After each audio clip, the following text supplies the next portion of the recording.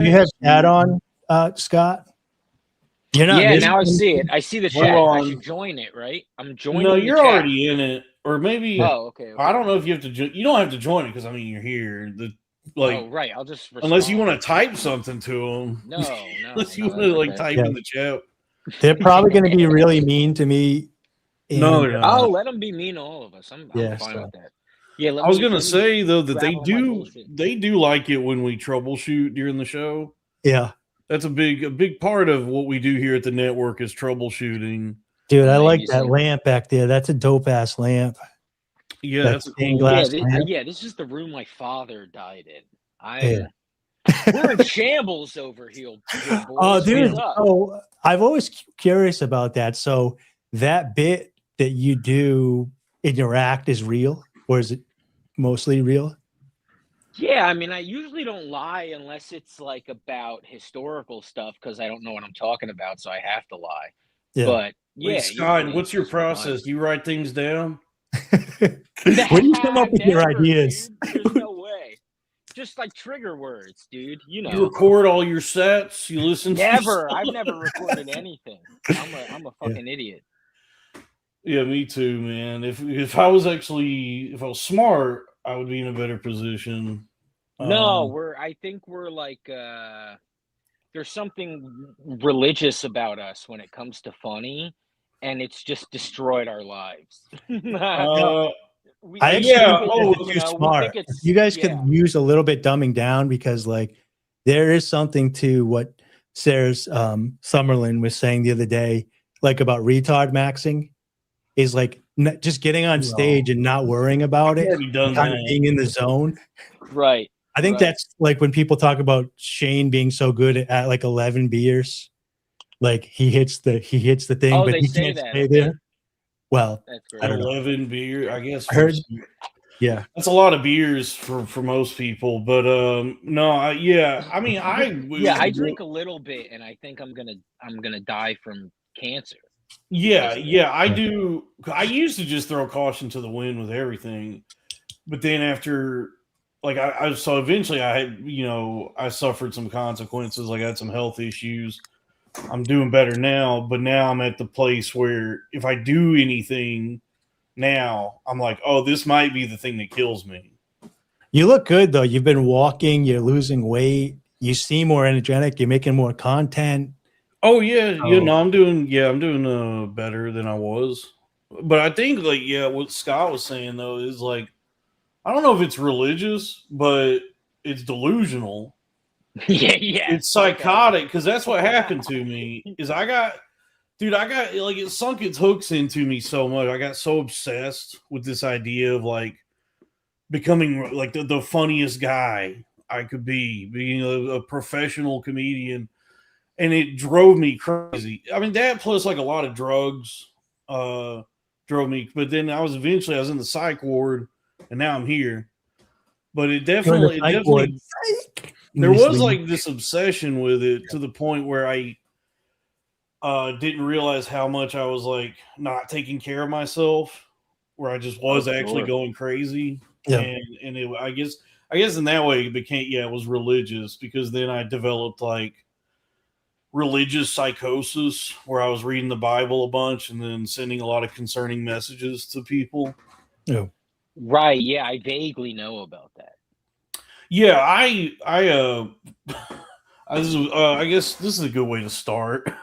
Yeah, dude. Let's do it, man. Folks, it's the Billionaire Podcast Network. There we go.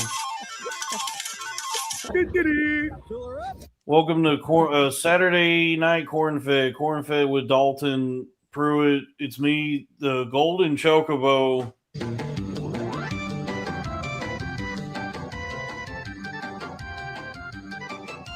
Dolphin Pruitt. And it's Saturday, so with me is Dave Wrong the Stinker. He's Greek. Hell yeah.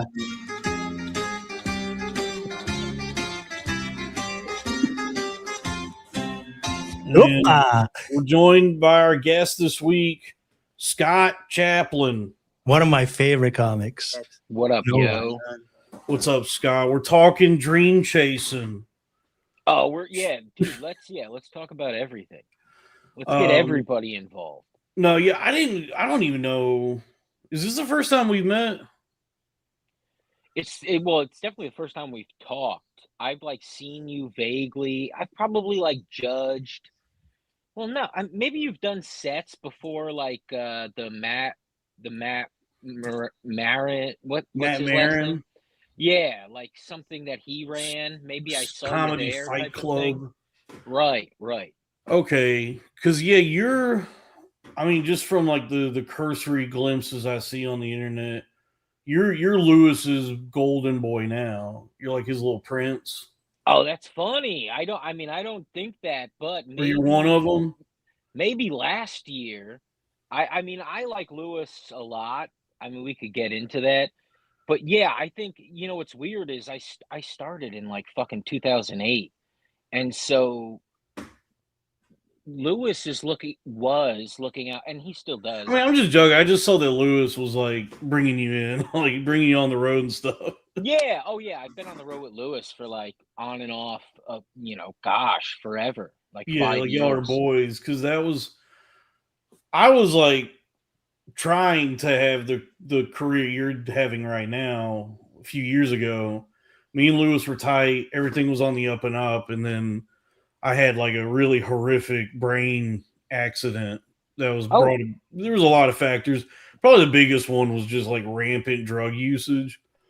But and listen, man, I'm assuming everybody listening is a fan of you. I vaguely know you, but I know you as someone who is like insanely beautifully funny. Thank you. I just like, yeah, you need to know that. Like I understand, you don't live in the city anymore, right? You're probably back where. Yeah, I'm in parts unknown. Yeah, man, and I'm in Jersey, and it's like we all have lives. I see you as funnier than most people I see doing things, and I think anybody who's paying attention knows that. So don't. That's how good. I've talked about this before. Whenever I bring up Dalton, no one ever says, "Oh, the guy that had a mental breakdown or whatever." They always bring up him calling Dylan gay on rap with the so funny, dude. Yeah, it's such a perfect the dudes hanging out, Yeah, it was a fun moment. Or they bring up you crashing LOS or being on Are You Garbage? You had such a good Are You Garbage episode. Sure. Who brings that up? I'm just saying, no one ever brings up that you had some mental health. That derailed me for a while because I was like disabled for a bit. Well, basically, I was just like I was crazy, so I was just like in and out of psych wards. Then when that kind of winded down, I was like in this. There's like I guess like because my brain had exhausted all the juices. My brain chemistry was out of whack. I was kind of debilitated for a long, long time after that. Like I wouldn't, I guess it was around 2022, that whole year, I wouldn't have been able to talk to you the way I'm talking to you now. I couldn't like form sentences.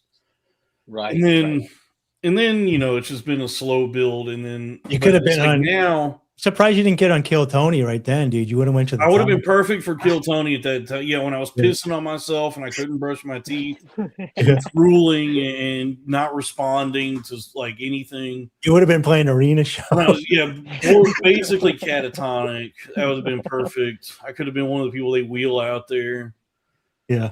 Yeah, and he's like, "So where are you from?" And I'm like, "I'm from my house. I'm from Zion. I don't know if you know that Jesus wasn't his real name. It's Yufoff. Oh yeah, probably that too. But then now it's like now I feel like what like Oliver Queen about to get off the island and go back to Star City. I know who Green Arrow. People at home that don't know who that is, Dalton. He's the Green Arrow. I could have gone with like something else, but that's what popped in my head was the CW show, The Green Arrow, where he's stranded on a desert island for a bunch of years, and that's where he like hones his abilities for archery and stealth. And then he goes back, but he's like a billionaire playboy, right? So he gets back to his hometown, Star City, eventually.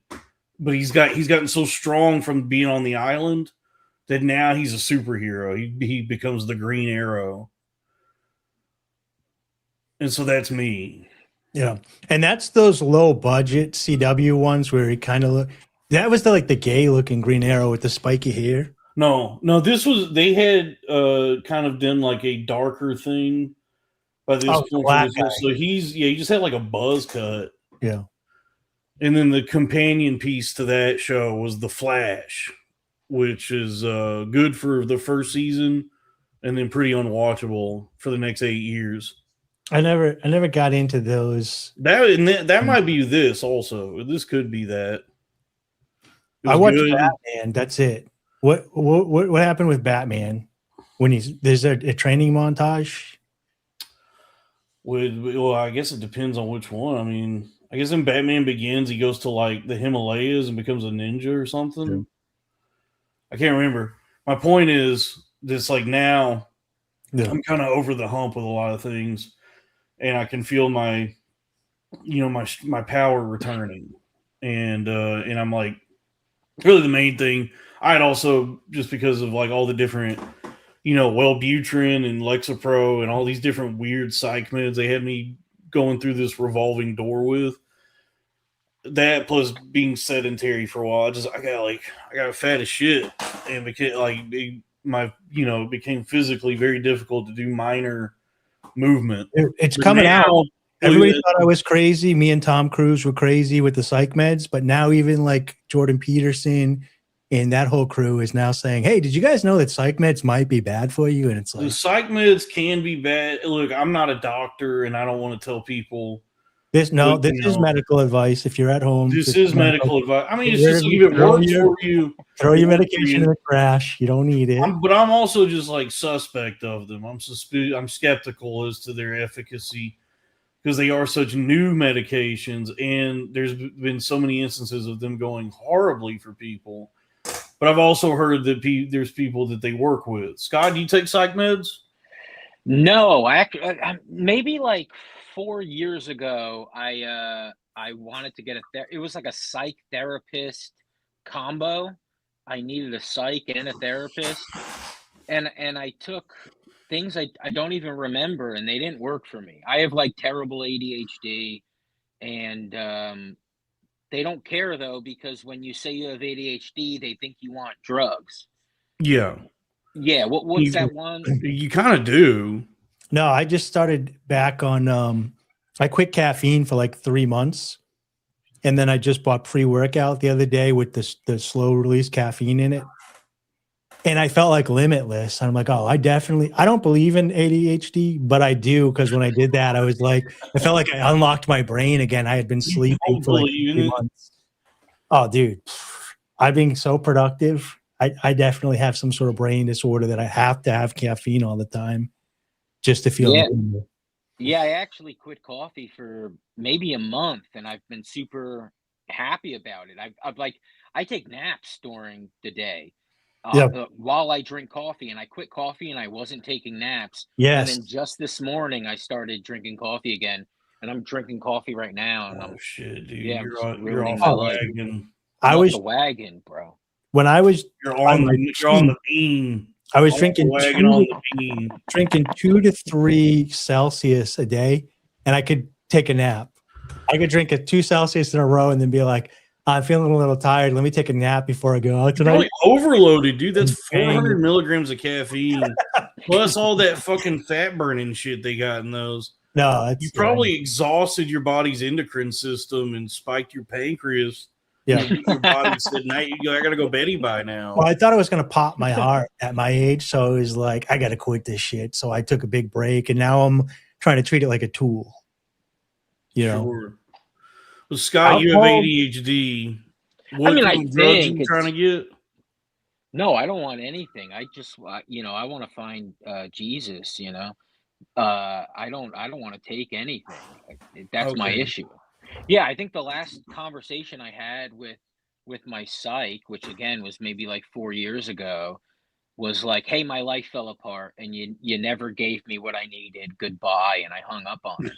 It was very like it was COVID times where nobody gave a fuck, and they definitely didn't give a fuck about mental health. So Don't you feel like they want to kind of keep you a little bit sick so you keep coming back to pay them the money? Like if they cure you, they don't make any more money. No, I've had therapists say like, you're paying this person how much money each week, so they don't have, you would think they'd be incentivized to keep it going infinity. But I've had therapists say like, you seem like you're doing well. Like we don't have to keep doing this. Oh yeah. And then if you feel like you want to come back, just call me. Yeah. Again, I've only had 2 therapists before, but and I don't talk to women. I don't like meet them, and women don't want to have sex with me. But every therapist I've had, I'm like, ew, she wants to have sex with me. This sucks. Like she's not helping me. She thinks I'm adorable. She thinks I'm interesting and endearing. I hate it. How old are they? That reads as sexually attracted to you. Yeah. If you're interested, you want to have sex with me, I guess. Because it's like I've had therapists, all women, and it's like a maternal thing. Like they're motherly figures. Oh, now, I don't think of sexually, but I think like it sounds like you want to fuck your mom. It sounds like the reason you're thinking this about these therapists is because they're showing you a similar affection that your mom shows you. Dude, I'm not going to deny this interesting that translates as sexual attraction. Dude. Hey, let's roll with it. Yeah, you're right. That's like a hallmark of therapy. Is that it feels like coddling to me, like the Oedipus thing, right. Like the Freudian, like everybody wants to fuck their mom, and everybody was like, what? And he goes, yeah, and then that became everything. Right. But what he really meant is like being nice, like someone being nice to you makes you feel good is all he really means. Well, sure. When I'm out in the real world, and I think all guys feel this nowadays, when you like go out in the real world and a woman is like nice to you for no reason, and you're trying to figure out like, is she just a nice person or is she flirting with me? And then you're like, well, women aren't typically nice. They're typically mean. So she might be flirting with me. It's so much about ourselves. Yeah. When we start talking this way and start saying those kinds of things, it was really just so revealing about yourself. Well, no, but I watch the cashiers and they're not nice to everybody. Women are usually saying, who are you? How'd you get in here? Please leave. No. I'm just saying, like, that's how we all know that's how women are. So it's like, why would one ever be nice? Yeah. When they spend so much of they exhaust so much effort trying to get you out of their house. Why would they ever be nice to you? All right, so let's read a couple of these super chats because. Oh yes, can Scott shout out Sumo Dog? It's Sweeze's dog, Sumo Bear. He's a real. Sweeze. Oh yeah, dude, and that's somebody's dog. I mean, I know of Sweeze. Yeah, and, Sweeze, and he has a. They want you to say shout out Sumo Dog. Oh, of course, shout out Sumo Dog, man. I hope he lives longer than any other dog that's ever existed, bro. God bless. I'm gonna pull up Sumo Dog here if I can find him. I mean, you guys have pets? Well, I was about to say it'd be nice if the dog could live long and healthy because I've had a dog live long, and that kind of becomes a problem. I know, dude. They get like cataracts and they go blind. They can't hear. Their heart is like always hurting. Like the one I had was whenever he would wake up and start breathing, he had like such a bad heart problem. He would spend all of his waking hours just going, oh, oh, oh. And then eventually a bigger dog bit him real hard. Your dog was an 89-year-old war veteran? Dude, he was just hacking up all day, and he was just in constant pain. And then eventually there's a bit of the bigger dog bit him really hard on the face, and that gave us a handy excuse to finally go ahead and euthanize him. So, it's not, longevity means nothing without health. Yeah. Oh yes, of course. Yeah. So shout out to Sumo Dog, dude. I get the photo. We got a photo of Sumo Dog here from March. Shout out Sumo Dog. I've seen him before. Yeah, he's gorgeous, man. That's a cool dog. Yeah. And that's a cool hat. I think one of the homies makes those like separate Skankfest gear. Yeah, it's a bucket hat. Right. Yeah. Is it From the He New Hates Me, or what's Radicals. that dude's name? It's one of those guys. I don't know. Very well could be He Hates Me. Yeah, he's always up to something. Dog dream science. Thoughts go what they dream of. Probably the same thing we dream of. Hamburgers. Yeah. So let's introduce bacon. Drew to Scott. So Drew is probably 20 beers deep right now, and he'll be 30 beers deep by the end of the show. Is Scott in the club from the beginning of Blade? Yeah, I was going to ask you if you're in like the Blade rave or maybe a Brian Usna movie. No, Society, dude. or that lighting's probably really good for you, because I heard that From Beyond lighting's bad for you. Yeah, red lights is what Dave Chappelle uses in his green rooms. So it's got to make you live longer or something. Yeah. It gives your skin that ashy sheen that Dave Chappelle has. Where it gives your skin a look that says, "Boy, he really needs to cut back on the smoking." Yeah, that's always surprising to me. Like, I guess like when you have all that money, like the Dick Cheneys of the world, they just figure if something happens, the rich people can fix you. Whenever I see like a multi-millionaire like doing drugs and smoking, you're like, don't you want to live forever? You have like everything right now. Stop smoking. But I think he's legitimately like crazy. At least like specifically Chappelle. I do think he's like mentally ill. Yes, he's at least like he gets irritated quickly, it seems, which is a type of, there's something going on there. Either that or he's like a really dastardly alcoholic. Because I've heard he's like a big time drinker. Like he's constantly drunk. Yeah, isn't he like wildly disrespectful too, or like delusional? I heard that those like 7 hour and like bumps everybody. I've heard those 7 hour shows he does. At least from the one person I talked to. I'm not gonna put no one on blast, but I did. Just somebody mentioned it to me. Well, let's not ruin Scott's career. Maybe he's got a gig to open for sure. No. I'm just saying. Somebody that works at a comedy club was just like he was complaining because the staff was like at that point is ready to go home. Yeah, and they don't. It's not like they get paid. I guess maybe they make more in tips, but it's just like he's dragging it out so long. I heard even the comedians that are there watching in the crowd starts getting nervous to even leave, so they feel like obligated to stay. Dude, 7 hours, dude. Yeah, it's like it's the same. It's also the same way they do phone calls. Doesn't Dane Cook do the same thing? Black people. What Dane Cook doesn't do that anymore? I don't know. But you know how black people when they're on they'll just be on the phone all day.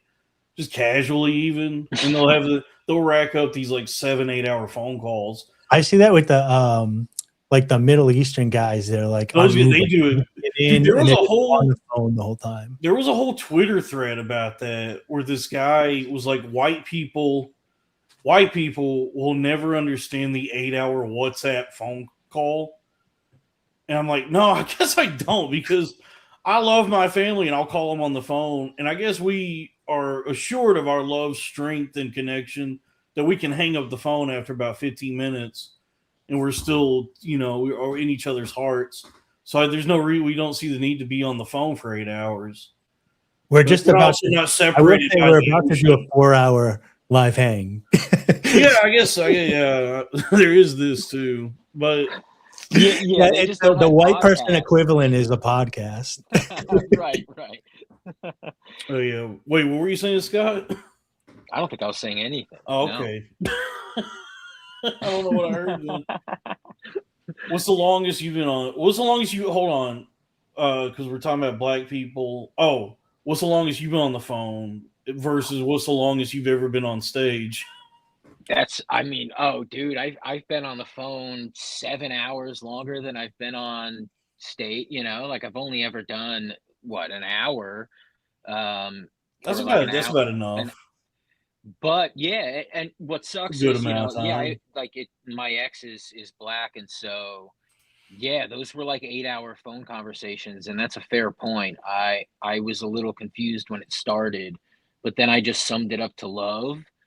But Mm-hmm. you're right. There's something else going on, which is they're very comfortable just having you on the phone all day. Yeah, Middle Easterns or blacks. What's crazy? So you guys are black people. Black people. I guess both, but yeah, okay. Well, Yeah. when they're foreign, I just sum it up to like, oh, they're just talking to someone in their country, and that must be nice. Yeah. I've never, I've never even left this country, so I've never been a country away from anyone I love. But I've never like loved anybody. You love your parents? I mean, I guess my parents. I guess I love my family. But I've never. I guess I've never been in love. Oh man, I think it depends how you define. Time really gets away from me, because sometimes people are like, it's like the old thing, like you can look at the world like nothing's a miracle or everything's a miracle. So when people ask me if I've ever been in love, I used to be like, no, I haven't. But then I think back to the relationships. I kind of like in the moment wanted that to last forever. It didn't. Sure. I didn't hold on to it, but you're like, I got into those relationships trying to love the best that I could. I didn't go in mischievous or lying or whatever. So was I in love like 20, 30 times? Maybe. I don't know. Like I'm not still there, so maybe it's not considered love, but what else do you call that? Oh, I'm a sucker for it. I guess it depends on what state you're in, right, Dave? Mental state. That's why the Greeks have like 8 words for love, because like there's different things like friendship love, deep relationship love, lust, all the different types of love.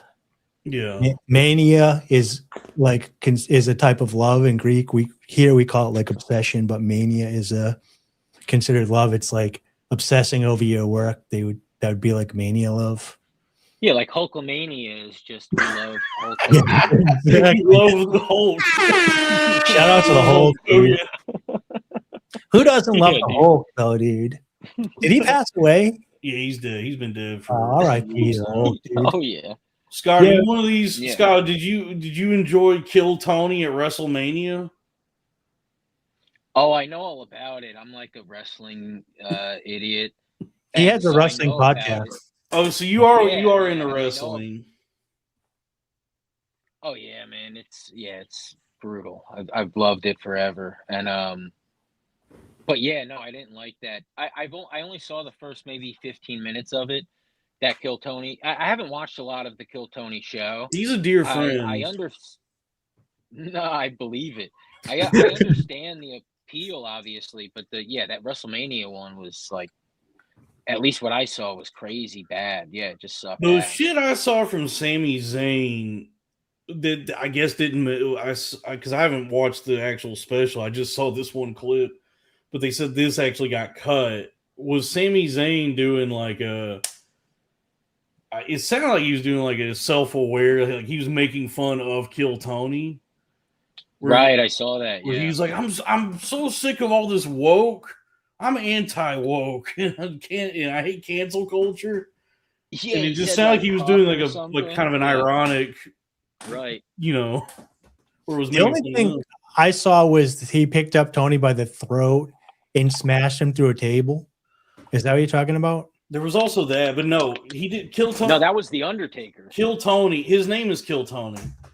Kill Tony did an act like a Kill Tony at WrestleMania where wrestlers did a minute of stand-up. And one of the wrestlers, and it's the one that got cut, was Sami Zayn, who his whole act was just making fun of Kill Tony. It's funny that Kill Tony has got so big that it does take me a while to remember what his last name is. His name is Kill Tony. First name Kill, last name Tony. Kill the beans. That's a bunch of baloney. He's a good friend. I told you, he bought 2 shirts from me, and he was surprisingly very kind to me. He's a cool guy. With Scott, what are your dreams? What are your hopes and ambitions? Oh goodness. I'm not quite sure. My hopes and ambitions, I guess, going back to, like, what Dave said, where he's like, I've been in love 30 times, and what you said, where you go like, oh, I've been away because I was in a psych ward. Like, well, that's interesting to me. And so I just want to live an interesting life. You don't want to do that, dude. Don't do that. Oh, no, not that. But what I mean is, and I'll say this: if you go to Skankfest every year, I imagine you're like one of the guys. Yeah, I've been to every one. Yeah, when you're at Skankfest, you don't have to take all the drugs that are offered to you by the people there. Dude, I did that this year. That's dicey. And then that Monday, I was like crying to myself about nothing. Yeah, because that was like, because Lewis called me after like all the bad stuff had happened, and I was just like, shipping out, just going to go try and like at least try to stay alive, and right. Lewis like it seemed to be expressing some sort of remorse, like he felt kind of bad because he had heard that Skankfest was like the breaking point for me, and it was. Oh. To be honest, like that year when all that bad stuff happened, I do remember the third night of Skankfest, after taking all the drugs everybody had given me, I took a dab off the dab thing, dabs. Oh yeah, buddy. I could feel, that's where I felt my brain snap in half. Gives me dabs every Skankfest. Yeah. Who gives you dabs? Broseph Smith. Oh yeah, friend of the show. He's a guy. Yeah, bro. And, shout out Brother Smith. I did an afternoon podcast with him today. But that dab, the third night of Skankfest, is where I just felt my brain go, uh-oh. I felt something kind of snap, and then I just went back to the hotel and hugged the bed, and then it was pretty bad after that. And then Robbie is in the chat. He wants me to tell you what one of the phone calls Lewis made while I was crazy, because I was like, while I was in psychosis, I was doing a lot of things that were at first really annoying people and then concerning them. And Lewis called me while I was in the throes of it. He was like, "What the fuck is going on with you?" And I was like, I started rambling off all these conspiracy theories. And he goes, "You're turning into Mark Random. You don't want to be Mark Random." Yeah. And that was kind of like a sobering moment where I go, "Oh, fuck. Oh, yeah. You know what, though? Is something wrong with me?" If he hadn't stopped you because he thought you were going to be Mark Random, maybe you would have been Kurt Metzger. And he's killing it, dude. He's like the funniest guy alive, one of the funniest guys around. Very funny, but I don't know. Well, yeah, especially lately, Metzger's been kind of on a roll, at least in my feed. I guess he's doing good, yeah. In terms of like that podcast, like, he talks to the people that some Jimmy Dore talk about things. Yeah. But I guess I don't know. I think I was more random than Metzger. I'd lost control completely. And I guess Lewis at that point at least had the presence of mind to not involve me in any like public like podcast. He had your back. I specifically remember a live episode of either Real Ass Podcast or Legion of Skanks when people were asking about you. And he said, "I don't want to talk about it anymore. Dalton's not doing well, and I don't want to have him on the show because it feels like we're taking advantage of him." That's crazy. That's already like. And he said, wait, who said that? What'd you say? Who said that? Lewis did. He said on the damn. There was an initial. Like, where's Dalton? And Lewis said, "I don't want to talk about it because this is personal. It's not comedy. All I'm going to say is Dalton's not in a good place, and I don't like having him on because I don't want it to feel like I'm taking advantage." Yeah, because I think there was an initial. So it was all from a good place. I do remember. I guess there's like the initial thing that was like talked about publicly that I was like sitting there watching as it was happening, and I guess it was pretty bad for my mental health that Lewis did this, like the feedback loop this caused, but he didn't know anything. But it was an episode of Skanks, and it was him, Kim Congdon, and Dan Soder. And Lewis had made mention of what I was going through at that point. Like he said something about me. And then Kim was the one who was like, "I want to fuck that guy. He's pretty hot." No, Kim, I think Kim was more aware, like understood like what was happening. Yeah. and she was looking out for me, and she said to Lou, she was like, "Are you just going to talk about that here in front of people?" It was something like that, where she just kind of let him know, like, "Don't talk about this here." But I do remember watching that. Sounds like you should get in the DMs, dude. Sound like she wanted to smoke. No, I do remember sitting there full crazy, just like in active psychosis, where, you know, I'm like probably close to dying if I do anything too dangerous. That was most people's concern. I do remember watching that, and it made things much worse. As it was happening, I was like, "Oh my god, they're talking about." Oh yeah, I can't imagine being paranoid. Dude, imagine being so paranoid that you're thinking everyone's that you think that there's people talking about you. Yeah, and then you go on the internet and there's people talking about you. Yeah, Lewis almost killed me. I've had multiple conversations on, even like when we do the show every week now for over a year. You having a mental break, I know it changed your life, so it's on your mind all the time. It doesn't even make my top 10 Dalton moments. You know what I mean? Even probably not even my top 20. So like the outsiders, I don't think see you like that. I think that's something that you're, Yeah, I also know women who have had mental breaks, and people write them off from society. I think in terms of comedy, especially for a guy, yeah, like I don't. That's what sucks about it, and it makes it go, oh, maybe don't do it because it might like affect your ego and then make you go Kanye. But like people kind of praise men who are a little mentally unstable in comedy, They're celebrated as geniuses. Yeah. I think they're very unstable. There is something appealing and interesting and funny and blah blah blah. So. Scott, do you think you're kind of crazy, a little twisted? No.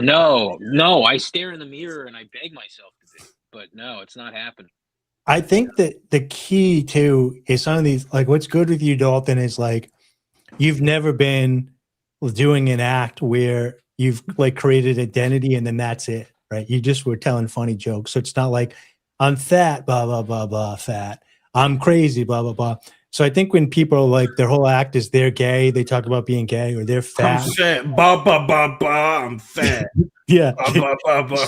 Yeah. But I'm saying when people make that type of identity, then they feel like, oh, I can't lose weight, I can't get mentally healthy because if I do, I lose my whole act. Oh, I never thought like that. Anyway. So like if you don't attach yourself to it, like that's a thing that happened to you instead of you being that thing, then your comedy can always be evergreen. But if you attach yourself to being like a crazy person that does comedy, you start believing that you're crazy, then you can never get out of it because you've attached yourself to that identity. And we know a couple of people. We saw somebody having a mental breakdown online all week, making videos on Twitter. Oh yeah. Well, it's like and I don't think he's mentally ill, but someone like, and I love him, like Ian Fidance.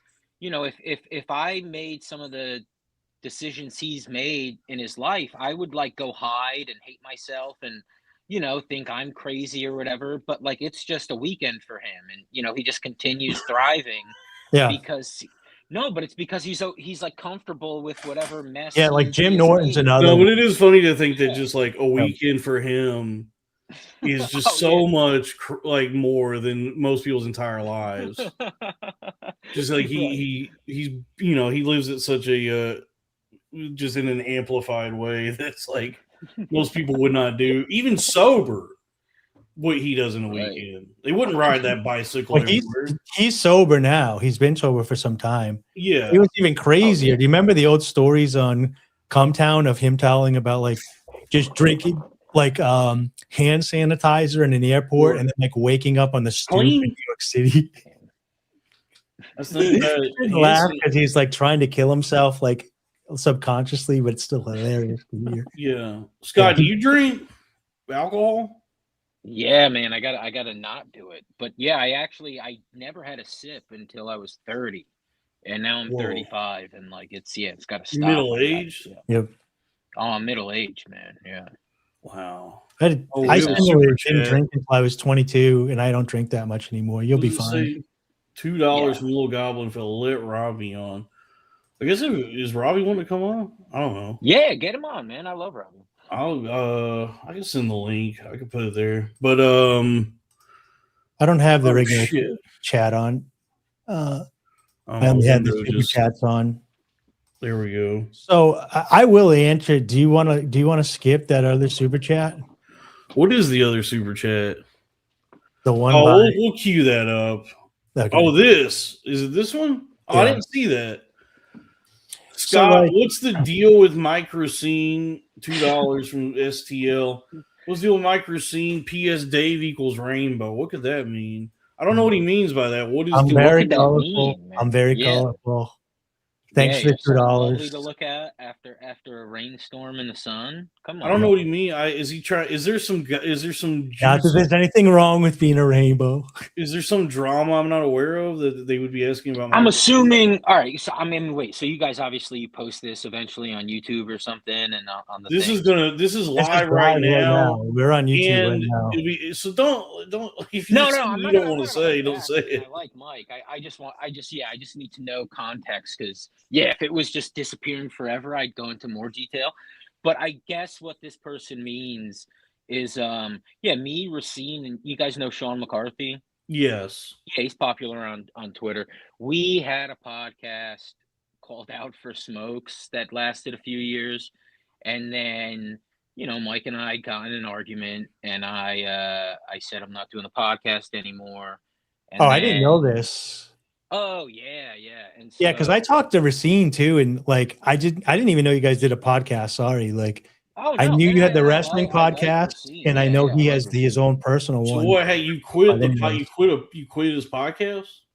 Yeah. So I quit the podcast. I mean, and I was assuming that they would just continue, but then things fell apart with them too, and there was there's more drama if you go on Reddit or whatever, but not for me. I left and I said, I don't want any more money and I don't want any whatever, but that's the strangest thing about, I think money issues happen with them, which is unfortunate. That's one of the strange, these are strange times, but that is one of the curiosities of as technology has developed in the internet and the just how everybody kind of needs to have a media career now. It's kind of the only choice, but because of that, it's that there's still dedicated subreddits to this kind of the gossip of pretty small time podcasting.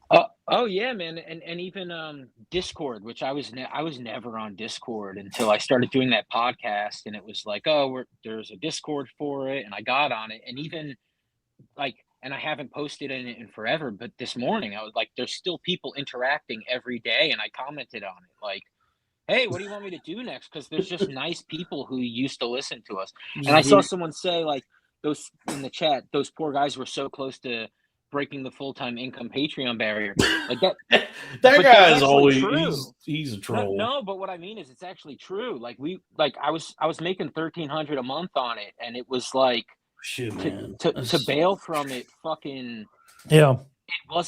It didn't make me happy. It was a real there was an issue. I love Mike. I haven't talked to Mike. It's been a year and a half. I haven't talked to him. He's had a kid, and I didn't congratulate him. It sucks.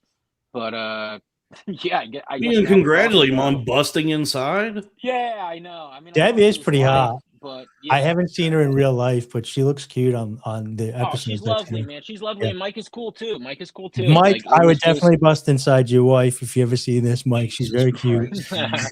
We're really dude, man. We're just stubborn dudes, and it's why we connected, but it's also why we should have never worked together. Oh and that's all. It's just it becomes something else because we're constantly in well, he's in a mafia movie and I'm in a Western, and it's just both of us pulling guns out on each other. It's all right, man, we gotta take a break for the children. Dalton's no stranger to that. He's had 2 3-man podcasts where one of the individuals decided to go, their own way. And it is interesting because you spend all this time building something and it feels like it's going to last forever. And then things change and there's an emotional reaction. The difference is that at least this time, there's no dedicated subreddit. Because when the Loud Boys like broke, when that all fell apart, when I was going through my whole thing. Now wait, sorry, Loud Boys was you, Robbie, me, Robbie Goodwin, and Joe Gorman. Man, I like both of those dudes. By the way, they're great. I like one of them. That was happened during COVID, and it went like from 0 to 100. Like it was going well. Dan Soda was on it. Like they Mark Norman because it was during. Well, so yeah, they but were didn't you have something before that where Soda was like wearing your guys' T-shirt? Oh yeah, so because I was like making all this like these shirts that were never going to make anybody any money. I did not do it right, and these were a bad investment. But I did make a bunch of cool shirts, and I gave one to Dan Soder when he came on the show one day, and then he wore that shirt at the Roast to Lewis at Skankfest that year. So that really warms my heart. But yeah, those shirts, we lost a lot of money on that. Do you still have some? I think I might still have some somewhere, but I guess I did make sure that Robbie and Joe were made whole on the shirts, or at least I think I did. If I didn't, I'm not gonna fix it now. But I'm just saying, but yeah, it was like really. I was being foolish at that time. But I have gumption. You gotta be delusional. I have gumption. I have ambition, and I said, you know what? This isn't a particularly popular podcast that has like enough listeners to warrant this. But I'm gonna make some shirts, and I did it again with this show. If so you folks, build if it, you they buy will some come. shirts. Go to bpnmart.com. We got a new shirt on sale. I'm wearing it now. It says, "Please don't be mean to me." From the other show. Let's pull Arena of Ideas. Show. And we look at this. We got it's the best merchandise in the internet. We got that shirt. We got that and the keychain. We got the corn-fed keychain. The YN Time shirts are available, $36, 100% ring spun cotton. And then we look at more stickers of the Live, Lev, Love. Yeah, they're right here. People should go buy those in honor of Lev's special. Yeah, we got the Live, Laugh, Lev sticker, which he might get mad about at some point. Oh, he's serious with me, dude. We got a whole sticker pack, but then also these, I love Lev. If he ever sees this, I think he's hilarious. The Arena of Ideas Crowder Boy shirts are 30% off right now, and that discounts apply when you add the item to your cart, folks. It's bpnmart.com, and then the Patreon for this channel is patreon.com/cornfed with Dalton Pruitt. Scott, do you have anything you want to plug? No, not really. I mean, no. Oh, wait. You do your wrestling show. Lots of Squeezed and a bunch of guys listen to watch the wrestling that are in chat. Oh yeah, I mean, if you like wrestling, I record a wrestling podcast with former WWE writer Robert Karpelis, and Mike Lawrence and Dan St. Germain used to be on it. They were on last week's episode, but they drop in here and there. Yeah, if you like wrestling, listen to it.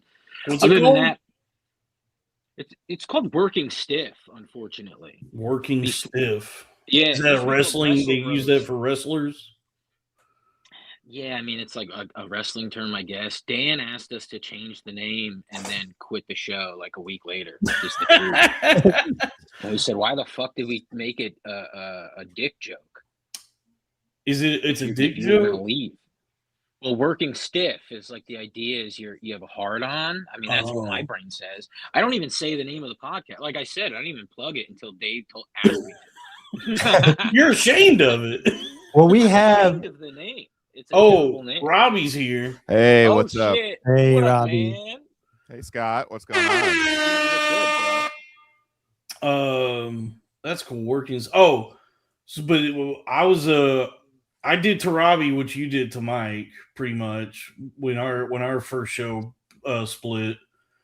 Because it did feel like we were gonna like not have to have day jobs, and so it did feel like, oh shit, just a few more. If we could just make it a few more months. I was getting enough online harassment that you'd really think I wouldn't have a day job. You would be. You think you might become unemployable from what these people very publicly are saying about you. You would think I'd be compensated financially somehow, or. That is crazy. It was so bad for us, dude. That's the thing that, like, when you were talking about, like, that there's still people on Reddit talking about you. That shit drives me so crazy. I can't look at it. Like, I would hope that there's nobody on Reddit still talking about me, but just like those threads are that, like, they make me feel like I go crazy just that there's people talking like that or about me. Yeah, you know? Yeah, but you never got hate, right? Dalton? Oh yeah, dude. I've only ever seen you as someone people like a lot, and then it was like, you know, other things outside of everybody's. Well, that's the thing is people were turning on Dalton. The fans were kind of turning on Dalton at the end, I would say. Yeah, that's the thing is, like, with like the people that are that I actually interact with, I don't think anybody ever like hated me, you know, but there was definitely a lot of online stuff from just like strangers on the internet that I was reading where they had really begun to hate me. They were like, they're being very mean. It was a real puddle of mud. It was, yeah. They really fucking hate me. They fucking hate me. And those, yeah, just those. But I would get caught. I was like so obsessed with them. I was reading those Reddit threads all the time, and I mean, yeah, it wasn't good for me. Once you start, I got to the point where I actually did stop reading even our own comments. Like I got to that point. Now I'm back to obsessively reading everything. I mean, I guess it's a bad idea to let them know publicly how much it affects us, because it's just such an effective weapon that they have against us. Well, Lewis did say, like, you'll get desensitized to it, and I would say I mean he had a point, but it took a long time to get more. Look, I welcome constructive criticism. Sure. Mm-hmm. You're a blue collar guy. You love construction. Look, I'm a salt of the earth. I'm just a howling mutant. But you know, but when people are just being cruel, that's where I have trouble. Yeah. But you know, I'm so outside of everything now. It's like I'm a ghost. I'm in my own kingdom. Scott, do you get a lot of online hate or anything like that? Yeah. I mean, especially, you know, I'll only, especially lately, like I'll hop on Real Ass Podcast, and so yeah, they're so mean. I also like I never, something about that podcast and Dalton. I mean, we've all been on it, but it's like I get like irritated for some reason. And then no, that was a Real Ass episode you were on. I was on your side the whole time when you were like, well, what happened? But it's every time I get irritated, and then I go like, I don't know, I get very mad. I think like their idea of Real Ass is different than my idea of Real Ass. Yeah. There's no unified theory of Real Ass. One man's real. One man's real is another man's ass. Dude, it's exactly that. Yes. And you just have different perspectives on Real Ass. It was right. What I mean, I don't remember it fully. Scott would be able to tell you better, but basically they were just kind of talking about clubs and like other comedians a little bit, and they weren't being super hardcore. But Scott basically said, "Oh, I don't particularly like that club. They don't book me." And they're like, and then everybody turned into like the Joe List bit, where like, "Oh, actually, I think that club's fine. I love Joe Rogan." Oh my! And like, no one yes and them. They all no but. And like kind of left them hanging. They didn't zip zap zop with you. They didn't zip zap zop. Yeah, the Real Ass does kind of go out the window when it comes to subjects regarding career opportunity. Oh, I think especially I guess Lewis. Here's the problem. You guys don't respect the dollar. You don't understand the value of a dollar. And when it comes to money, it's it's like you have to understand. It's nothing personal, kid, but we also just have less to side. we have less to lose, so I think we're more open to talking shit. It's like Lewis does have like a family and like is doing well career wise. He just did Rogan, you know. I will abandon all principles and convictions for the right price. Well, also it wasn't like I wasn't, again, the idea of Real Ass Podcast. I would never go on a podcast and go, oh, this club doesn't book me and I don't like them. It was like, I don't like this club. Like it was a matter of I haven't sent my avails there for years because I don't like them. You know, like it was it was like an actual it was an actual like, I mean, dude, it's a problem now we're talking, but it's a problem with, obviously, we can talk about New York versus Austin versus LA, but one thing no one ever talks about when it comes to New York is it's very expensive to go see a show in Manhattan, and so you're only performing for rich people, and nobody talks about it. Oh, but if you're working a club in Manhattan, you're performing when you say for people rich, you've never even hung out with because they're doing way better than you. And what the fuck kind of crowd is that in terms of trying to make people laugh? Well, what's crazy is I feel like the Stand has completely courted that audience. You go in there, like when I got here, it was like the one for podcast fans, and now it's like all it's for rich people. Thank you. And not just rich people. Like somehow they're like, it's not hot dogs and chicken nuggets. We want calamari and that's the other thing. Yeah, they're like, have our lobster mac and cheese, and it's like, why am I spending why am I getting a COVID shot to go see Dave Chappelle here?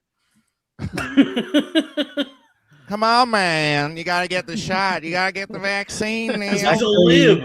Speaking of that, Scott. Let's bring up an old bit here. I actually have the Stand menu up right now. He's more like he's everything shifted. Oh. So they have pasta, mushroom truffle risotto, $28. Vodka. Don't do this to me. You're gonna make me hungry. Well, here's the menu. The food is really good, I will say. The food is good. But like Seafood Tower, $95 at a comedy club. My problem is at the Stand, it's like when I hang out at a comedy club, I kind of want to like drink usually, and so my man ordered a Seafood Tower. Tomahawk steaks, $145 at the Stand. We'll get like 3 drinks there, and my bill will be like $60-$70. I'm like, how the fuck did this happen? Like, I didn't even drink that much. This is why I drive 2 hours to Rhode Island Comedy Connection, one of the best clubs that I've ever been to. Reasonable pricing, low ceilings. They pack them in the year. What a great club. Yeah. I guess my thing I met you there, right? Yeah. Yeah, we hung out there when you with Sagalow. Oh, I actually saw you there with Sagalow and Lewis. Lewis, yeah. Right. Yeah. I guess my thing about the Stand is, and this was a thing at the Laugh Factory too. The Laugh Factory was a lot cornier about it. But like it seems like they take pride in like having like hot people in the audience, you know.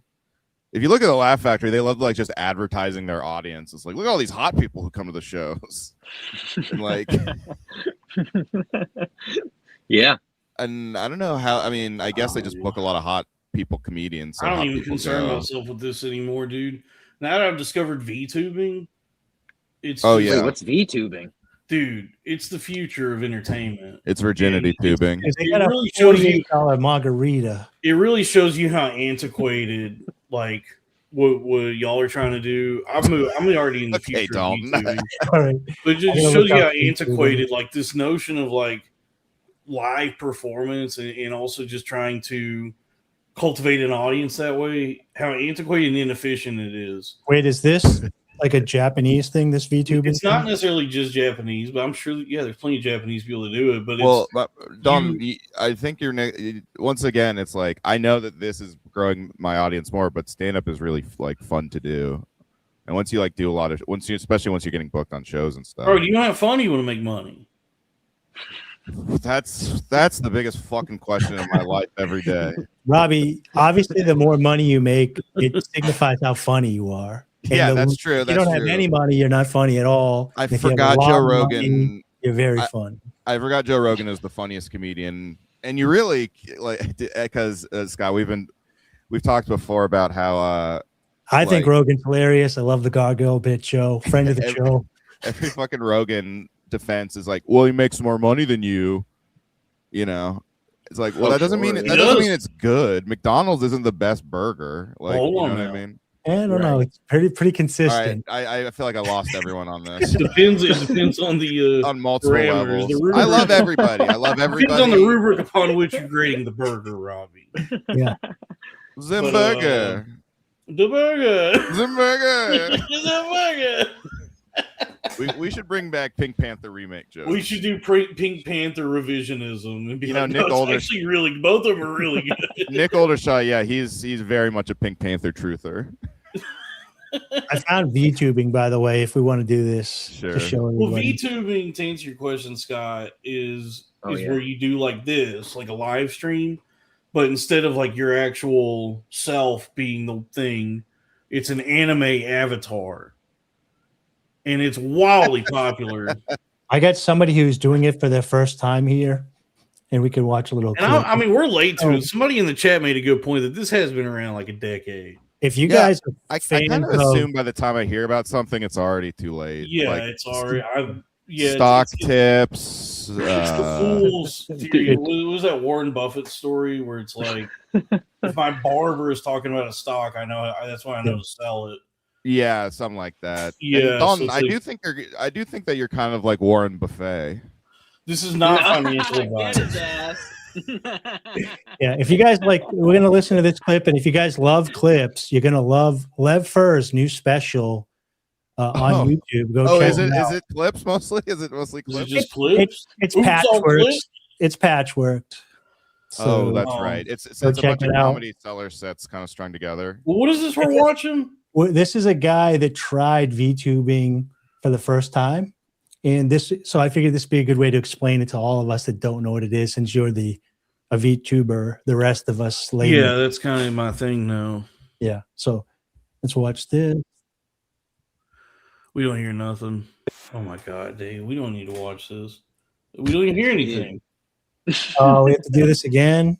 Oh, come on. Do you guys just working this morning?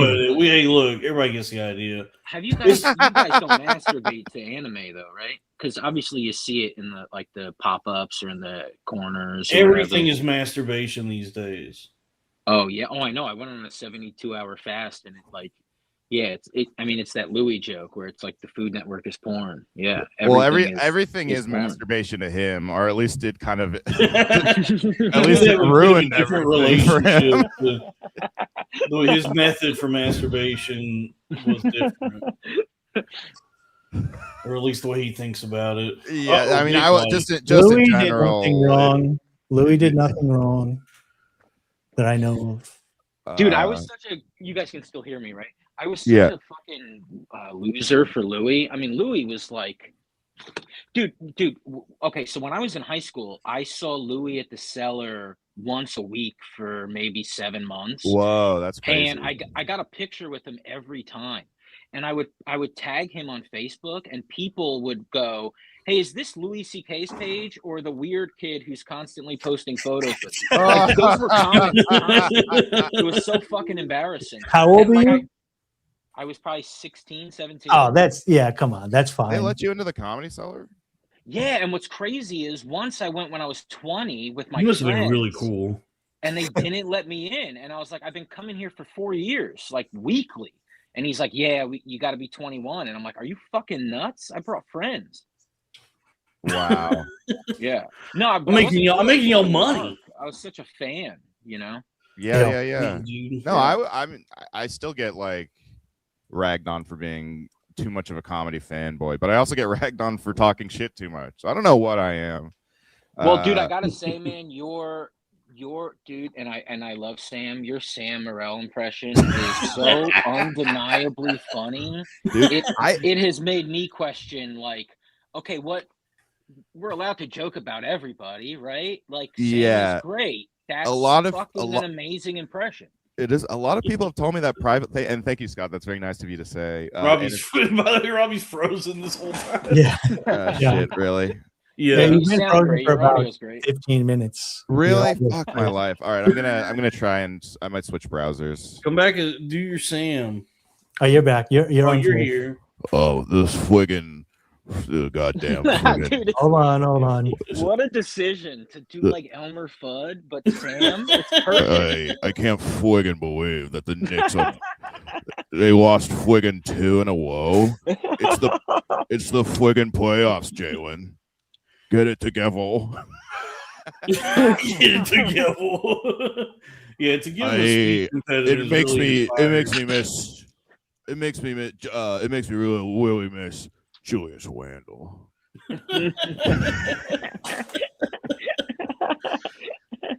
Oh shit! I hope he's We're gonna hurt. try a different browser. Oh, you're moving now. What's going on? No, No. Oh man. Wow, Yeah, he was look at good. that. It's been going on for a couple of weeks. Some sort of connection issue, yeah. Right. Listen to this. Something just came across my desk. Oh. Scott, do you like looking at women's breasts? Oh, sure, here and there, yeah. Oh, Yeah, there's a so you actually probably like in the early days of this channel, I was courting favor with a lot of like OnlyFans and OnlyFans adjacent girls because I haven't done them in a while, but I was doing like these like reviews on titties, just talking about titties. Oh yeah, I've seen those, dude.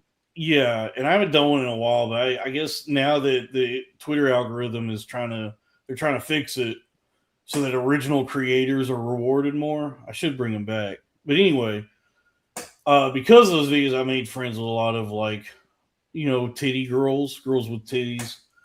And one of the ladies I befriended, her handle was autistic boobs. Oh, hell no. She calls herself Mint. She's a really nice lady. And she came on this show and was, kind of stimming and shaking the whole. She was like I thought she was autistic. I guess she is. It's in the name. But we had a great interview. We had a great talk. And then I just would see her in the internet for a while. And then she just kind of disappeared. But then she's like back on a new account and she's posting a bunch about how like before now there was a guy that was like her handler. I guess she says he was like really abusive to her. So I don't know exactly what happened, but she posted some picture where she had like bruises all over her face. So she doesn't listen. So yeah, so I no, it was I guess it just made me feel like kind of bad about all the times I like jacked off looking at her pictures. And it wasn't even her OnlyFans stuff. It was just the stuff she would post to Twitter. I said, "Damn, this is kind of lovely in this day and age." Yeah, it's like this is like plenty. There's just so much Facebook photos. Oh yeah, dude. What's her name? Autistic Titties. She's not under that account anymore because I think the guys. I heard this is all like gossip, and I don't want to speak about this person more than, but it's all based on what she's put out there publicly. Like all the new information I'm getting. Women are typically very honest and open publicly with stuff. They never try to manipulate the situation. All right. So I'm just saying, I guess she escaped. She got a bad situation. And it just gave me complicated feelings about like when I was, scrolling Twitter and I saw is she Asian? A nice picture. But who cares? It's whatever. Does she have an Asian face? No. Okay. But there is this thing that happens with like girls on Twitter. I think they like maybe it works for them. It feels like a miscalculation. Like if you're trying to promote an OnlyFans, right?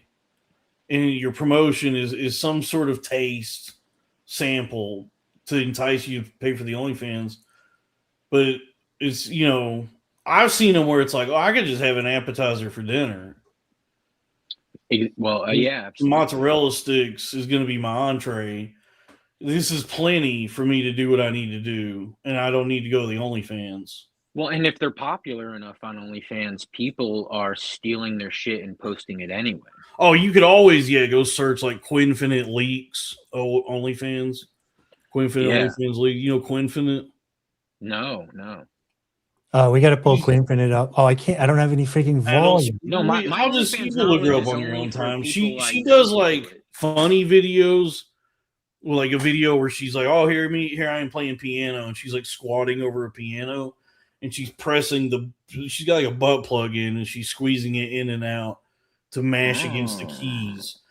And it's a way to showcase like what she will be doing on OnlyFans, which is putting things in her ass while still abiding by the community guidelines of TikTok. Clapping thing with her titties. Yeah. But also she and I have had some back and forth on Twitter. She's a good sport, and she's also like really hot. And that's one where you got to say, am I gonna, I might get the OnlyFans, or I'll go to Bing and type in Quinfinite OnlyFans leaks. And you can find those if they're popular enough. Of course. Have you seen any of the OnlyFans does comedy now? They're like trying to. Yeah, that was that guy. The guy who died. Leovid Jabesh. What's his name? Jamarskowitz. I have no idea. I don't know. The guy who owned it. Guy? Do what? A UAP guy?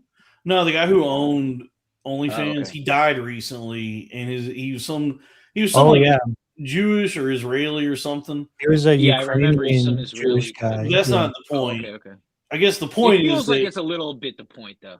The point is, well, that's because it's like I walk all worlds. I walk between the daytime and the nighttime, and so I'm like I see all the stuff from left wing Twitter and right wing Twitter. And I get infected by right wing conspiracy theory Twitter, where like what comes to the foreground for me with regard to OnlyFans is that the guy was very Jewish and sending a lot of money to Israel.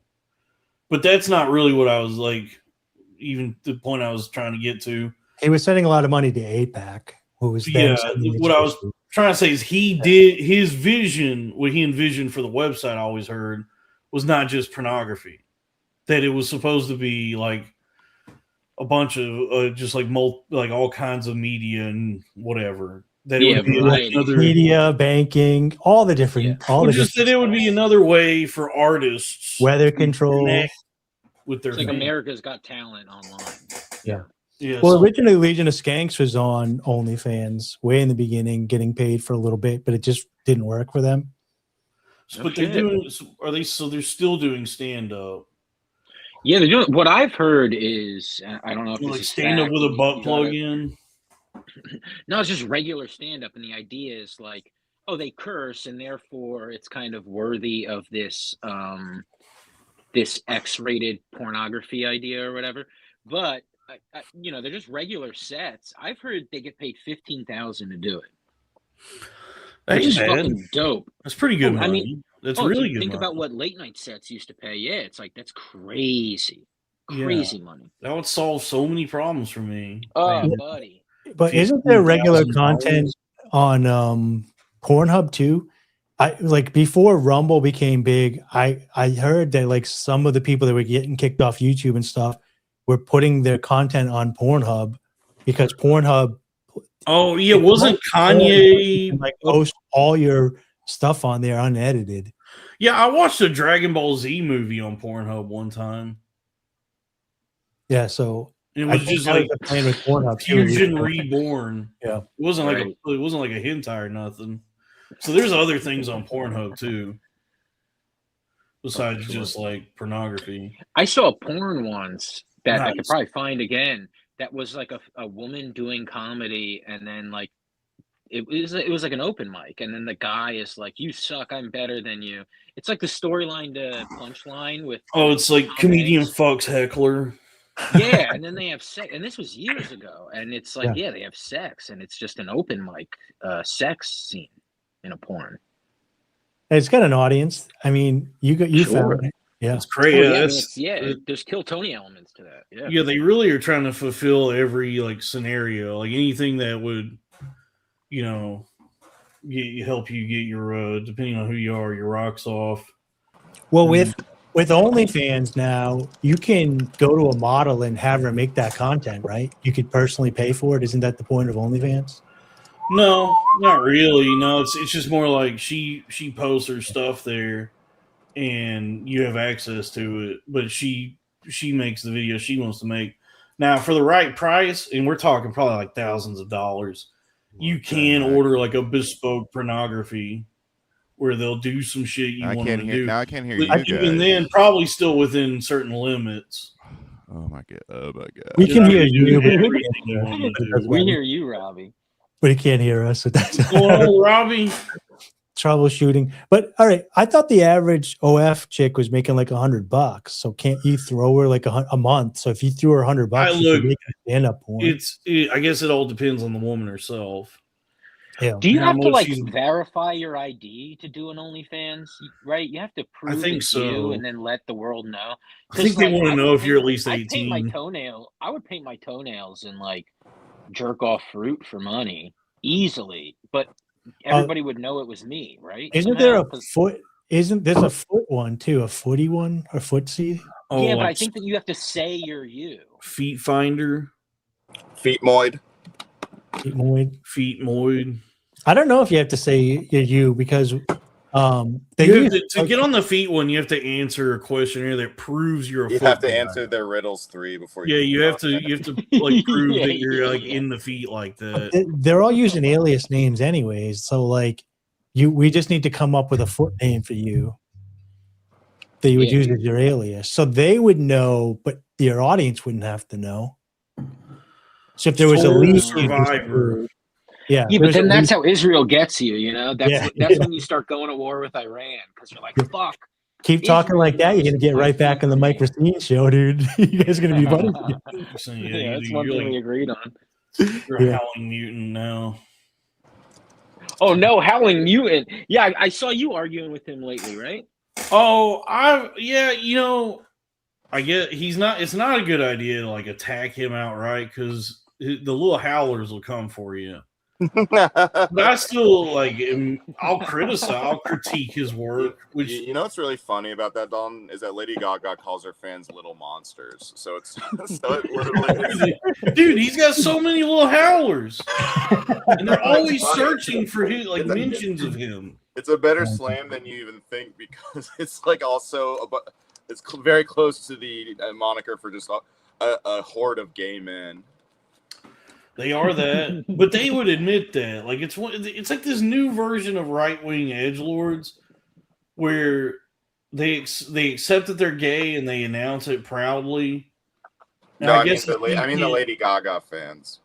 I feel like they're not take up arms against them in that way because they already joke. They say they're gay. They say they're raped.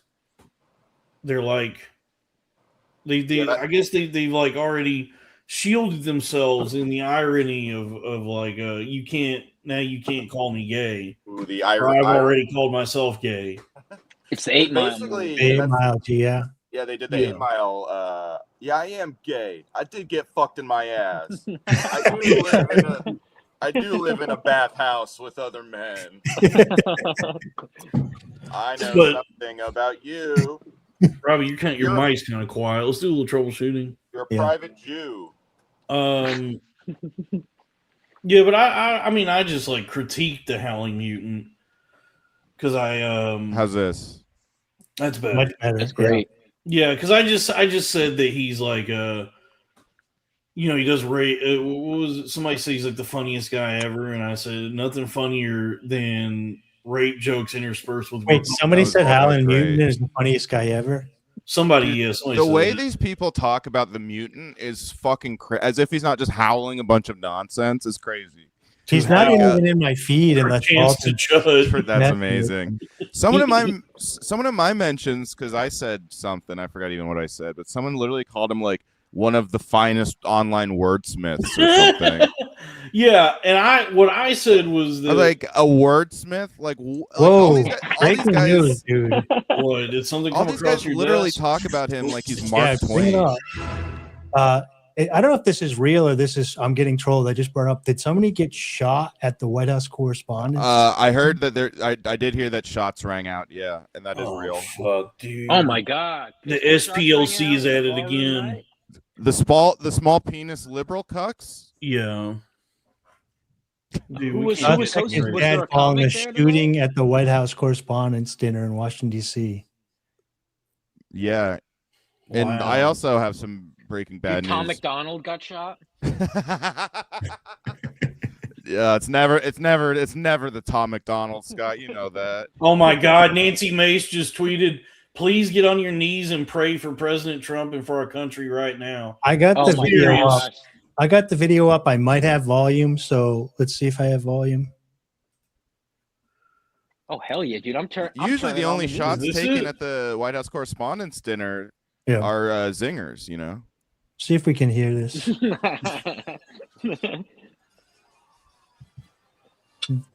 Yeah, I don't think anyone got shot. I don't hear it. Oh, shots were fired. Did they book Michelle Wolf again? Yeah, that's what I'm saying. That's what I'm trying Wait, to say. someone just shot a gun in the air? Somebody just shot. There's an active shooter at the White House Correspondents' Dinner.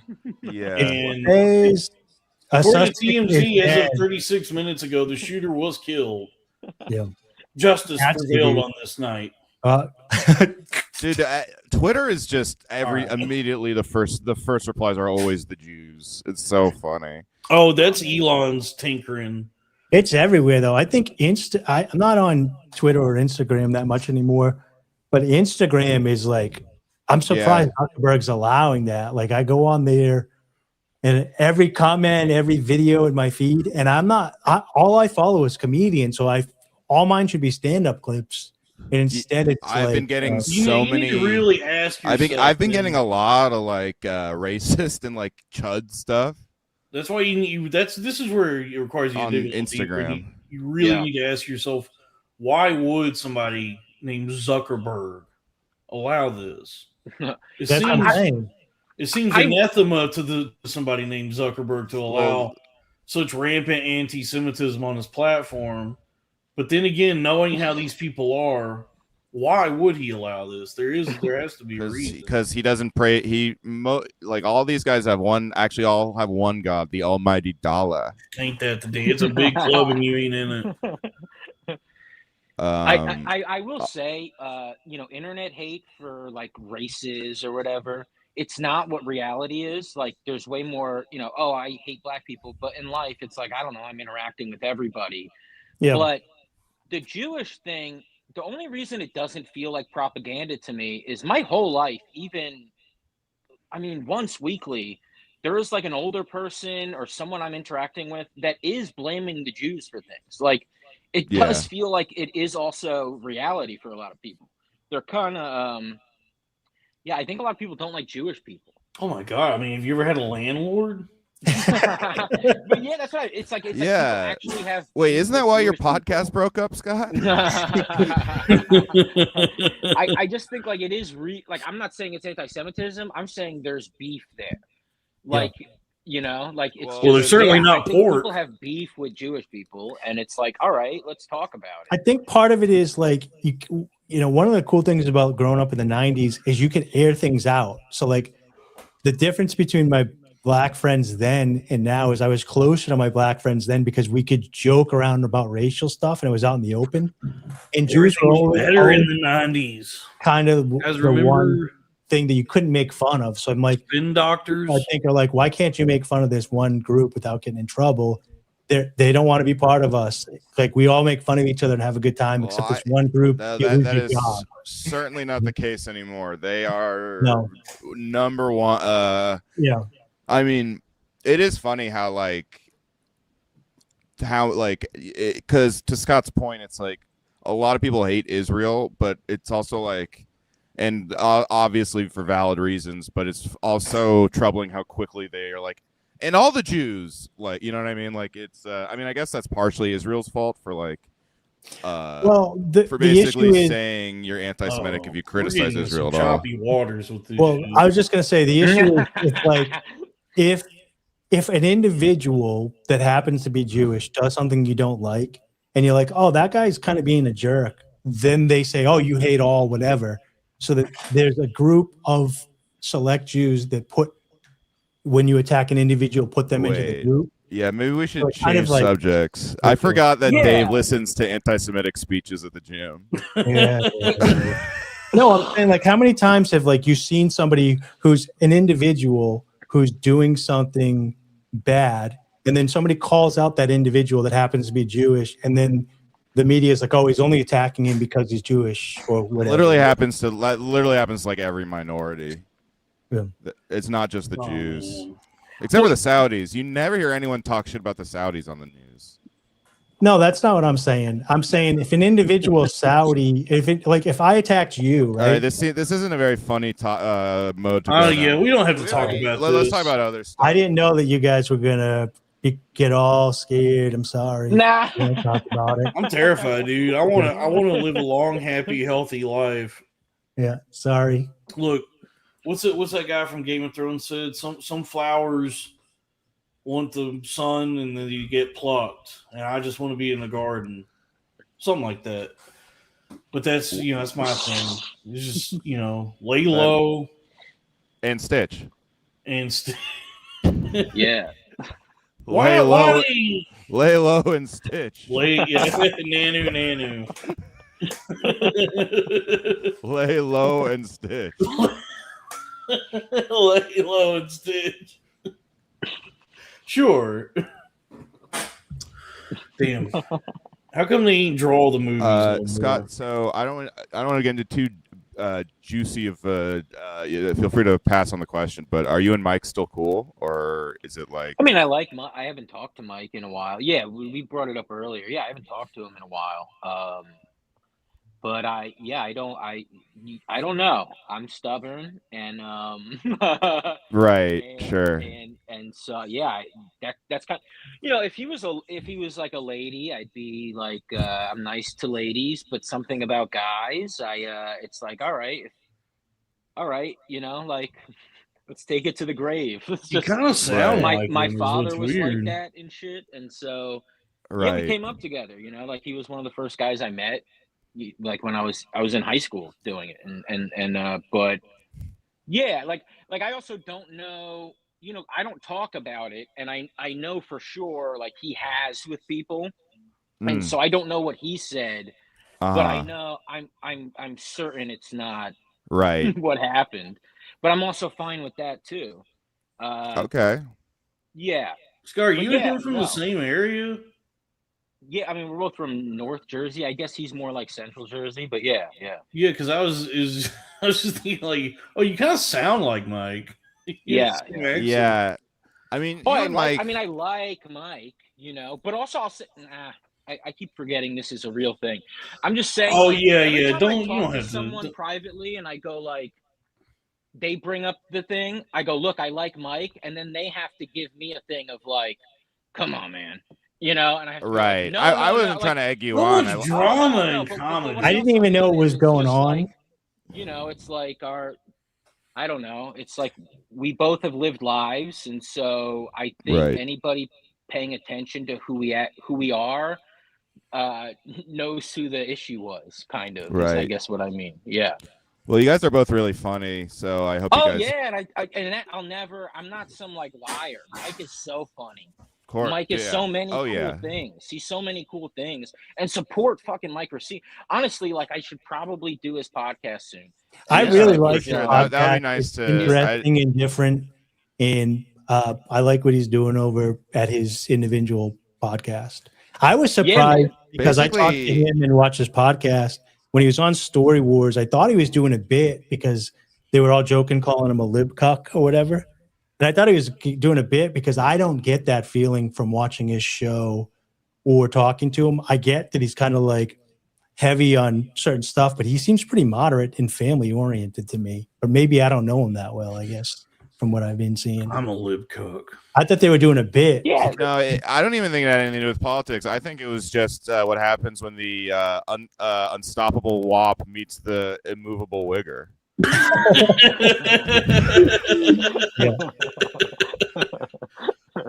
Oh man. But yeah, I like Mike, and his producers asked me to do the show, and I probably just should because I do like Mike. And he's got a funny. You guys should definitely. I think I would personally like to see it happen. You and Mike. Just do a little like, hey, we don't hate each other episode. Yeah, we need to get Joe Gorman on. I also want Sean involved too. And I just don't know, like, I feel bad about that, but then I also need to know, like, what the fuck? I can't figure it all out. But yeah, I'd like Sean to be there, and that's like an issue, I guess. So. Oh, are they not on good terms? I mean, yeah. Ooh. I would assume $2 from me Drew and, Huntley. yeah. Just $2. Poker face spoken word. Well, I mean, I'll cue that up. Keep the super chats coming, please help. I didn't realize. Let's get serious. I didn't realize Sean was the. I didn't realize Sean was the problem. He seems so mild mannered. Oh no, Sean rules. Sean rules. But yeah, like after I left, like I mean, there's a reason Sean left too. Right. This is gossip. Yeah, right. This is what girls dude, they all do. rule. Like they're all. I think they're like lovely. I really do. Again, it's like we're just stubborn dudes, I guess. Yeah, I mean it happens, man. It's hard. It's hard to work with anybody. Like most people hate their coworkers. Oh yeah. But I love you guys. I love you too, Dave. People. But I think like that's why honestly like it's like kind of why I'm like trepidatious to do a new podcast with friends. Is just like I've just seen it like divide so many people, or like just like even guys who like each other, you start noticing them. Yeah, like, best friends. He doesn't promote it, or this. Yeah. Talking shit, and it's just like, this isn't fun. But again, I get it. Like this, it's the thing that sucks about all of this is a business, and so if I hang out with you at a bar, we're doing business, and we're not friends. It's it's demented and gross. It is weird though, because when Dalton and I started hanging out, I think we're on like week 66 or something. We didn't plan for this to go like every Saturday. I was just a guest, and then I said I'll come back if you're looking for people to stream. And now we're over a year deep, and it does get to a point where it was like, oh, it's a hang, but now this could become something, and people are tuning in, and we're getting this many views. Oh, we could monetize this, and so then it becomes a different beast. Something just came across my desk. A Mr. Beast. One of the little howlers tweeted. This is from this guy Pub. This guy's a real cocksucker. He said, "It's time to shut this country down and conduct mass arrests of leftists. We cannot continue to allow them to threaten and commit political violence." Oh my god, dude! These guys are looking. All the guys whose main source of income is Twitter. Is that because the guy that got killed at the Correspondence dinner? Well, now they're just already pinning this as like a leftist terrorist attack, and so now these guys who like like their whole business model is generating outrage and fomenting chaos on Twitter. This is going to be a boon to them. What do they mean by shut this country down, though? Like, how do you know it was an immigrant? No, leftists. You know what I mean? That's man. But how do you shut the country down from leftists? It was like shut it down a little bit. What does he mean? Are there like gates they have to put up? It's like it's all this like fucking. It's just literally just like it's literally howling into the void. Secure the borders. Lock the gates. Well, lock the gates. Lock the gates. Shut it down. Wait. Before we make a decision, let me know. Does he have more followers than you, and does he make more money? Because that means he's right. You guys, dude, I think the Howling Mutant, an account that big, probably does make like 6 figures just from tweeting. Dude, I'm gonna be a howler, dude. How do I become a howler, dude? Yeah, so I think even the little howlers, like this account that I just was looking at, he's got like 30,000 something followers. So he's probably making like a teacher's salary. Just from posting shit like that, just like he's teaching the truth, fear mongering, and he's out there teaching the truth to the people, Dalton. I guess he's speaking Austin to power. Dude, that Dom Lecrae guy, is that how you say it? Dom Lecrae? Dude, I always thought it was Dom Luker. Is that black guy? Dude. Oh, dude, are we stepping in the Cunha corner? Oh wait, is this the guy with the braids? I actually have seen him. The guy with the braids, I think, in his profile picture. That guy. He's dressed like the fucking lady from Pirates of the Caribbean 2. Oh, I thought he has like black and yellow in his profile picture. Dude. He has a Tiger Woods profile picture.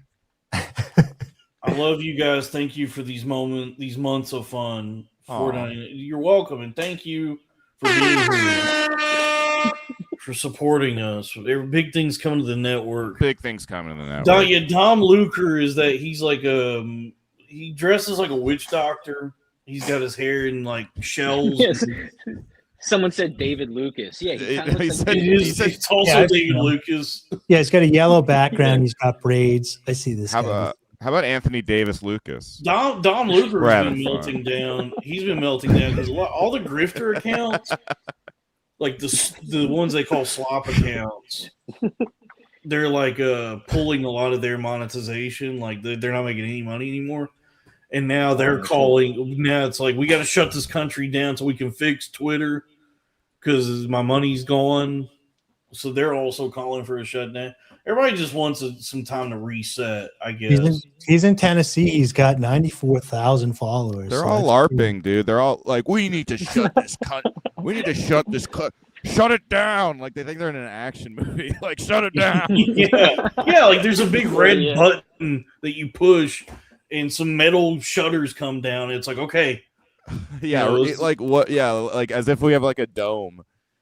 Or Alec Baldwin walking in. Activate the dome! Yeah, basically. Activate the dome until we can figure out what's going on. Yeah, they're basically the guys who say I've hacked into the mainframe and like wear Matrix trench coats and stuff. Dude, that's so funny to me, the idea of like when they say shut this country down, there's like shut it down. Physical structure they like have. a big dome comes over. America. Yeah, it's like, all right, we're cut off. We're shut down. It's like we light the beam like the Sacramento Kings. Alec Baldwin walking into Glengarry Glen Ross. Shut this country down. Country is for conservatives. Yeah, until we can find all the leftists. I don't even understand the tweet, so I don't even know what's going on. It's fucking. It's just these guys. It's just these guys are literally like the shooting that just happened at the White House Correspondents' Dinner. They're already saying that this was an act of like leftist extremism, and so like somebody like this is saying that we got to activate the dome, shut the country down until we can. Like get rid of all the leftists to stop, dude. And it's Mark Random, and we shut the country down. They're calling it the most epic and twisted shooting of all time. Well, that's what the shooter was dragged away talking about women in comedy. That's the thing is the people that do these things are just insane and incoherent. Like, if it is just an individual act, and it's not some conspiracy, the individual person is usually completely incoherent in what they believe or why they would even do this.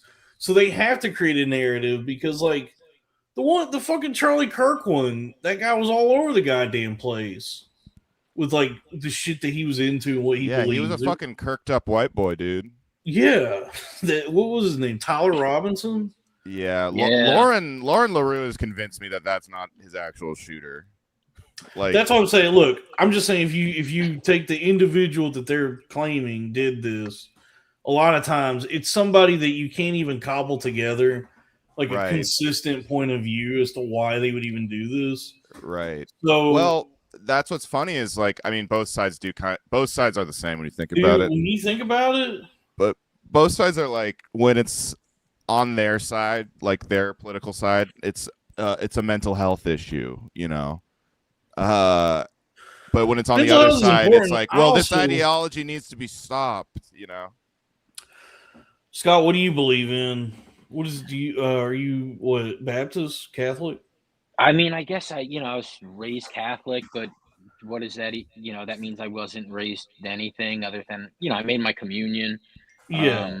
But yeah, are you asking me like if I'm religious? I mean, I think I don't know. I said, what do you believe in? And then I asked if you're Baptist or Catholic. Yeah, no, I was raised Catholic. I believe in the teachings of Christ, but that's good. Yeah. Sorry, real quick. Cocaine Face said a bunch of libtards claiming libtards won't do violence.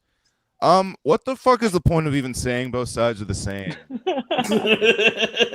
Because I actually don't believe that. But if I'm going to go through the effort, both sides. It's like, oh, nice. $5 from Kenny Trebet. Shout out Scott. I dig Working Stiff Pod. Mariska Hargitay. Yeah, Scott. Heck yeah, Thank you for the super chats. Keep them coming. Scott's the man. Scott, you're a hell of a podcast guest. Yeah. Oh, thanks. I'm literally smoking in the garage. Honestly, guys, I know that the fans are listening, and you guys go to a lot of shows and stuff. I've seen Scott, live a couple times in Providence, a couple times in Vegas, and he's really funny. You guys should go out and see Scott when he's performing in the area. You'll really enjoy it. It's crazy to me. I don't know. It's crazy to me. We already talked about this, but I think that, Scott doesn't want to hear he's underrated, but I find him be one of the funniest guys. Yeah. No, but it's like rated dude, I'm telling I don't come around though, and that's just like fine, I have a dog, and nice. I'm like, look, I will come around more, but it's just like, yeah, life is life recently. Sure. And I'm not mad about it either. Like, just like Dalton shouldn't, again, it's like, this is just more things to say to people, whatever you've been through. So it's fucking, I'm not saying, oh, go back on stage, but you are super fucking funny. And Robbie is like funny. And like, I mean, anywhere you see Robbie, he's like, I mean, dude, you bring it every time I see you, whether it's just like a set or, the things where, and I used to love doing things like this too, but I just don't anymore, where it's like, oh, hey, you're going to pretend to be this person on this roast. And like, you show the fuck up and you're just, you're undeniably. Robbie is Peter Griffin. Yeah. I mean, both of you guys should. I really appreciate that, Scott. Every year. I will say that too. I think both of you, I know. I finally got back in this year. Oh, good. Yeah, man. Because, you guys are like undeniably fucking funny. So it's just like, can we just have funny people around and it's kind of chase everybody out? Yeah, that's very nice, Scott, and of you to say thank you. And I hear what Dave said a lot. Like, people say you're so underrated. Like, people straight up be like, I don't understand why. And it's kind of a double-edged sword, because it does seem like a sincere compliment. Like, they wouldn't just say that if I sucked. I know what it is. But on the other hand, they're basically saying your career does not seem like it's going well, which it isn't. But you know what I mean? Like, it's I'm more frustrated at, like, like growing up, like all the comedians on every podcast basically just said, just be undeniable, just be funny and work hard and be nice to people and it'll all work out. I don't think that's true anymore. Listen, let me explain something. I haven't been to Skankfest in New Orleans. The last time they did it, and I'm trepidatious about going this year for any reason, even as a guest, because I'm really scared of voodoo. It's vampires and vampire hunters this year, so you don't. That's what's been like really hanging me up.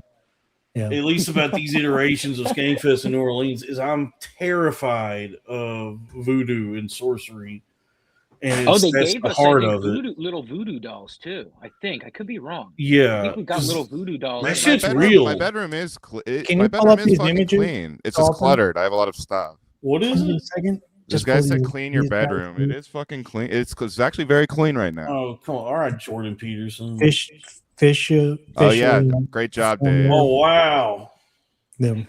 It's like Bloodborne. Well, the theme this year for these guys is going to be vampire and vampire hunters. That's also scary. Yeah. Vampires. So go see these guys at Skankfest. Go up and say hi to them. Scott's very approachable. Robbie's very approachable. Yeah. Give them money. Support them. Oh, dude, just buy them a taco. They're broke. Buy them a taco. If you see Robbie and Scott at Skankfest, go palm them a 10.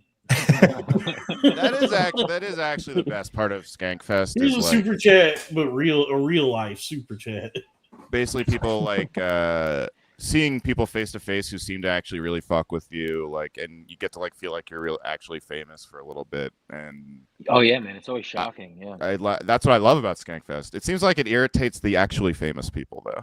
Like, oh, dude, like, Bob Saget wouldn't let. I gotta talk to all these fucking people and see what happened to him. He got his.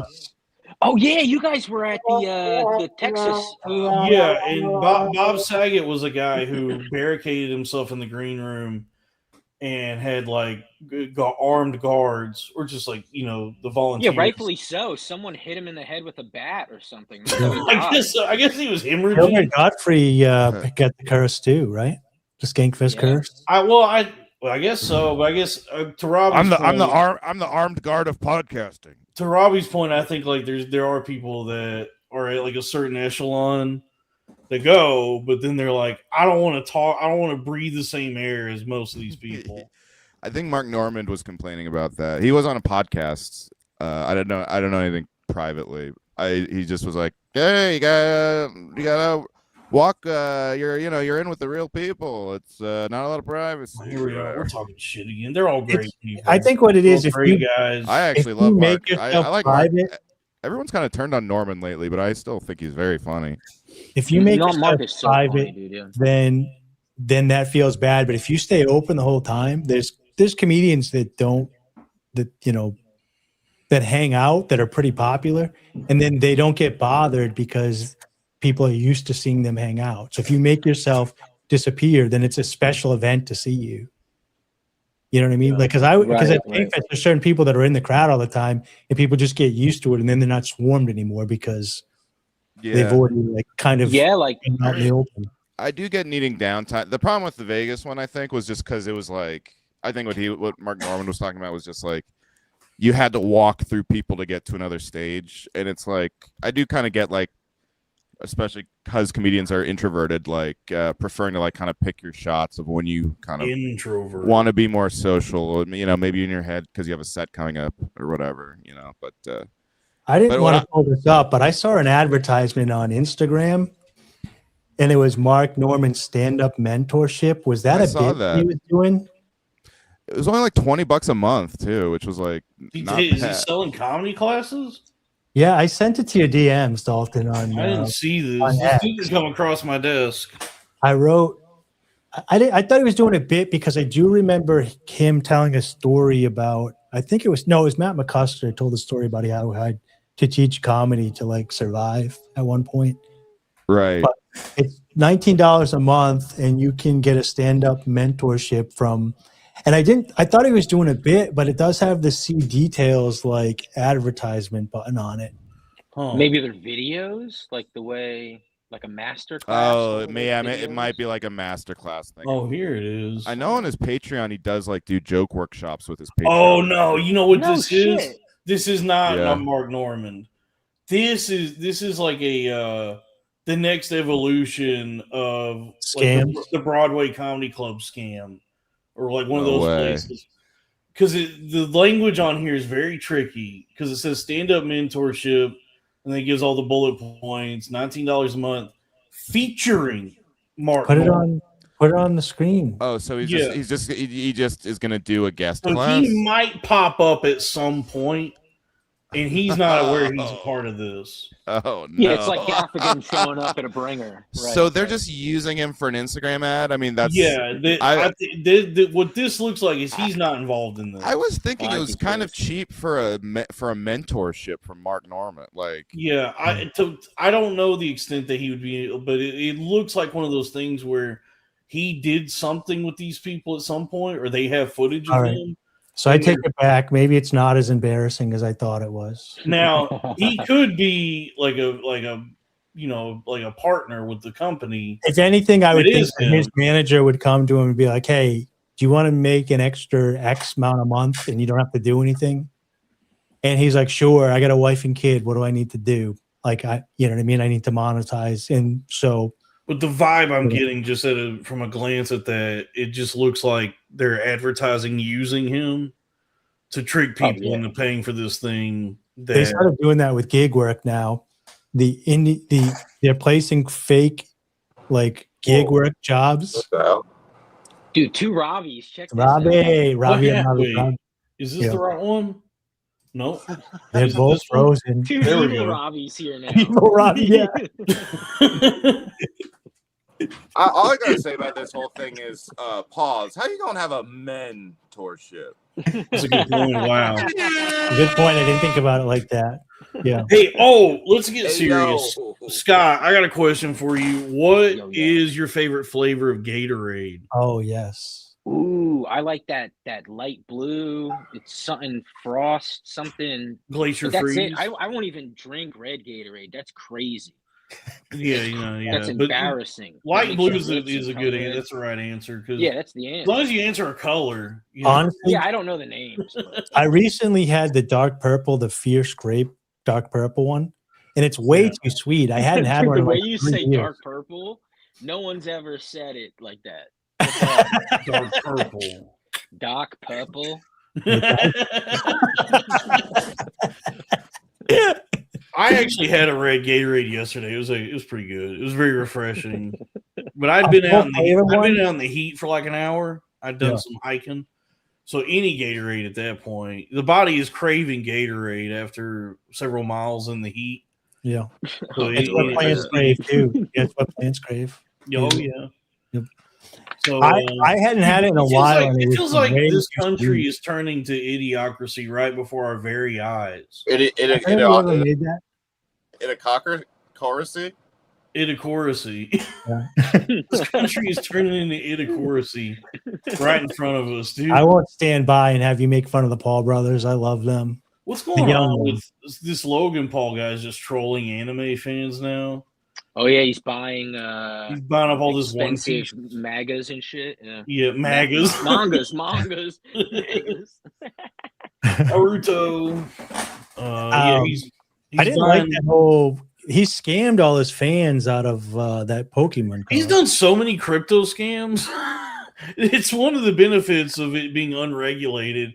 Is if you're Logan Paul, it's like, I can just keep doing crypto scams. But at some point, it's the fans that are being idiots giving him money. It's right? the scorpion and the frog, dude. Yeah, he's a scorpion, and all these frogs are still letting him hop on their backs, and he stings them every time. Yeah. I kind of respect it in a weird way. I would never do it, but I kind of respect that you can go back out there. But I'm sorry, guys. I know I scammed you out of a bunch of money the last 20 times, but this time, really, you're getting in on the bottom level, and we're all going to make a bunch of money. And then he just pulls the rug out. Again, it's fun to watch. Trump did that with 2 presidential terms.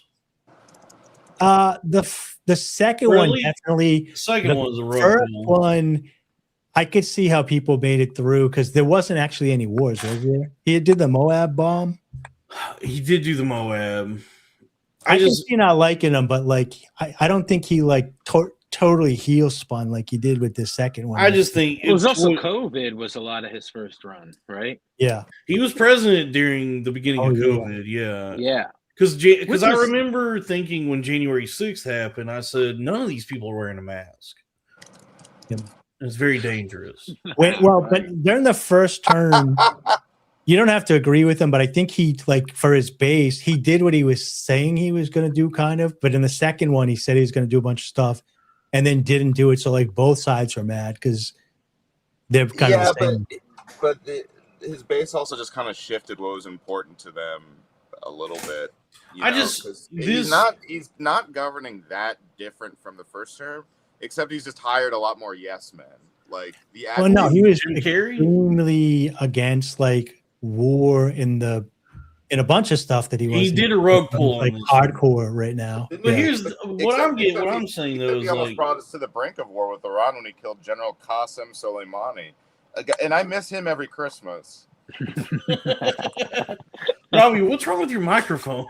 It's not. It sounds like it's coming through your computer. It's okay. It's a lo-fi show. It probably did. We're lo-fi podcasters to study / relax to. It's punk rock, dude. We're punk rock, dude. A lot of people don't know that. But here's the thing with Trump and Logan Paul and their buddies. But it's like That's so insane that they are. That's actually so insane who they are. We are aware of what these creatures are. These are just why are they buddies? Did they go to UFC together or something? Yeah, I guess they're both fucking crypto dipshits. Yeah, they both just do crypto scams together. But yeah, if you get scammed by Logan Paul's whatever scheme he's cooking up with this One Piece thing, that is kind of on you at that point. There is a pretty broad history of this guy doing this. Yeah, you bought the Hawk Tua meme coin. And you got rubbed. No, I believed in that one. I was really blindsided by that. I went heavy. I put my last 5 Solana into the Hawk Tua coin. Yeah. And Solana Dijon. I felt betrayed by Haley Welch. Now, there's no crying in the casino. Does she have an OF now, or was that just... But it certainly made me think differently. No, she doesn't. She has a fans The next league. time she launches a meme coin, I'm not putting 5 Solana into it. By the way, that was so funny when everyone was like. By the way, it was a classic new thing that happens a lot on Twitter, which is like getting outraged at something that wasn't true. Which was like a lot of people were like getting on her case for doing OnlyFans or whatever. They're like, I can't believe she's reducing her, like the moral panic stuff, and it's like. They're like, I can't believe she's reducing herself to this. Women can just do that, or all that stuff. And I'm just like, the Hawk. She got famous for talking about spitting on a penis. Yeah, like you're really like, I can't believe that girl would do OnlyFans. I absolutely can. Even though I think it's because she came across so innocent when people realized she was just some backwater yokel. That this sweetheart's never actually spit on a thing at all. I kind of think I'm looking at her Instagram right now. I can see why Sal was smitten with her. I think she's hot for sure. Who's Sal?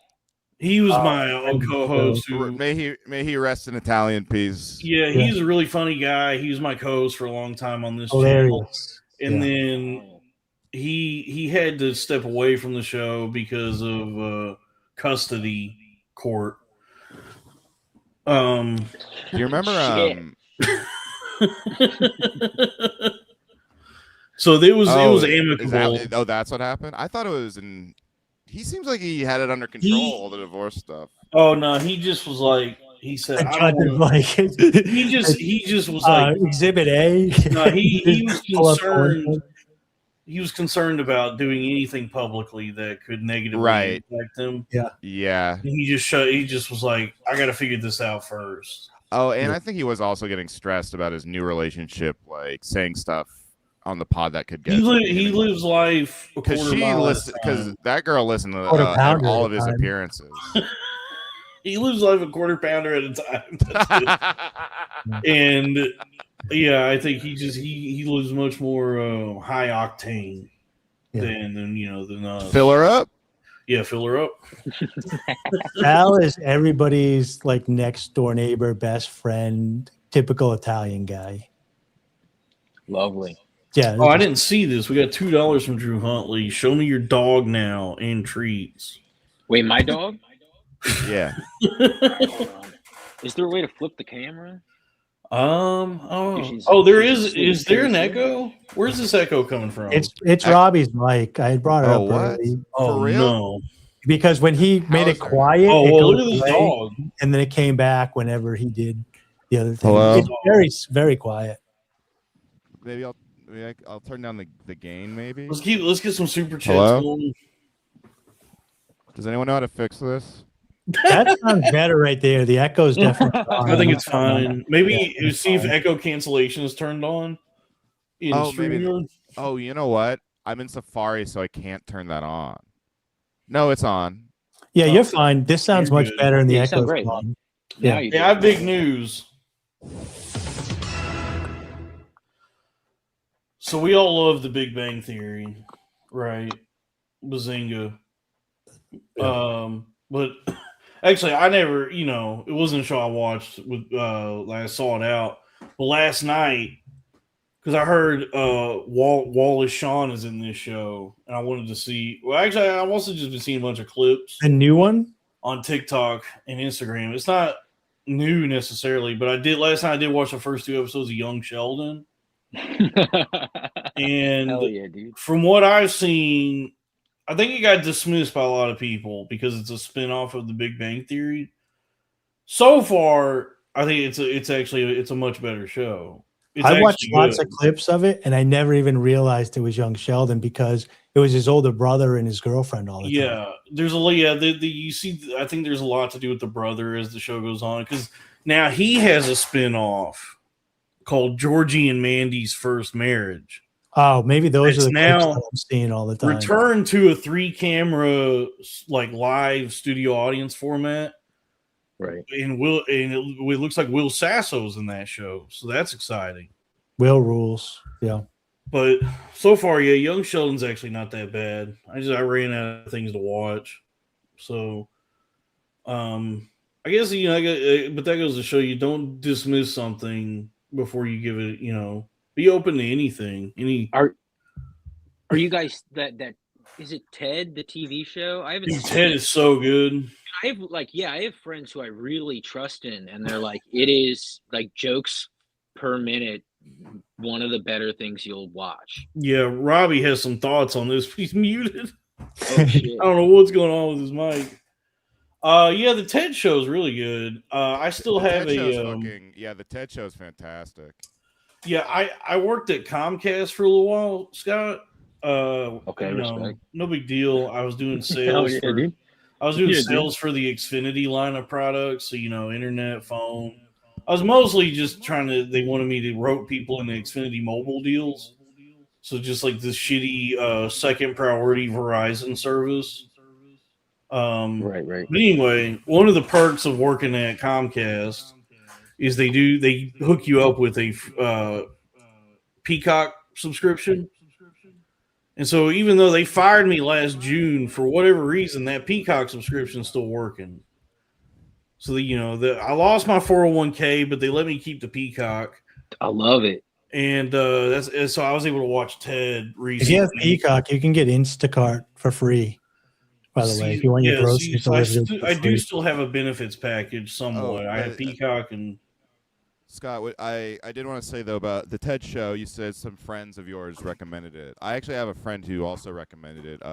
Oh, he's actually right here. Hi, it's me, Peter. I highly recommend the Peter the Bear show because I'm Peter. It is the Peter the Bear show. I'm Peter, I'm not Peter Ted. the Bear. So, everybody get Peacock. The NBA play. Oh, Sam Morrill. What else is on Peacock? The friggin' NBA playoffs. The friggin' Knicks just won today again in friggin' Atlanta. Oh, Scott, what's your dog's name?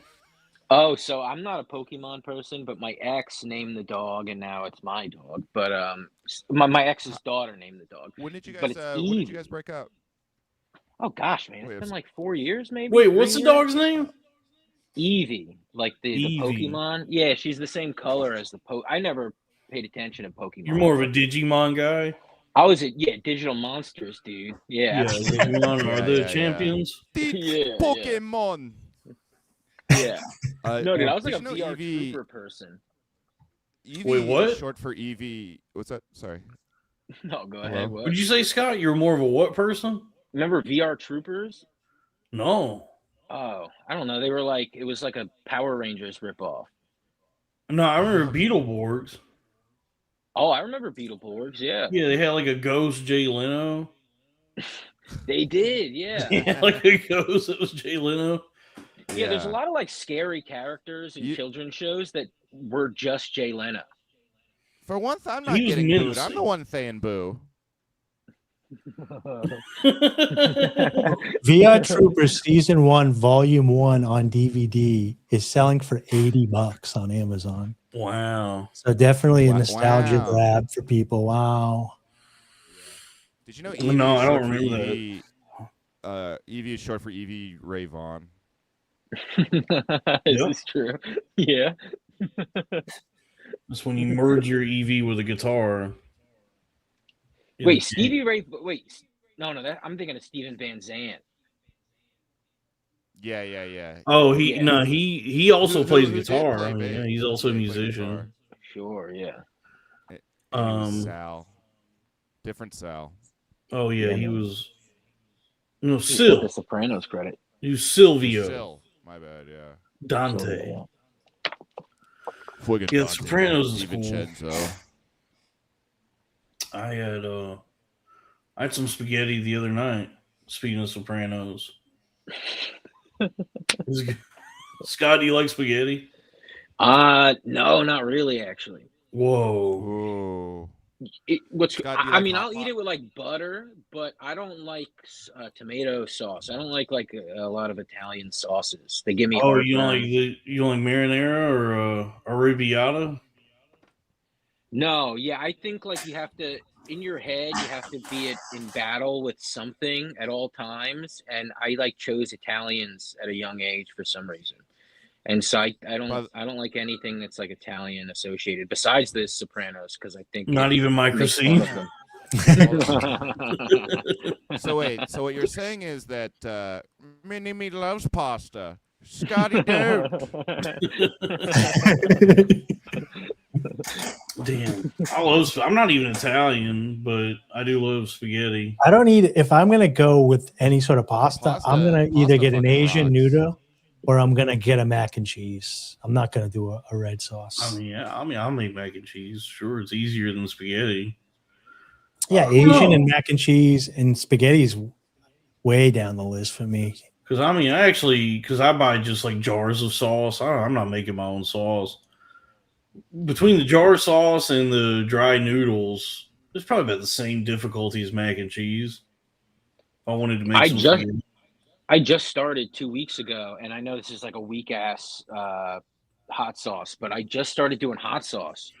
Oh, Cholula! Oh, dude, that's my favorite. You know what's really good is the Chipotle version of that. I get the green, I got that too. The chili garlic, the green pepper, and the Chipotle one in my fridge right now. Yeah, I'll never be a hot. You're not supposed to refrigerate it. This is on every meal. Every meal, I'm putting this shit on. It's insane. You don't need to refrigerate hot sauce, nor are you supposed to. It alters. Okay, so let me ask you: you put ketchup in the fridge? I put ketchup in the fridge. Yeah, I put ketchup in the fridge. Dalton, ketchup in the fridge? I try not to. Sometimes it ends up in there. What about butter? Any of you put butter on the countertop? You gotta leave a stick out on the counter, and then when that one's done, grab another one out of the fridge. Right. Yeah, I buy a 4-pack, and one is always out, but I'll often. Oh wow!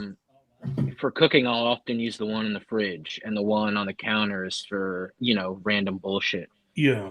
I refrigerate all that stuff. I don't do butter, but what about peanut butter? Some people put peanut butter in the fridge. That's crazy because you can't spread it. Yeah. That's the one that I do leave out once it's open. But I put ketchup in the fridge. I put hot sauce in the fridge. I didn't grow up with butter outside. But it makes sense because it gets You're an inside butter family. I'm an inside the fridge butter family. All right, here's the crazy thing. My buddy dated this Puerto Rican chick, and she used to put bananas in the fridge, which is smart. Actually, smart. Bananas should go in the fridge. I mean, if it slows down because I have so many times bananas, I'll buy bananas and they'll turn black, and if it could keep my bananas good for longer, I feel like it turns them brown quicker. I think you put tinfoil on the tips. I don't know, but I'd never seen that before. I never even thought of putting. I don't know banana science, dude. What about potatoes in the fridge or in a dark, cool place? Toss them on the floor, dude. I don't know. Yeah, I do both. Yeah, they just stay out. Just trying to think. Apples in the fridge or on the table? Apples go good in the fridge just because it gives them a nice chill when you eat them. Apples kind of suck at dick, right? No, I give them in peanut butter. Apples and peanut butter is really good. Apples do low-key be sucking some dick, yeah. No, you get you a Cosmic Crisp and then Cosmic Crisp, caramel dip. You can get some caramel dip to go with it. Unless you have like a loose tooth you're trying to get rid of, it's embarrassing to be eating an apple. I peel them, cut them in slices, dip them in peanut butter. Living the dream. Yeah. Oh, you do the villain from Dennis the Menace. You cut it with a knife. I can't afford to go to the doctor. 100%. I can't afford to go to the doctor, so I have to eat apples. Okay. Yeah, dude. Have you ever looked into Johnny Appleseed, like for real? Because he's a real guy. I've never done the. Is he alive? Research. He was like super religious and like never had sex with a lady. You could tell he was like a gay man who like roamed the country.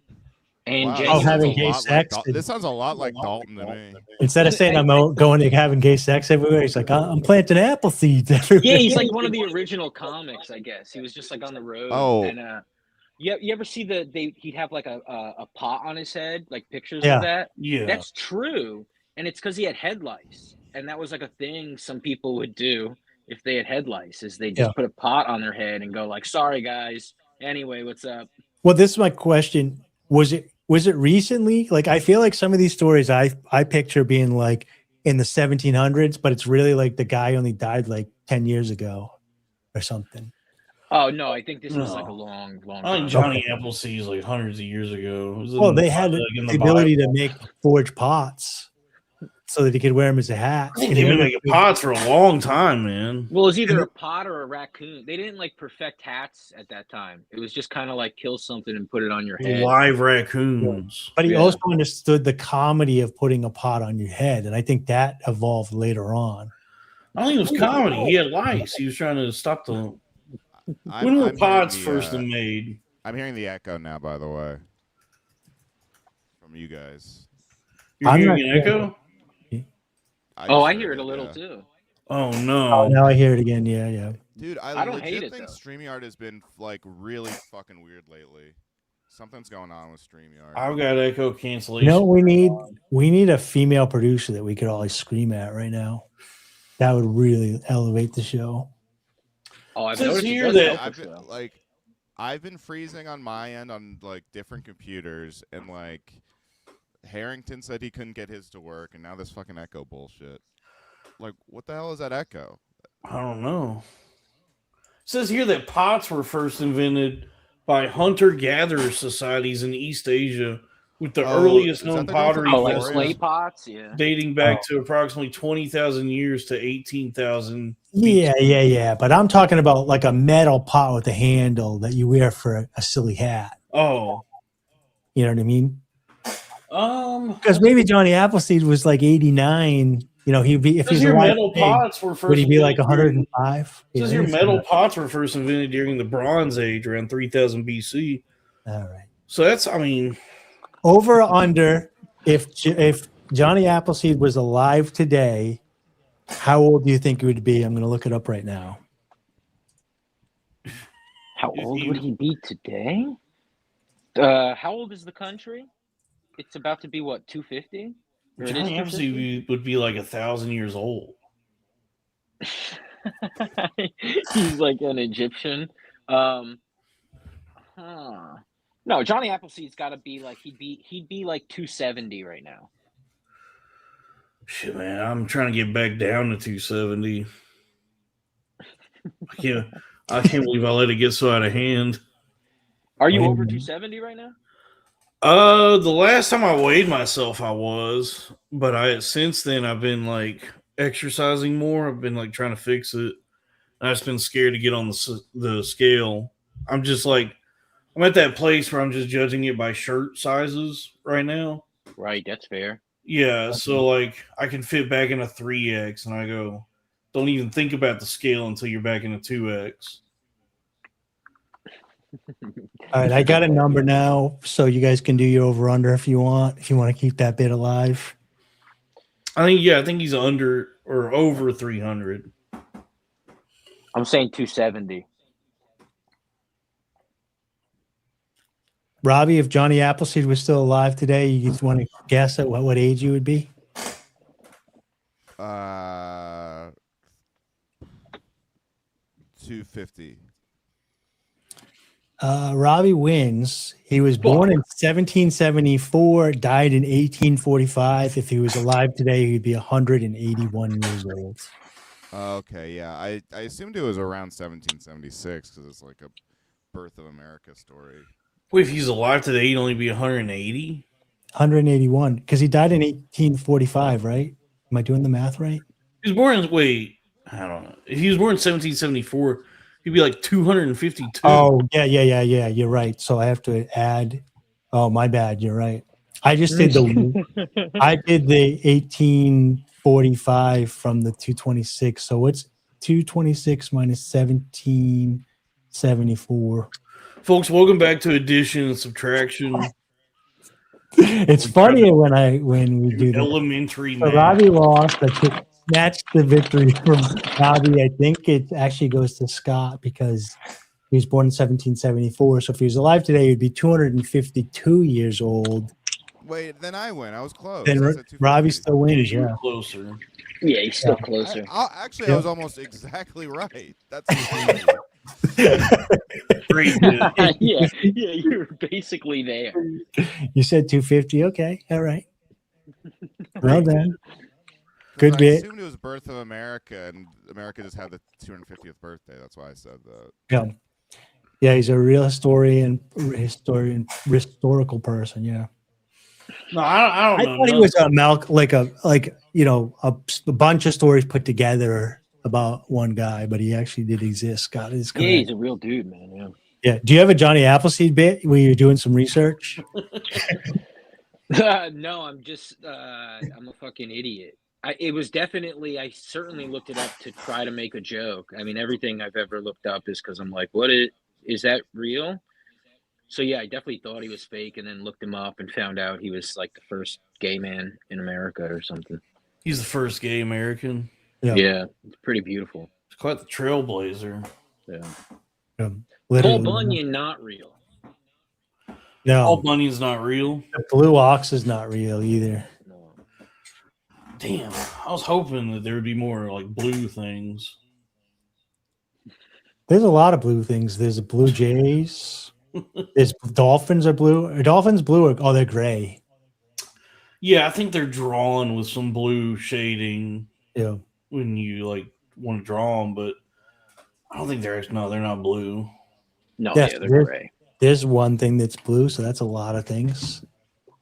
I drank an ocean water from Sonic earlier today, or not even really from Sonic. I bought the drink packs where you can make like a 0 sugar ocean water, like Sonic brand. That was very blue. It was like a much darker blue than an actual ocean water at Sonic. So I'll tell you that. I was thinking Sonic the Hedgehog. Okay, you're talking about Sonic Drive. Okay. Yeah.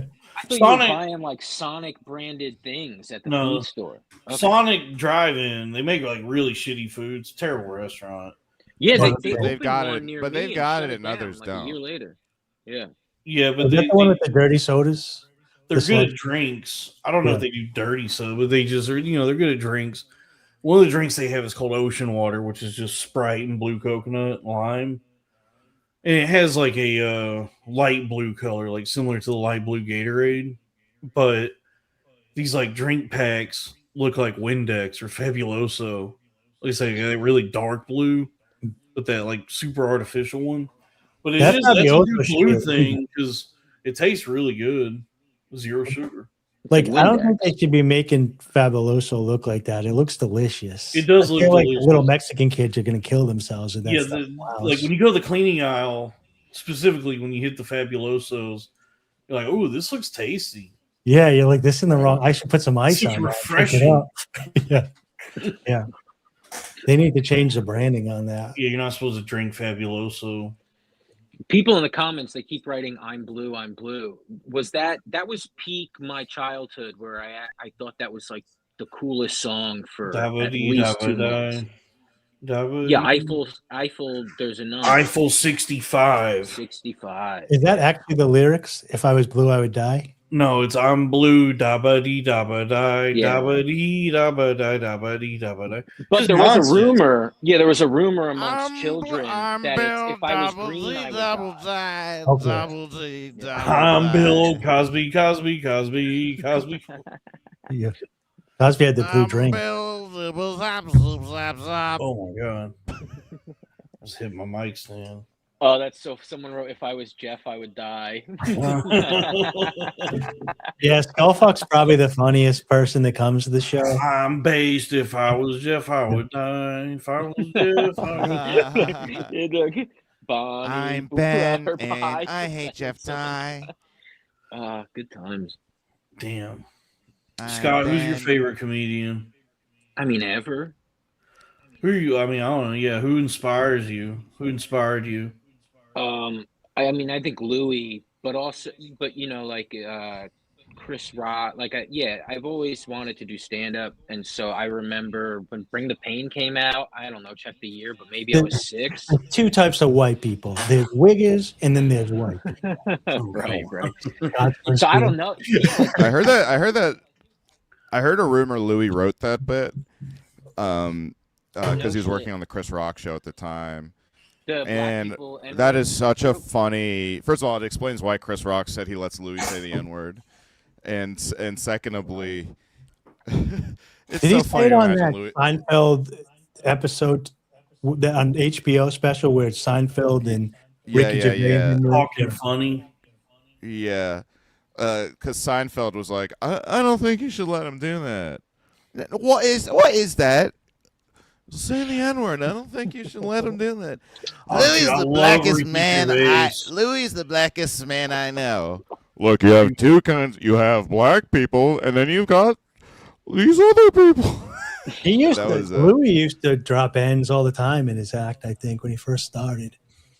Yeah, and it was funny to see a lot of comics kind of copy him. Like right after Shoot Up came out, there's like 2 or 3 years where like Patton Oswalt said it in his special. Yeah, I had an N-word joke. Is it Zach Brennan? Galifianakis said it too. I think Brennan too. Neil Brennan? Neil, no, he didn't say it, but if anybody's going to get the pass, I would think that Neil Brennan would get the pass. No, but he very much is like. Kevin Brennan will just take it. Kevin Brennan will just take the pass. Yeah, that's why Neil can't say very much like. Those guys who are in with black people a lot of times, like Eminem prides himself on not saying it too.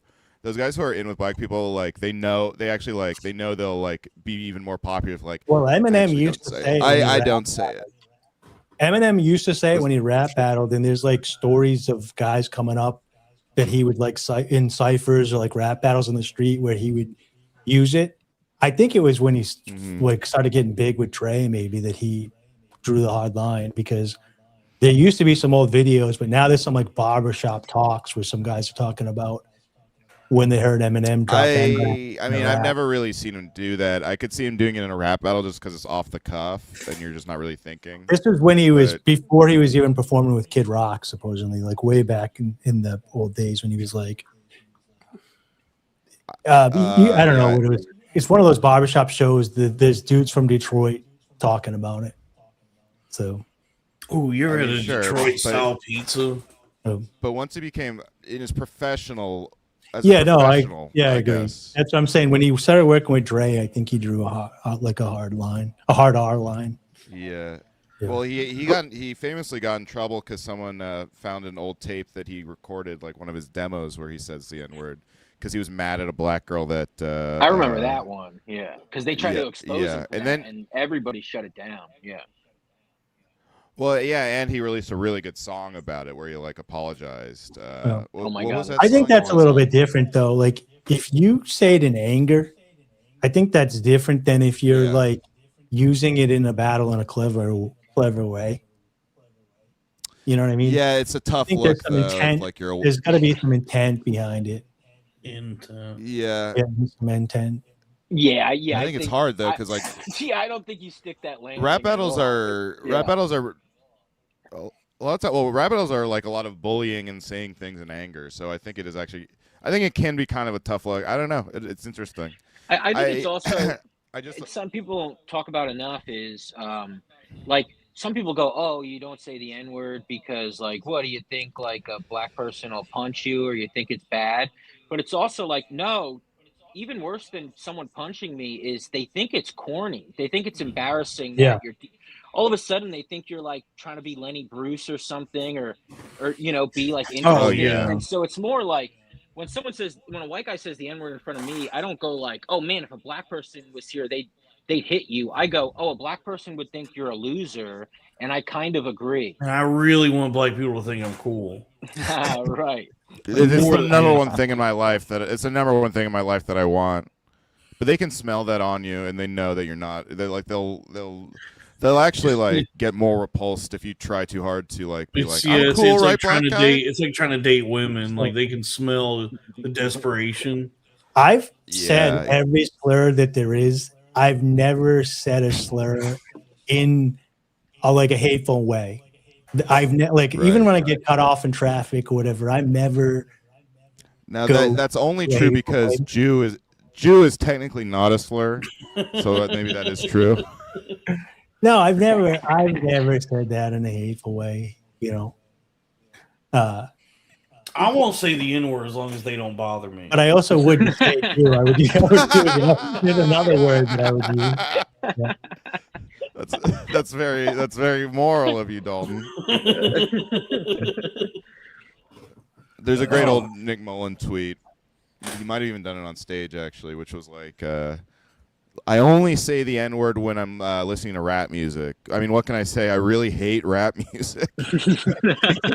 That's proto-mutant. That's there was another one. Proto-mutant. Yeah. There was another guy that did the big thing. He's like, hey, he's like, my brother's a faggot. And he's like, and I can say that because I'm full of hate. That's funny. Interesting. He looked like a Brian. It was back in the Brian Posehn days. It was one of those big goofy guys. I get his name. By the way, I do think when you said that was proto-mutant, I think Howling Mutant is actually for those guys who were like, wish Nick Mullen was actually like racist. Oh yeah, like, I've always thought that Howling Mutant was doing like a Nick Mullen runoff, like right. He's filling the negative space that Mullen left behind. Well, yeah, and also Moldog, all those guys probably got their hearts broken because they thought Nick was their best friend and they knew him better than anybody. But it turns out he's just another communist, another libtard. He's not a chud like us. They not like chuds. You know how they actually think about him, and it's like so much worse. Is that they almost treat him like they pity him because he's not actually a right-wing fascist, but because they're such big fans of Comtown, they go, he's just too stupid, or we can't be mad at him about that because he's our little boy. They're treating him like a child. Yeah, they treat him like a child. They infantilize him. Because that's the only way they can not hate someone with politics. Because that's like the shit I've seen from those guys on Twitter about him. Is that's like very interesting. That's an interesting brand of mental gymnastics. Yeah, like meanwhile, like Nick would probably fucking hate these guys. Of course, he thinks those guys are These losers. guys. Yeah, when I talked to Nick, he didn't even really like Sam Hyde that much. At least as a guy, for sure. Yeah. Oh, hey, yeah. I actually. What's your take on Sam Hyde? He contacts me sometimes. I actually I grew up outside. Sam Hyde contacts you? Yeah. About what? Like, I like in the past, I like worked for him on a thing he was working on, like in terms of helping write. I didn't really know him. And so now, like, yeah, it seems like this summer he wants to continue working. And but sometimes I'll talk to people and, they go on rants and I'm just like, what is, I'll tell you this, I don't care for his polemics. It's like, it becomes like, there's like, some Gavin McGinnis thing occurring for some reason.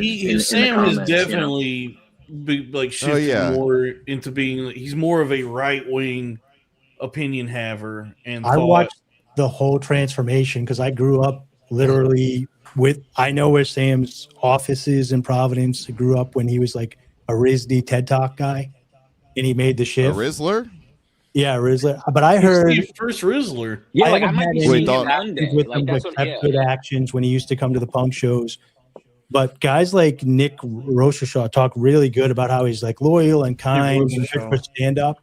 But he does lean right, so he also has like a split thing where he does like stand-up comedy and bits and skits and stuff, and he's doing like the Fish House or whatever it is there. What's it called? Fish Tank. But then he does have like Fish House. Political commentary. Fish House. Yeah, he's doing like political commentary. So if you can separate the political stuff that he does from the comedy, I heard that he's good with the comedians. And I think he's a pedophile and a rapist, but I didn't know about that stuff. I mean, I can look past the politics. Dalton, what was it?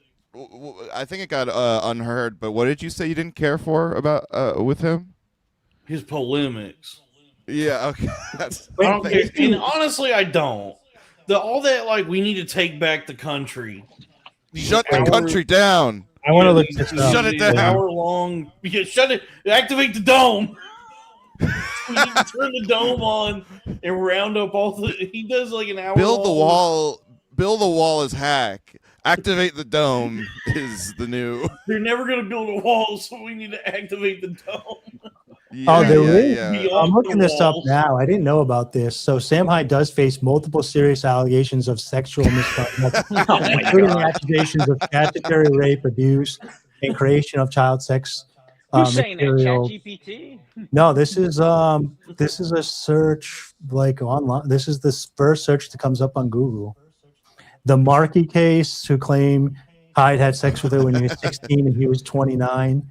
Wait, but I will say in Providence or Rhode Island, isn't the age of consent 16? Oh no. Well, I'm just saying, like, well, he also like if it's true, that's the case.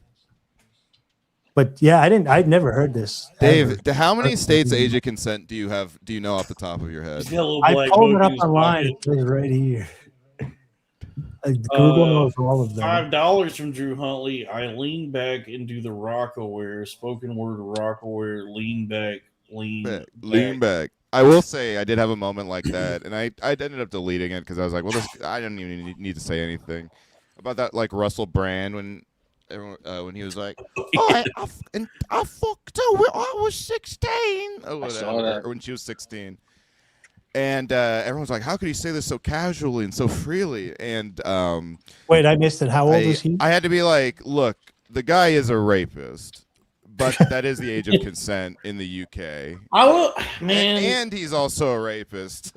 You know, it's like. I guess this is where I'm not based. Why even bother? I'm not based at all on this because even if it's like technically not illegal, it just seems so. It's not cool. Well, it's also if you ever have like it's very much a. Yes. What are you saying, Scott? What I'm saying is, if you ever had like a niece or I mean, just anything, a kid, like you very quickly realize 16-year-olds are also kind of gross. Like I don't know how I understand being attracted to like a young person or whatever, but it's like if you actually hang out with a 16-year-old, like they fucking chew with their mouth open, covered in acne. Yeah, they're like uncivilized. They're still little kids. They walk funny. Like, they look like children. They are like kids for sure. Yeah, they're a little retarded. It's like, last summer, I matched with a chick on Hinge that was 24. And I went on a walk with her, and I was like, oh, this is a child. Like, even at 24, I was like, her brain is mush. I mean, dude, I can't imagine trying to talk to somebody like less than, you know what I mean? It's would you say going for a walk is something? That's childish as fuck. Well, I'm in New Hampshire. There's a lot of outdoor. Like, we went for a hike, but yeah. We had just seen Paddington. We had just seen Paddington 2. We got ice cream and we went walk. Like, turns out it's a child. Well, when I lived in Providence, I dated some chicks that went to like Brown University in RISD that were like made me feel like a child because they were so like locked into very mature for their age, studying and like learning multiple instruments and stuff. So I try to give her the benefit of the doubt, but it's like, it's. I know she's young, but she challenges me. Look, man, you want to be like Gwen Stefani, no doubt. You know, I just believe that women are strong and independent, and if they message you that they have they have agency and. You know, not to treat them like children. She's like super smart. I think I do think that if they can get into a bar, that's kind of my cutoff in general. Like if they can get into a bar, they can. Like, I say is can they rent a car? I mean, that's such a can they one. Go to the Enterprise and get a car? Why is that? Why is that there? That's 25. That is just about 24, 25. Yeah, 25, I think. Wow, yeah. I did talk to a girl. Right after that, they only got 4 more years, and then they're wasted. You don't want to talk to them. No, dude. Women. I did talk to. I talked to a girl after I had a good show. Whoa. She was Jewish. I know, right? Hell yeah. It happened once. I had one good show once. And she was like Israeli Jewish kind of. And then she told me she was 22, and I was like, what? Like that was a weird feeling too, but I kept flirting with her. Like that didn't stop me. But nothing happened. Dude, she was Mossad, dude. She was trying to get a video. She was honeypotting you, yeah. You're getting honeypotted. Oh my god. Yeah. Well, I want to fuck it. Well, let me take a dip into that honeypot. Call me Winnie the Pooh. Yeah. Tigger, please. Whoa. That's his name. Damn, y'all see the trailer for Kingdom Hearts 4? Oh no, you cannot watch that. Colton. I'm drawing a hard line. You're not allowed to watch that. All the dumb shit you pull up, Dave. Come on, let's. No, I'm saying we can't unlock those parts of your brain again, dude. It probably just will get the stream sniped because this just came across my desk. Something came across your desk. Yeah. The friggin' Knicks won. Oh, nice. Dude, I was trying to find. There was nothing funnier than on the Crowder Boys when you guys pulled up the Skibbity toilet and you were doing the voice. Yeah, Skibbity. Dude, I was trying to find that earlier in the show, dude. If there's a clip or something, that was the fans. It always made me chuckle when the fans started calling him Skibbity Moral after that. Like they would be like, Robbie, do Skibbity Moral. So good. Damn. So what else, fellas? What else is funny? No, I had 3 hot dogs before this. I just told everybody how good you were doing, dude. You're walking. I hiked like 2.5 miles today. I feel I'm falling to your feet right now, dude. 3 hot dogs is not the worst thing you could eat. There's protein. It's also not that many calories, sodium, though, isn't it? Hot dogs are fine. Nitrate and sodium. No, that's good for you. As far as calories, if you're just doing cutting calories, 3 hot dogs is not that many. It was just fun. I had 3 hot dogs before. To eat better. I'm just eating less, and I'm walking it's all more. protein, I guess. Yeah, you're fine. I mean that is the tried, tested, and true weight loss tactic. Yeah, I'm still eating shit, just way less of it. How are you combating the cravings to eat more? I don't know. I guess I just take a bunch of Benadryl so I go to sleep before I'm hungry. That's actually not a bad idea. Yeah, that's the road to recovery right there. Yeah. That way I just sleep through the night instead of like wake up at 3 a.m. and microwave like nachos and a bunch of shredded cheese together. Right. Dude, you know what I've been doing? Buy your own tortillas, the corn tortillas for really cheap, like a stack of them like this for like $2. Cut them up myself and put them in the air fryer and have hot, fresh made tortilla chips for salsa. I've been crushing those, dude. It's super cheap. They're hot and fresh. And then if you really want to get fancy, put a little bit of oil on them with some salt first. But if you just cut them in, and whatever, and do dips, so good. I've been eating. Panatron once in a while I put on my hot dogs. I did ketchup, mustard, coleslaw, and a little bit of Crystal wing sauce to give them some zip. It's pretty good. Crystal wing sauce. What? All right. Wait. First, Dave. What did you cut up to put in the air fryer? You just buy corn tortillas, white or gold, and for like $2 you can get a stack like this. You know what I mean? And then all you got to do is like cut them and throw them in the air fryer. If anything, they're so quick that you'll burn them if you're not careful. It takes you know what I mean? I burnt quite a few of them. You ever go to scratch your nuts? Really good. And you ever go to scratch your nuts and you accidentally tug on them too hard? Yeah, man. Dude, I just did that. Like I was trying to scratch my balls and I was doing like a pinch and roll, and I accidentally tugged too hard, and it felt like it was like where it went into my stomach, where I was like, oh, I just hit, didn't Yeah, but I bite my nails too, and sometimes they'll be a little sharp, and I don't know it, and I'll go to just scratch my balls, and it's like, yeah, dude.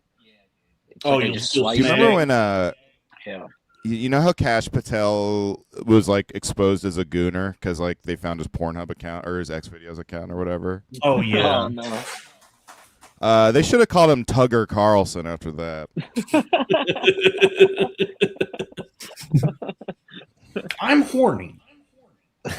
I'm horny. Why are these titties making me so horny all the time? $5 from Drew Huntley.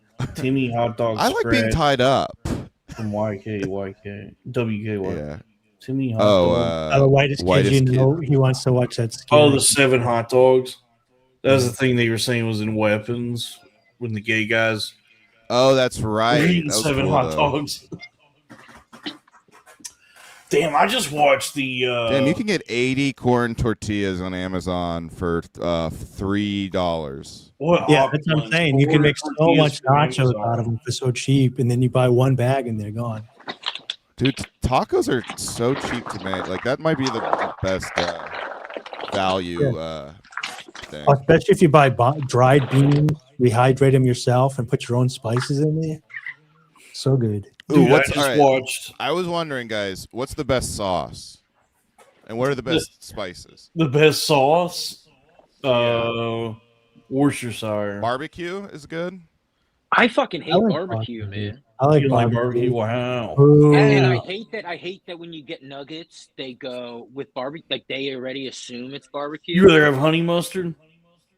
I like honey mustard. I like honey with my. I'm just talking McDonald's, but actual honey with chicken nuggets is love. Wow. No, that's good. That's good shit, man.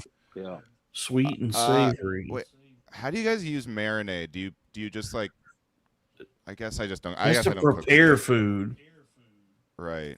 Do you guys, when you marinate something, do you guys actually marinate it and keep it overnight, or do you use it as like a? I never marinate shit. I've never marinated but I never shit. marinate anything. Yeah, I don't marinate shit. I got sauce. If I have, it was for like 4 hours. I've never overnight. Why I gotta marinate when the sauce do that? Because it doesn't get into the body, the flavor. You gotta get that flavor in there. Dalton at his town city hall standing up. Why I gotta marinate when the sauce do that? Now I got a question. Mr. Pruitt, please, your time, Mr. Pruitt. Is blue cheese a dressing or a sauce? Like is ranch a sauce or dressing? Yeah, ranch is a sauce. I'll count dressings in there too. Sriracha's a good sauce. Yeah. Sure. I'm very new to sauces. Like someone said, like I just started doing hot sauce. I don't do sauce so much. Yeah. I like There's a lot of good homemade but I haven't had it in a decade. Thousand Island is a good contender for best sauce. But is that like ketchup is a sauce, right? Or is that a condiment? No, but you can use Thousand Island as a sauce as well. The all sauces are condiments, but not all condiments are sauces. Dude, there's a place, well, I guess they're closed now, but Falls View Grill in North Jersey, they got a great chili sauce. Okay, cool. Yeah. You guys ever hit a salad raw without a condom in? No. Oh yeah. Actually, that sounds crazy. Like a fucking lizard. I've definitely done that. It's disgusting. When you guys do Coney hot dog, that meat sauce is pretty good that they put on the Coney Island. Yeah, the wiener meat sauce is a really good sauce. They make those hot dogs hella good down there in Coney Island. In Providence, they have a couple of rip-off places that we used to always go to. Is a hot dog is hot dog like a New York thing? No, you can like eat hot dogs anywhere. We have wieners in New England, specifically in Providence. They have wieners. Yeah, but even like I was in Detroit a year ago, and there was a bunch of Coney Island dogs. That was like a big thing, but they're just hot, Yeah, I thought that. I think it's because Nathan's is from New York, and they're like I think there is a New York style hot dog, but there's also Chicago style. And Rhode Island has its own wiener dogs, which are look how he's holding his hand. They're like wiener dogs. Like, that's how you eat them, bro. They're like this. That was like weirdly creepy how you said that. Yeah, but I didn't want to be like got this. These dogs. I'm like, who's seeing them? The wiener dogs are like that. They're like from this finger to that finger.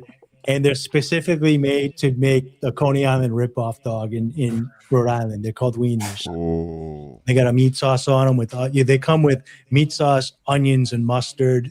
You can get them however you want, but if you just ask them for the works, it's yellow mustard, meat sauce, onions, dog. I feel like the Asians, specifically the Japanese, have a ton of great sauces. Oh, I have a hot dog. I have a hot dog too. Yeah, that's what I heard from the lady.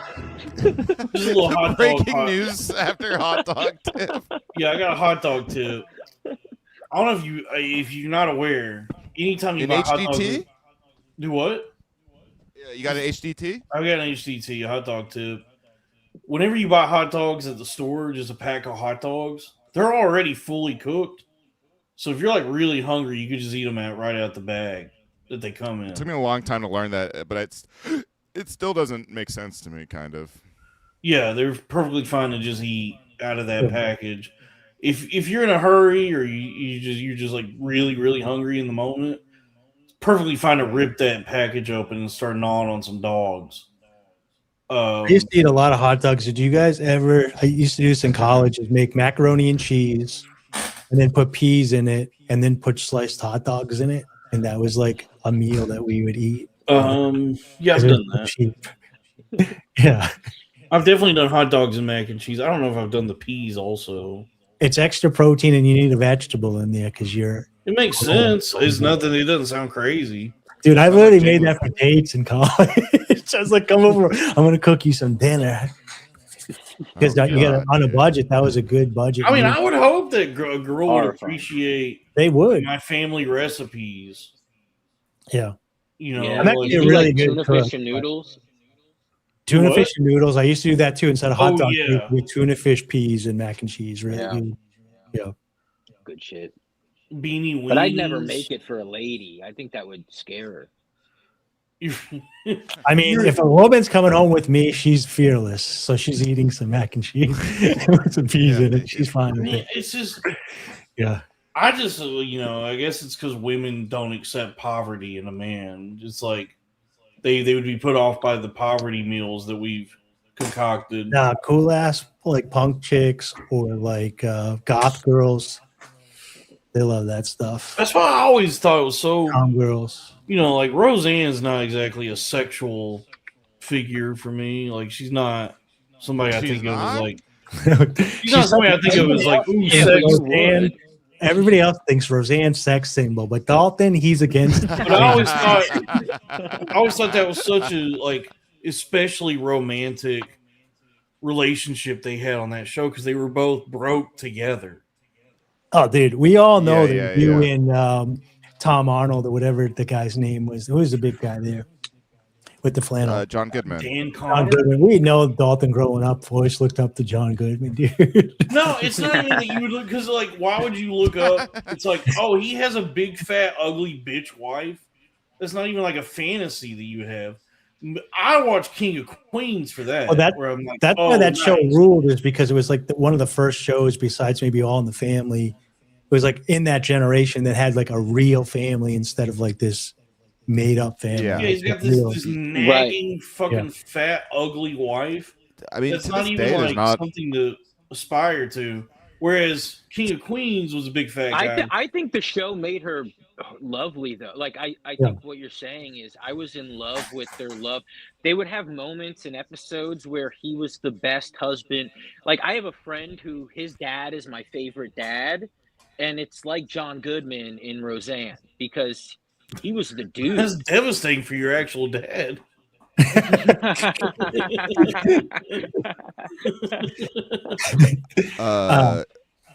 But yeah, there's a lot of tender moments. Chicken tenders. They were pretty fat, folks. John Goodman was so fat in that show. Like I love the Cosby Show growing up. I love Brady Bunch. I know I'm dating myself, but that wasn't realistic. That was something you aspire to But when you watch Roseanne, you're like, okay, I can relate to this. This is kind of what's going on. That's what there was like a Roseanne romance to their marriage because she was the kind of lady, or even if Dan had to cook, if somebody made mac and cheese with peas and hot dogs, that was like, the family loved it. And Yeah, they were like, they were just poor as shit together, but they loved each other nonetheless. Whereas these whores nowadays, all they care about is money. Well, on TV, people just want to watch rich people for the most part. That's why to this day there's not a lot of working class representation at all on television, really. On written TV, no. And I miss what true TV used to be, which was kind of those, like, hey, we own a tow truck company or whatever. And like, okay, that's yeah. But even like, if you own a tow truck company, you have a lot of money. Like, that's a business. Yeah. Oh, that's didn't they have a tow truck company one where there was a stud, like a black stud that would like Towing was one of them. Yeah. She kicked ass, whoever that lesbian chick was. She's the best. Yeah. Dude, that was good. Yeah, Well, now I'm thinking about that black stud who fucked my wife. No, I'm talking about, isn't a stud like a black lesbian, butch lesbian?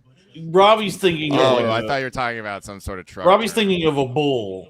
Oh, a stud is like a big black lesbian. Yeah, that's the one that I remember. She would sneak up on people in a tow truck. Okay, and repo their cars. A bull is the black guy that fucks your wife. I mean, that's an honor. It's Michael Jordan, Or Scottie Pippen, both of them high five. And I hope it's that would not be an honor. I mean, like, you fuck someone. If she fucked Pippen, I'd be like, you fuck someone more autistic than me. Yeah, dude, he was trading meme coins while he fucked your wife. Is it Michael Jordan's son like fucking Scottie Pippen's ex-wife or something? They were. That was a bit. He has gotten publicly cucked by his ex-wife like a bunch. Yeah, and it's actually kind of sad. And he's the spokesperson for Mr. Pibb, which is got cucked by Dr. Pepper also. That's it's like he couldn't even get the Dr. Pepper spot. He got Mr. Pibb. Well, that's kind of the joke. That's kind of the joke of that campaign, which is very funny of Scotty to do, is basically like, Mr. Pibb is so underrated. He's just as good as Dr. Pepper. The commercial is them saying, "We are number 2. We're not the best one." No. And Scottie Pippen saying that. I actually think it's like, damn, Scotty, have a little self-confidence. You're not Mr. Pibb. Mr. Pibb sucks. So I have an important question. Scotty was really good. He was like an incredible basketball player. He's a professional basketball player. I have a very important question for Scott when we have a second. You know that Matt Damon movie where he says Scotty doesn't know and he's singing about cheating on his Euro trip? Oh, so many people have said that to me when I was in school. Dude, when I watched that, when I watch that, it makes me sick to my stomach for Scotty. I feel bad for him, like really anxiously bad, like this poor guy, everybody knows and he doesn't know behind his back. But I'm wondering if it brings it to another level if your name is Scott. Oh, yeah. Like psychological damage and pain when that scene's going on. That still hurts me just to think about. Every time I even see little clips of that, I feel for Scotty. But it's so over the top. It's so over the top, though. Yeah, but we've all kind of been there. For me, when you get cheated on, the issue is not necessarily the cheating as much as other people know, and it kind of feels like they're all like behind your back, like laughing at you, and so it's like that is quantified to the top level. Who's this? We got $2 from Howland. My heart does not break for Scotty in that scene, is all I'm saying. But you're right. It is embarrassing. I don't know the movie enough. I'm kind of projecting my own histories and trauma. So I remember older kids would say Scotty doesn't know to me, same as Scotty don't, from which I never mind. Scotty don't. Yeah, like I love. I'm sorry. I just literally did. Yeah, you had a reason for that. It was funny. But the Scotty doesn't know thing was always, I was always like, oh, that's a good movie, until you are right. I did in high school. I got cheated on, and then like someone, again, they weren't referencing it to insult me, but when I heard it like hurt. Yeah. Because I'm like, oh, that's fucking, wait, that is what happened to me. But then I don't know. I stopped giving a shit because it's isn't it like a National Lampoon's movie or something? Like, it's like they really connect with straight to DVD. Euro Trip and American Pie, and it's really emotional. I haven't seen it in a while. I will say that might be the most famous song made for a movie. Like, it's got to be up there. No, there's a lot of songs made for movies, right? No, there's. How about the Ludacris song made for Austin Powers? But but like a song sung by a character in a movie. You know what I mean? Like, it was it's part of the plot. Yeah. Oh, that's interesting. Right. Huh. You may be right. So, I think the most famous song made for a movie is "I Believe I Can Fly," probably. Oh, that's interesting. That's for Space Jam, right? Yeah, dude, the Space Jam soundtrack is actually incredible. Oh, yeah. They had like five singles from that album, which is crazy for a movie soundtrack. Dude, that they got a bunch of people to Jones make. song? They've got a lot of people to make original music for Space Jam. Like a lot of big Space artists. Jam 2's got like Redman and Method Man throwing down Space Jam lyrics. It's like it got big. Yeah. That one's good. I like that one a lot. Movie had like Maya had a song or something. The Rugrats movie? Yeah, you don't remember that Rugrats song? And it was like, you, G. You know, they spell out Rugrats. It's like, take me there. I want to go there. I bet it rocked. And I, G. And Stiller, no. Hey, whatever happened to Stiller? Did his PR people take care of that thing that happened to him? He just deleted the tweet and it went away. It went away. Oh. Yeah, you don't need PR for that. Yeah, he called his people. Well, they got through the whole. They got through the whole ladder. So they got through two ladders. Yeah. That's the kind of thing that happens because he didn't consult his PR team in the first place. Like, it's kind of nice because he's so obviously tweeting by himself. Like, it felt like something that would happen in a Ben Stiller movie. Yeah. Yeah, it was just a character innocently tweets just the letter N, and it ruins his day. Yeah, just like literally, do you know about this? Just expressing enthusiasm and love. Yeah, he was just trying to do a clever Knicks. Like he wasn't even promoting anything. He was just excited to watch playoff basketball, which I relate about basketball.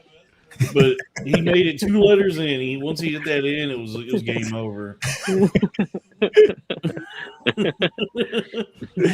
I mean, that's not even hateful. It's just funny. That's what I'm saying. Like, you can use these words in a funny manner that aren't the intent. These words. Still those words. Like, aren't you happy that those words exist so that could happen? And no one was hurt in the creation of that tweet. Kramer live at the Laugh Factory? Yeah, I guess I'm grateful for slavery because they gave us that moment. Yeah, exactly. It's butterfly effect. Dude. We wouldn't have Kramer at the Laugh Factory were it not for 400 years of subjugation. Dude, I wouldn't be here today if the things had been different, you know? Don, I have another first of all, this is apropos of nothing, but I just wanted to say it. The gyms we carried. And secondly, Dalton, another moniker for you, Cosmo Kratom. Cosmo Kratom? I gotta get off Kratom. That Kratom's bad. That Kratom's got to be bad for you. I gotta stop taking that stuff. I think it's good for you. Yeah. I heard Andrew Huberman does a Kratom stack.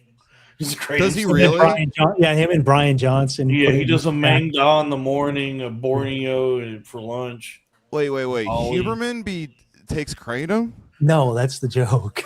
He's on the 7OH. He's taking the fucking pills. I don't know, Brian. A lot of these guys, I guess it's more tech guys, but they all be on hella drugs. Dude, Brian Johnson did start just experimenting with mushrooms and psychedelics to see how they affect his longevity stack.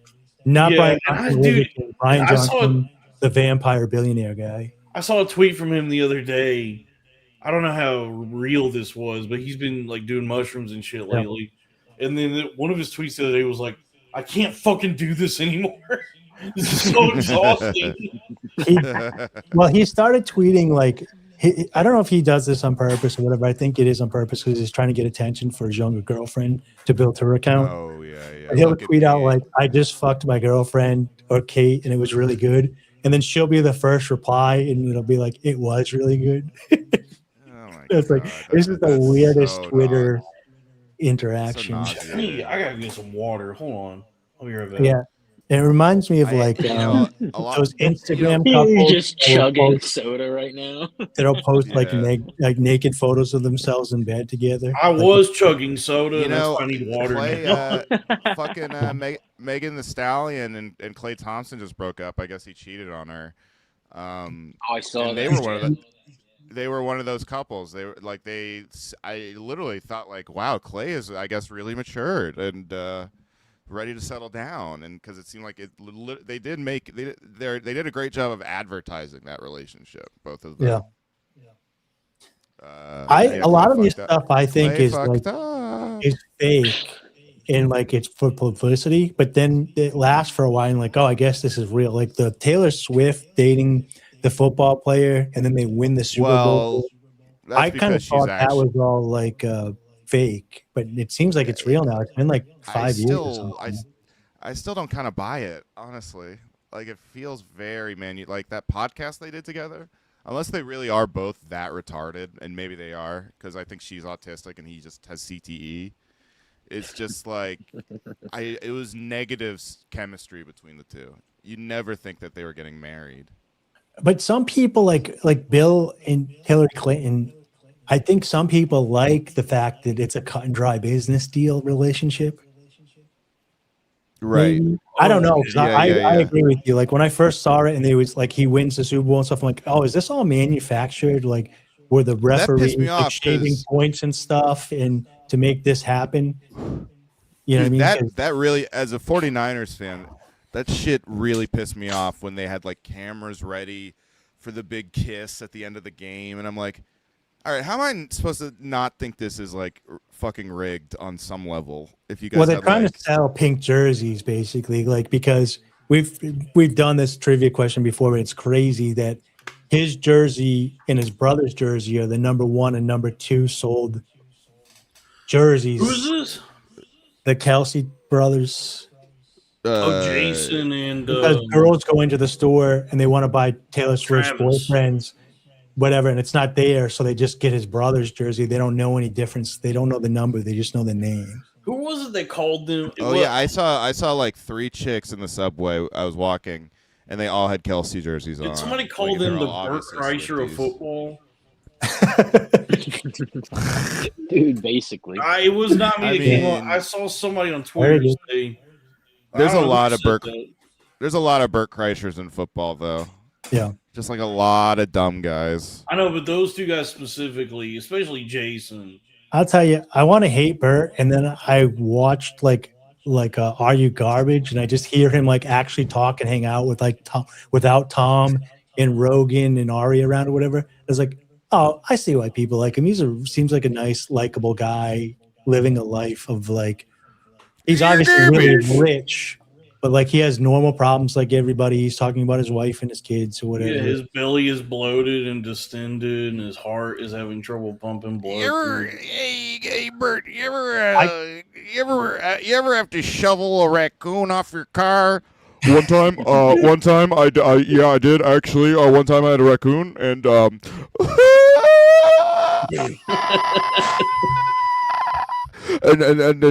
I did that too. Well, then you're garbage.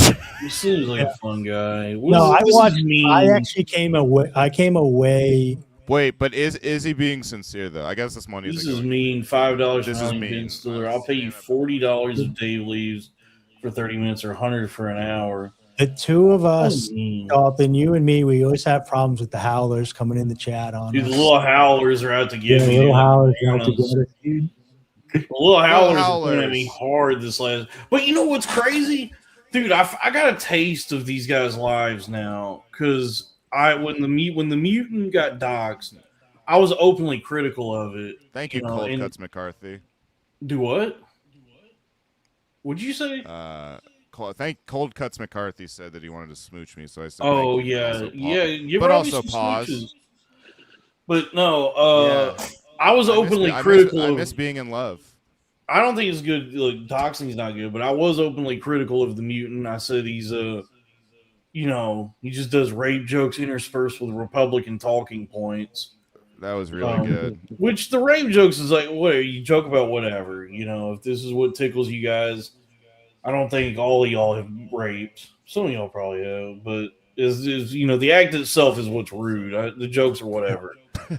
But the act of rape is rude. It's so rude. It's one of the most rude things you could do to anybody. But when he started becoming more political and it was just like right-wing Fox News, like sincere, just right-wing thoughts and opinions, that was where he really started to decline. And it seems like now there's more of a concerted effort by him to just stay. You think he peaked at the rape jokes? Maybe, but it's been all downhill since then. But I was just in the wake of him getting doxxed.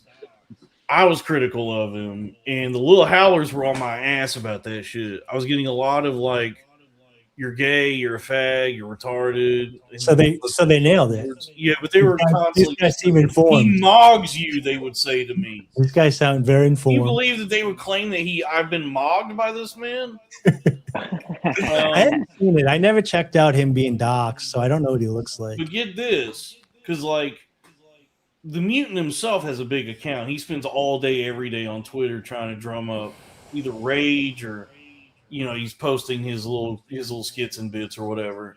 So this yesterday, so Nikita Beer, who's like the head of development at X, the everything app, formerly Twitter, this guy that Elon hired, is trying to fix the website, and they're retooling the payouts for their like get paid to tweet program. And I haven't, I very seldom make any kind of money on that. Like every now and then it'll be like $20 is like the most I'll see. Yesterday I got paid out. It was like $234. Whoa! And I think a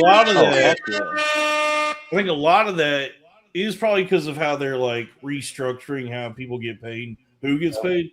But there was also like they're really incentivizing you to go after the mutant, dude. I did generate a lot of rage bait. Like a lot of the stuff that I posted that was getting engagement was people who were mad. Yeah. And I did get a taste of like the kind of how you can benefit from that financially. And I just think like somebody like the mutant, his account's got like 200,000 followers, and everything he posts gets like a lot of engagement. This is how he makes his living. He's probably getting paid like thousands of dollars every couple weeks, enough to take care of his bills. So this like tweeting mutant. Yeah, dude, this tweeting shit, like X, the Twitter, whatever you call it now. Oh, the Everything app? X, the Everything app, formerly Twitter, is like super important for these guys. But paradoxically, or counter to that, you can't believe that anything they're doing is coming from a place of like true sincerity or genuine. Wait, how a mutant is not sincere? Well, I just mean because all these guys who get into this right wing shit, we're talking about activate the dome, shut the country down. We got to fix this. Shut the country down. It's hard to believe. It's hard to get an idea of how earnest or genuine these guys are because there's the monetary incentive for what they're doing. Yeah. So everything is motivated by just like their own self-enrichment and well-being. And so everybody kind of gets stuck. We've had that conversation. I won't bring up their names. We've talked about it before. But there's people that start in comedy and then they get a little bit of like political stuff, and they're not even a political person. But they make more money in that, and then they're like, well, I want a wife, I want a kid, I want a house. If I do a little bit of this and I can do a little bit of this, this is where the market's pulling me. Robbie, you need to decide, do you want to be an internet troll or do you want to be a stand-up comedian? Scott, did you hear about this? Oh, did I mention no, this? what are you talking about? I'll be right back. Lewis on Real Ass Podcast was bringing up people talking shit about Tony and Rogan or whatever publicly. And he was like, and I said this to Robbie Goodwin. And to his credit, he was like, it was really funny. I booked him for Skankfest this year. But I called him and I said, do you want to be an internet troll or do you want to be a comedian? Which is like, and then Kim, but then thank God Kim was there, because Kim Congdon was like, oh, well, he actually has a reason to hate Tony, and told that crowd surfing story. But Tony, I was like, I'm glad someone was there. But I don't know about that. With Tony though, it's like he did the first Skankfest I did in New York. Long story short, I crowd surfed during the the goddamn comedy jam or whatever at the end, and Tony like pulled me aside and he was like, "You can't crowd surf. No one knows who you are. You are not famous. You are not a big comedian. Jeff Ross is here." Dude, that's really funny. Jeff Ross is here. Jeff Ross is here is the funniest part, because I literally want to be like, first of all, I wanted that's to the punch roast master general right there. But secondly, I was like, I wanted to be like, why would Jeff Ross being here impact anything I think about anything? Like, that is that was nuts. I guess he thought that you would feel the same reverence he does. Like you would be like in awe, like struck down. I think the only thing that Tony like believes in is just the comedy hierarchy. I respect that. I respect that too. I respect Tony. I mean, but the thing about Tony specifically though is that he did kind of put a big target on himself by throwing himself into the actual political arena. The actual fucking arena, the world's largest arena, Yeah, he did do that big like campaign rally for Trump. You know, however much, because we all thought that would have some effect on the election. It might have won people over. No, but that makes you. I think that does make you fair game to be talked shit about, if nothing else, is if you do that kind of. Yeah, I can understand if you were going after a bunch of like just dipshit comedians, but who never did anything else. But I mean, he did kind of involve himself pretty overtly in the political. I mean, he's still a good friend. I mean, look, he bought 2 shirts from me. But yeah, I think that was kind of both small. Yeah. I haven't really talked shit about Tony like that in a while, but around that's when I was talking the most shit was during that Madison Square Garden thing, because I was like, all right, I actually was frustrated that no other comedians were talking shit. I was like, this is a huge story. By the way, where are all the flowers at Madison Square Garden? There's a garden. That's a good question. Hey, every friggin' day I give the Knicks their friggin' flowers. Where are the begonias? If you don't know, I have courtside seats. Let's rip it out. So I sat there with Stavros because I'm friends with James Dolan. I guess my point is like you like when you really do stump for like that, like right before an election, it was just frustrating. I think I tweeted like there's a huge story right before a presidential election, and for the first time no comedian wants to touch the story. Oh, like, yeah. I thought that was like crazy. I mean, it wasn't crazy. I saw why they did it, but I thought it was like, for all the waxing about being modern day philosophers and truth tellers and all that shit, it was like, wow, everyone sure is freaking scared to talk about this thing everyone is talking about. LeBron James talked about it.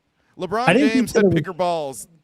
I didn't think it was weird that Tony did it necessarily, but it was funny that he bombed and then no one wanted to. Yeah, I don't think he actually bombed. Well, like, not in the play. I know people who went. thing. I know Trump supporters who were actually at that thing, and they said he bombed. I bet a lot of people there were just confused. Your parents? Yeah, nobody knew who he was. There's probably most people there were just like, "Who is this? What are we doing?" Because it was kind of like Steve Kerr at the DNC. I think a lot of people there, because a lot of people who are more on the left don't know sports very well. So and they like put him first, and during his speech, everyone's like, "Who the fuck is this guy? Like, what's going on?" Somebody in the chat. This is a fun 1-2 punch. What about all the comedians stumping for Dems? Answer that, libtards. Well, I was gonna say, if they're being sincere. It's just when I was young. Those people are often roundly criticized, but it's like, but there is a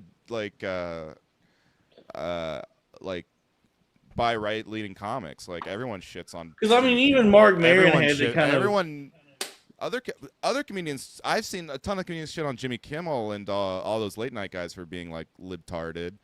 But like, oh, because it was Tony, no one wanted to talk about it because he might give them an opportunity. All right. Well, even Mark Maron had to kind of contort himself to try and like not be somebody who had done kind of the same thing, because everybody was saying like, oh, well, you interviewed Obama, and Maron was like, but it wasn't during an election season. He was already president. I mean, so. I think that is fair though. There is a kind of a distinction there, but it's still just like that's still very.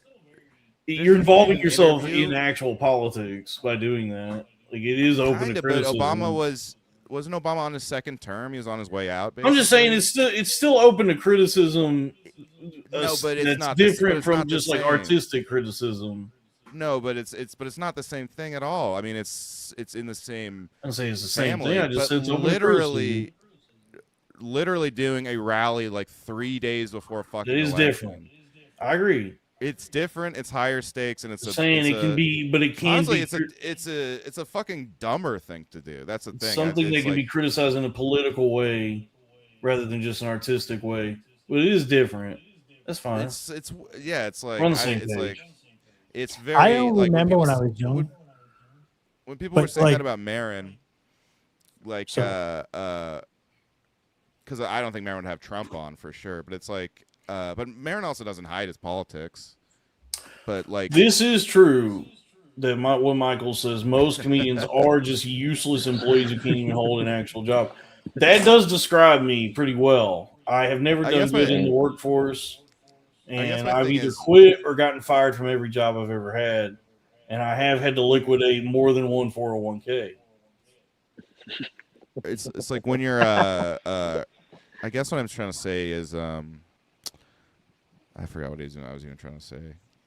I don't remember when I was a kid, like elections that well. I remember they always tell you it's the most important election, but I don't remember if celebrities got involved. I remember like Sean Penn maybe a little bit, but it's there was the whole Diddy vote or die thing and shit. Oh yeah. Celebrities have always been involved. It's usually liberal. But it was a little bit more neutral. It felt because like over the past maybe it wasn't during Obama. Maybe it was during Trump, but like.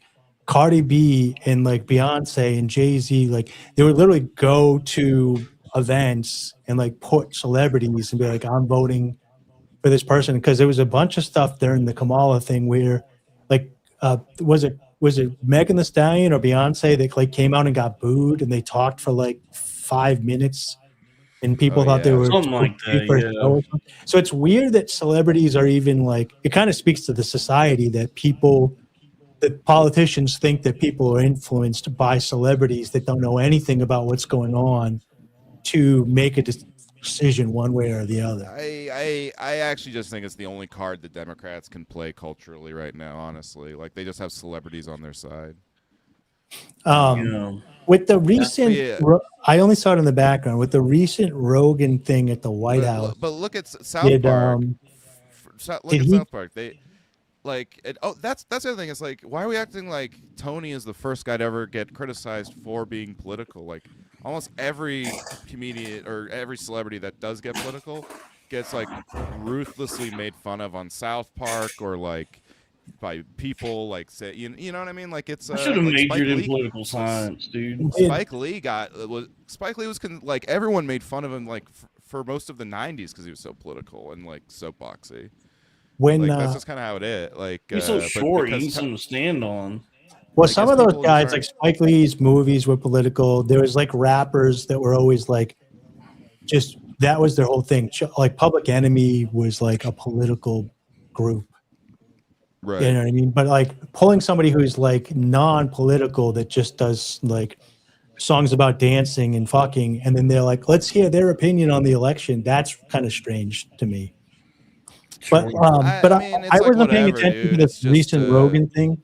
But did he influence like marijuana becoming a stage 3 narcotic down from a stage 1? Maybe. I could see. I think it was more about like mushrooms and stuff and psychedelics. But Trump is trying to recriminalize marijuana. I thought he just lowered it to a stage 3. Yeah, I think they might have lowered it or something. Yeah. I'm just my curiosity was like like I get that it's kind of weird, but at the same time, when you're given power and influence, do you think these guys think they're being evil, or do they think that they're like, okay, I got power and I'm going to try to use it for good? Like, I don't think evil thinks they're evil. Not that Tony's evil or Rogan's evil. I don't know, or anything. I heard like, the night before. I'm just saying, when they go to do this stuff, don't you believe they think they're trying to influence it in a good way? No, because he just wants to be. All these guys who wanted to be a part of the Trump administration, like, was it Elephant Graveyard who said this? But whoever it was nailed it when George Carlin said, "It's a big club and you ain't in it." These are the comedians being like, "I want to be in the club, though. I want to be in the club." It would be nice.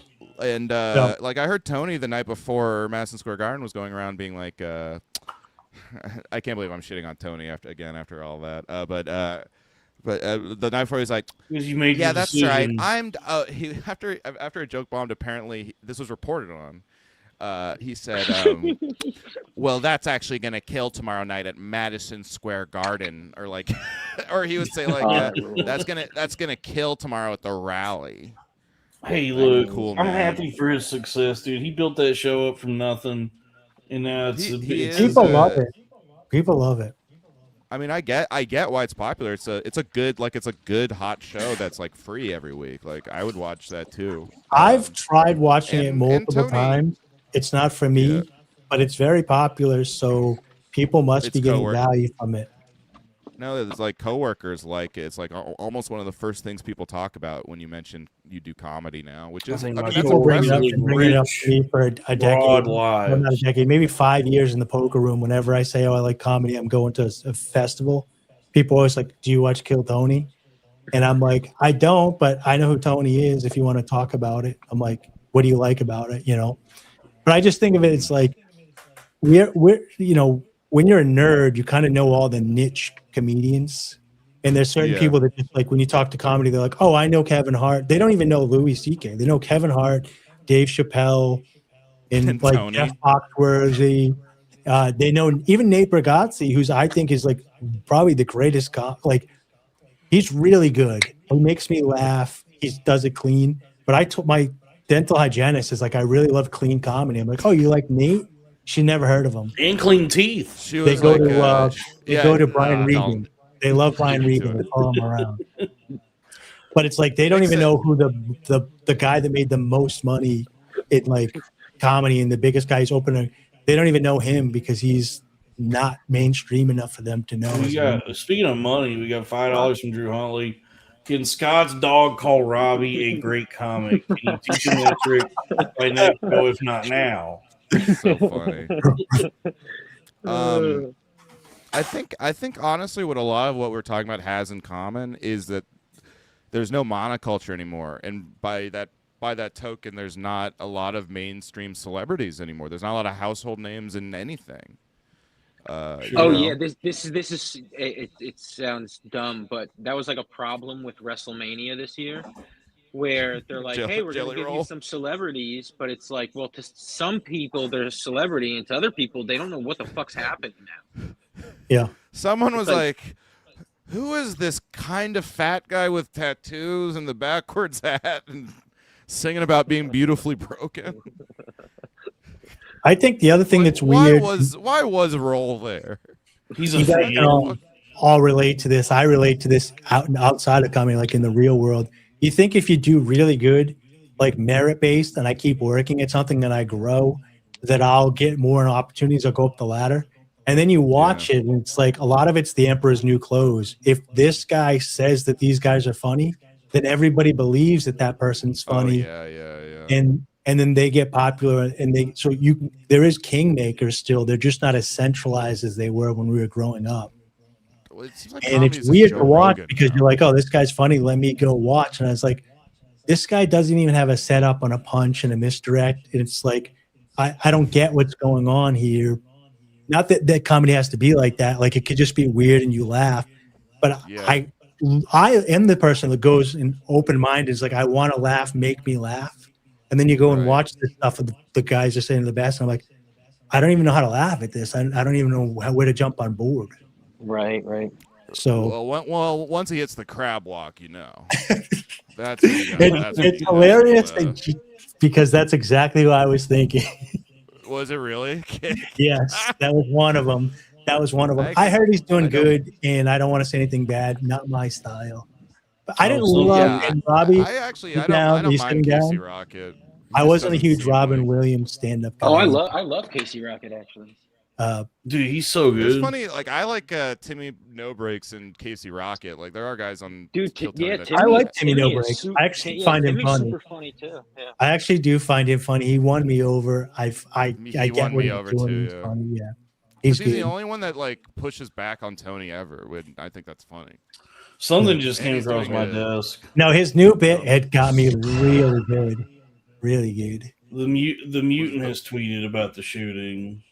Oh. He said, "You missed again," and it's a picture of Trump lighting a cigar with a swastika wrapper. And he's using the. Wait! Blow this up for a second. I've never seen him tweet. Yeah. So, wait. He's pro-Trump? I think the mutant is being cheeky here. I don't know if he's necessarily pro-Trump, but I think this is because I always thought you said he was ironic. He's putting it's not even ironic though. What's the irony? Like, I guess that he's not necessarily pro-Trump. Like it seems like that was taken from like somebody. This would be like a libtard meme, so he's doing like purposefully. Okay, it's whatever. I don't know, but it's probably a little more sincere than he lets on. That he probably does actually support Trump in that way. That looks like he's just fishing for. He's got to pay his bills, dude. He just got doxxed. Yeah. He's got to generate. He's got to drum up the engagement to get the Twitter payout. Yeah, and then he also like I'm trying to think of like a right wing Trump. Is there any like because of the war in Israel stuff? Like, is there any MAGA people left? Mike Huckabee, I guess. Yeah, there's like the day ones, like the party line guys. They're still yeah. There's some like pro-Israel people. Cat turd. Yeah, the plan trusters they call them. I think a lot of the right has kind of abandoned Trump at this point. I thought people were kind of like I know a couple of people that they like want Israel, they want a homeland, but they're also like the war's kind of crazy. We could work this out another way. What a topic! They're reasonable about it. Dude, we always get onto this shit. Why are you guys so scared of this topic? I guess because it's not that I'm scared of any recourse by Israel. I'm not saying it's bad. Like I know people that are pro-Israel that are also anti-war. I'm just uninformed. Like I just it's out of my element. It's out of my I would be. It's also something I feel like a lot of people talk about. A lot of people talk about it, and I feel like not that many people that do talk about it actually know what they're talking about. And I haven't met any like of the Twitter caricatures in real life. Like when I talk to a Jewish person that's pro-Israel, they're not pro the war. They're pro like let's figure this out with people in real life. Right. And vice versa. When I meet somebody I've never met a Palestinian, but I've met somebody who's in Middle Eastern that feels like this is an attack on being Muslim or whatever. Even they're like, I don't hate Israel, but can we talk this out and like end the war? So I've never met this caricature of these violent people that want to kill one another in real life. Yeah. So that's all I'm saying. So it's what's wrong with the world? Why are we talking about that? I don't even know what we're talking about. We don't have to. You just pulled up a picture of Trump with the Nazi thing on it, setting the Constitution on fire, and I just made what I thought was moderate thing, and you guys were like, whoa, that's too much. I just try to avoid. No, my fucking browser crashed. I came back. We were talking about Israel. I was like, well, how did we get? I'm honestly just trying to get away from politics. Jews are good people, guys. They don't get mad at you when you talk about them. Most of them are kind. Nice. No, do you guys? We were talking about something earlier that made me think of this. I can't remember, but do you guys watch Will Trent? No, who's that? It's like a police procedural show that comes on like network TV. It's like another Landman type show. No, it's more like, I guess the way I would describe it is like CSI Georgia, Atlanta. It's I like the CSI and CIS. It's like the Georgia. It's like because Georgia has its own like FBI or something, like the Georgia Bureau of Investigation, and it's like a police detective, GBI. Something. Yeah, and the main guy is Will Trent, and it's some guy that does like a bad Georgia accent.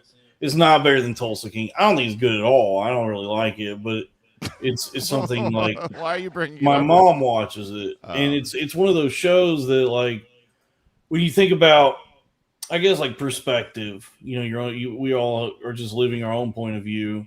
Right. You think about like what is the culture now, and I realize like we're just not part of culture. We're like we're on the outside of it, or we're not actively involved in what culture is. Monoculture. Because something like Will Trent is being watched by more people than, you know, like the stuff that we're into. Yeah, but it's like, but there's no monoculture at all. Like even if some things are more popular than others. Will Trent is a top performing drama on ABC with its season 4 premiere attracting roughly 8.9 million viewers. That is not that much. That's more than like It's Always Sunny in Philadelphia or but it's less than basketball, and it's like not everybody watches basketball, you know. I'm just saying that when it comes to, you know, there's not even that many people watching From on MGM Plus. Everybody keeps telling me about that. I heard and that's also good. But this is also my point about the monoculture. 8.9 back in the day. Lost, right? If a network show got an 8.9 back in the day, that would be considered a bomb. But with streamflation, an 8.9 million now is the best out of all the. It's like better than most. Anything. But that's also. But you have to realize that particular show's audience probably watches more on TV than streaming. But that's what I'm saying is like we're just not part of the like masses. We're cool. But you don't know that. Oh yeah, like I don't have cable, and so I don't see. Any but the masses don't. They have streaming service. But they're choosing to watch Will Trent on Hulu. But how much? But then there's still 8.9 million people watching it as it airs on ABC. But that's what I'm saying. I'm saying that's probably like if you counted most shows, it would probably add up somewhere in that ballpark. Popular shows, but like that show, like it's like ratings reports now skew heavily towards like old people's content because they are the ones who still. Boomers are the only ones with money. Well, they're the only ones who still. They're the only ones who still have who still have TV or watch on. Like you can get CBS, ABC, NBC for free. A cable package is so fucking expensive, dude. No, but you can get NBC, CBS, and ABC for free. You can, but if you want it, like because I worked at Comcast. Dalton has a history in this. He was a professional. I used to sell these things. I used to sell cable packages, and dude, if you're wanting to get like cable that includes all of like your network stuff, or let's just say you want just the network channels, like the 10 network channels, but through Comcast, a company like that. That's still at least like $70 a month. Yeah, but you can get rabbit ears. You can. But then like an actual cable package, like all the like basic cable starts out at like $120 a month. But that's the thing. Look at the ratings for shit on. Look at the ratings for shit on basic cable, though. It's like nothing. Wait, what was your question, Dave? Is that with internet or is that on? That's just the TV. Dude, that's insane. So they're paying like $200 a month for cable. Cable is TV so fucking expensive. People would call about it, and I would quote them, and they'd go, "What the fuck?" I haven't had cable or anything in like I have Amazon Prime and internet connection, and I watch YouTube. Yeah, but I haven't had cable or I haven't turned my TV on in a year and a half. So like people paying $200 for that. The people who got like the big package with all the channels, even before you get into HBO and shit, it's about $200. It's crazy how expensive. I went to the doctor's like last year for like an eye appointment. I was sitting in the waiting room and they had like regular TV on with commercials. And my first thought when I sat down was like, oh, I forgot that existed. I forgot that there's people that sit down and turn Fox News Young Sheldon, dude. And just let it run. And then another show comes on afterwards. Like, It's crazy. Basketball is actually like it was one of the biggest cable sports. It actually kind of helped put cable on the map. And so, but this year they finally this year switched to streaming for most big games and stuff, and everyone's like complaining about it. They're like, oh wow, what happened to I hate having to go through all these different apps and having multiple subscriptions. What happened to cable? And I'm like, first of all, does anyone remember how expensive cable is and like how fucking much you and yourself, dude, listen to this. One time this lady called who was trying to like fix something with the cable package for her dad. She was trying to add some extra channels to her dad's cable package, and he was like an old veteran, so he couldn't do it himself. He needed his daughter to call in and do it for him. So I pulled up his account, and she was like wanting to add like all the network channels, which would have been, since he already had cable, like another $30 a month or something. I was looking through his cable package, and he was paying like $650 a month. And wow. That should be illegal. Listen to this. And on that guy. She like this is some lady's dad who asked her to call in to do this for him. She's not aware of what he's paying in for his cable. And I know when I tell her, a veteran on a fixed income, and they're just like the money's coming in and they get from like some sort of like retirement thing, and then it's going straight out to Xfinity. Dude, it's so funny what he's spending his military disability on. Because I know when I tell her like what the total cost is gonna be per month after what she's added, she's gonna be like, "Wait, what? What I saw on this guy's account? That's my rent." He was subscribed. He was subscribed to every like Playboy channel, Spice channel, Vivid. Oh, let's go. He had every single like. I take it all back. Rules, dude. Yeah, and his cable bill per month for all these porno channels, that was all he had on his cable package up till that point, was $650 a month. Wow. And then he was like, "Oh, I guess I also want to watch Will Trent." Because his daughter was calling in to add like those channels. And when I quoted her, I said, "Yeah, that's gonna like total monthly cost is coming up to like $690 a month." She was like, "Why is it so much?" And I'm like, "You may have to take that up with him." That's so you couldn't break the news to her. I didn't. Yeah, I think she knew because she was like, "All right, it's his cable business." Yeah, but it was so funny. What an incredibly old way to jack off. It's like this guy's so old and stubborn. It's like, dude, you could be jacking off for free. Just imagine his daughter sitting him down on the computer. Is like, "Now, Papa, I'm going to show you what Pornhub is. We're going to save you $600 a month." Yeah, I have student loans, so you're going to be jacking off to the computer now, Grandpa. Yeah, it was like the one time when, because normally it's like they're fleecing people. So predatory. Normally they're fleecing people, but it's the one time where I was like, "This is his fault. This is this much. That this costs this much." That is so fucking. That's a great story. When you guys were a kid, I never did it, but my sister called the Santa hotline or whatever at like $4.95 a minute. And then it never fully hung up with like the old school phone. So there was shit. Like a $500 bill. Your phone bill. And they erased it. My parents called and complained or whatever, and they were able to get it removed from my aunt's house.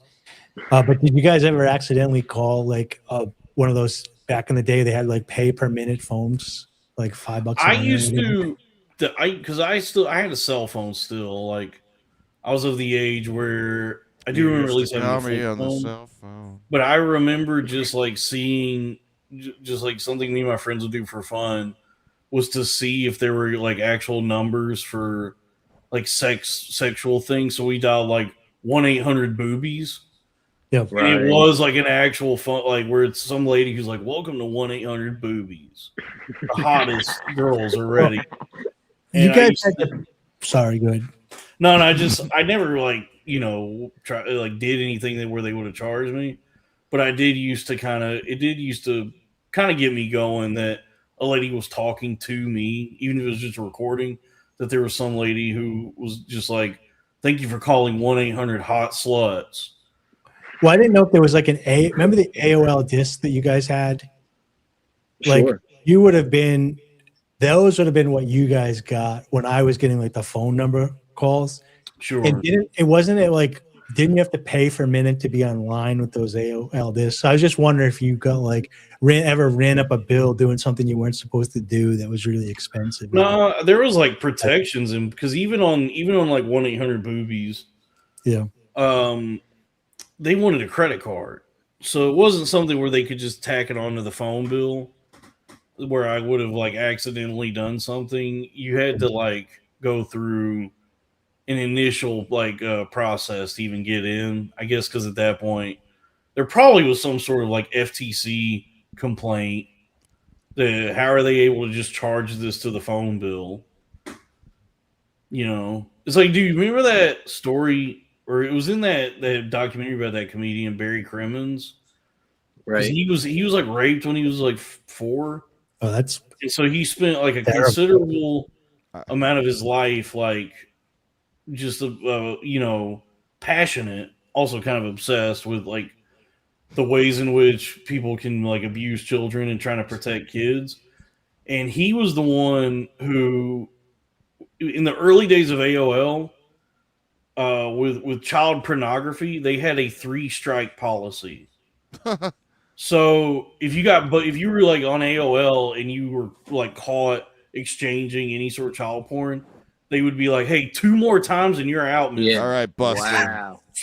And he thought that was absurd. And he wait, what year was this? Do what? What year was this? Like 1980, 1990? The beginning of the internet, like the early days of AOL. So like 1990s, probably. Yeah, and he brought that to like Congress or something. He brought that to some big court and was like, "This is fucking crazy that it's a 3-strike policy, not a 1-strike policy." That's crazy. Dude, my older cousins, it missed me because I was like Guns N' Roses, but my older cousins that were listening to like Led Zeppelin and like that genre, like it was pretty common for them to think that groupies were like children. Oh yeah, and I remember being like, I'm not much older than this, and you guys are so much older than me. This is weird, but we didn't have like words for it back then. Like, but then even later, once again, it's the weekly pedophilia segment. Yeah, well, then it's like even then after the it was weird in the culture. So this is like the end of it. What Dalton's talking about when they probably first was like, we got to bring this to people's attention. You know, I think because like to your point, like. You know, the Who was active in the 60s, where presumably they all fucked teenage girls. So even after I suppose after the band's heyday, Pete Townsend was feeling remorseful or guilty about all the pedophilia he did, and so he got caught doing some research. They would have fun and they closed the door. Try and protect the kids. Yeah. Yeah, but he was actually he was like, it was to try and help. I mean, Pete Townsend was molested. That's the thing. He was. Yeah. By who? That's why he was. Who? Who? By who? Who are you? I don't think it was because it was remorse over his own pedophilia. I think he was joking, dude. No, but I remember watching the Jerry Lee Lewis set the record straight. And like and talking about Elvis and stuff, and it was open. It was like before me, so it was like my parents and my like older aunts and stuff. By the way, this is also the Kumia Corner, and they would talk about like. They would talk about it, but they didn't talk about it like it was weird that these guys were marrying 14-year-olds. Sure. It's hard to explain to you guys because you're so far past it, but like it was on the brink of just understanding that was wrong. Shit, I want to marry a girl who can't rent a car. Yeah. I would also just like to make one last point about the monoculture to circle back on that really quickly. You're going to start watching Will Trent? Well, I would like to correct. I mean, I was wrong. There is one piece of monoculture, Kalshi. We all on Kalshi now. We all on Kalshi now. Scott, do you do any gambling? No, I don't know how to play gambling games. No, you don't even have to know how to play a game. You could just go because we all on call sheet now, so you just get on call sheet and bet on current events. Like, is there going to be a shooter at the White House Correspondents' Dinner? That guy just. You told me that story about that guy who got arrested because he knew Maduro was going to get captured. The Department of Justice. I saw that. Yeah. This the Department of Justice bringing up charges against this guy because he was like, they had noticed that somebody on Polymarket, not even call sheet. This is how he got caught. He wasn't on call sheet. He wasn't because they can't catch all of us, and we all on call sheet. He betrayed call sheet, but yeah, it was on Polymarket. An account on Polymarket had won like $400,000 betting that Maduro would get captured, and they come to find out it was one of the soldiers that was a part of. What was the operation? Had one of these dumbass names they give things like the Hegseth, right? Department of War gives things now. Operation Big Dome. It was something like it was like Operation Absolute Resolve or something like that. I think there's like a gamer in charge of like naming things. Yeah, well, it's. I think it's just that we don't have anything that anyone actually believes in anymore. So it's all just like the reference is. Operation Ivy Wolk. Yeah, the reference point is just sentiment that's not there, and it's all like Reddit or 4chan type shit.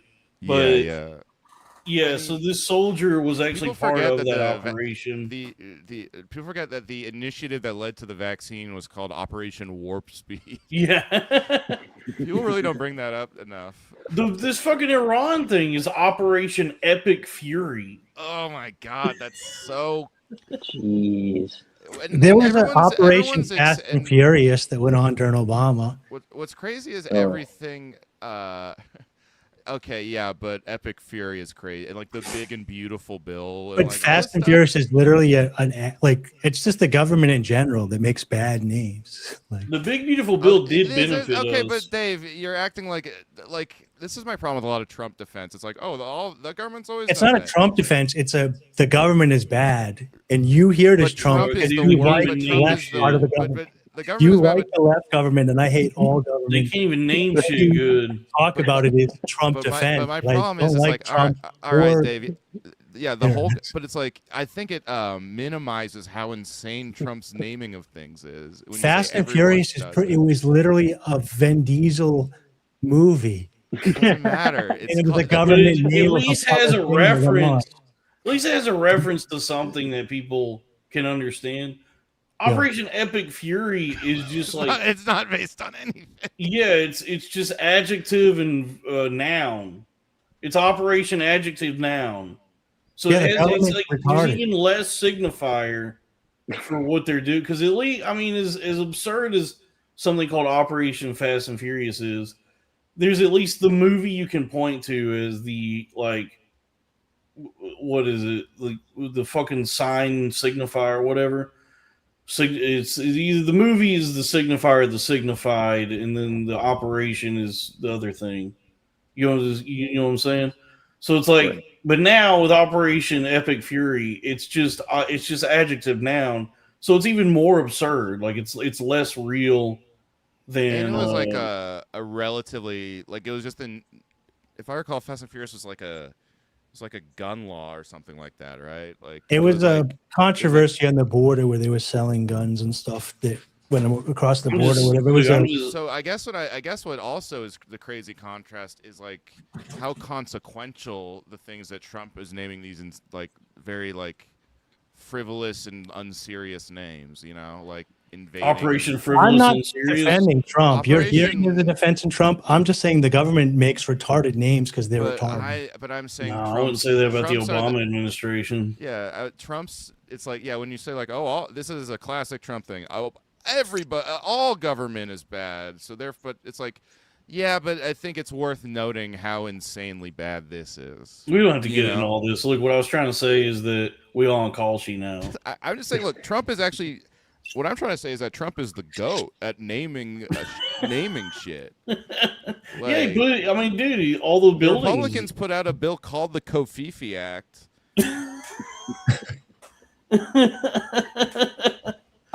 Hey, Dalton, can we share screen for a second before it gets too late? What is this? It's just Scott's social media. Oh, you guys can head over to Instagram and just follow Scott_Chaplain. It's follow him over there, and then over on Twitter, it's the same thing. So follow Scott and everything that he does. And is this YouTube channel? Thank you. Go I over have no to. idea what that's gonna. That was me and Sagalow's old podcast. Yeah. Okay, so I don't don't go really to write that. on Twitter, but Yeah, so but go over and follow Scott and everything does. If he's ever coming to your town, go buy tickets and go see him.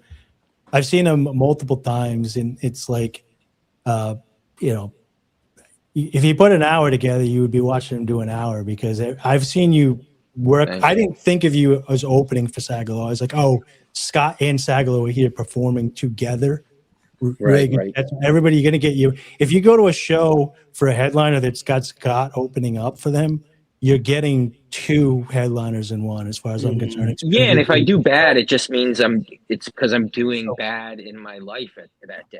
So get some money and see Scott when he's in town. Really good, and follow him on social media. Scott's a really good comedian. Really, Scott's very funny. Yeah, you guys rule too. I saw you at I think I saw you at Funny Moms when I first moved to New York, and I think I remember thinking you had the best set that night.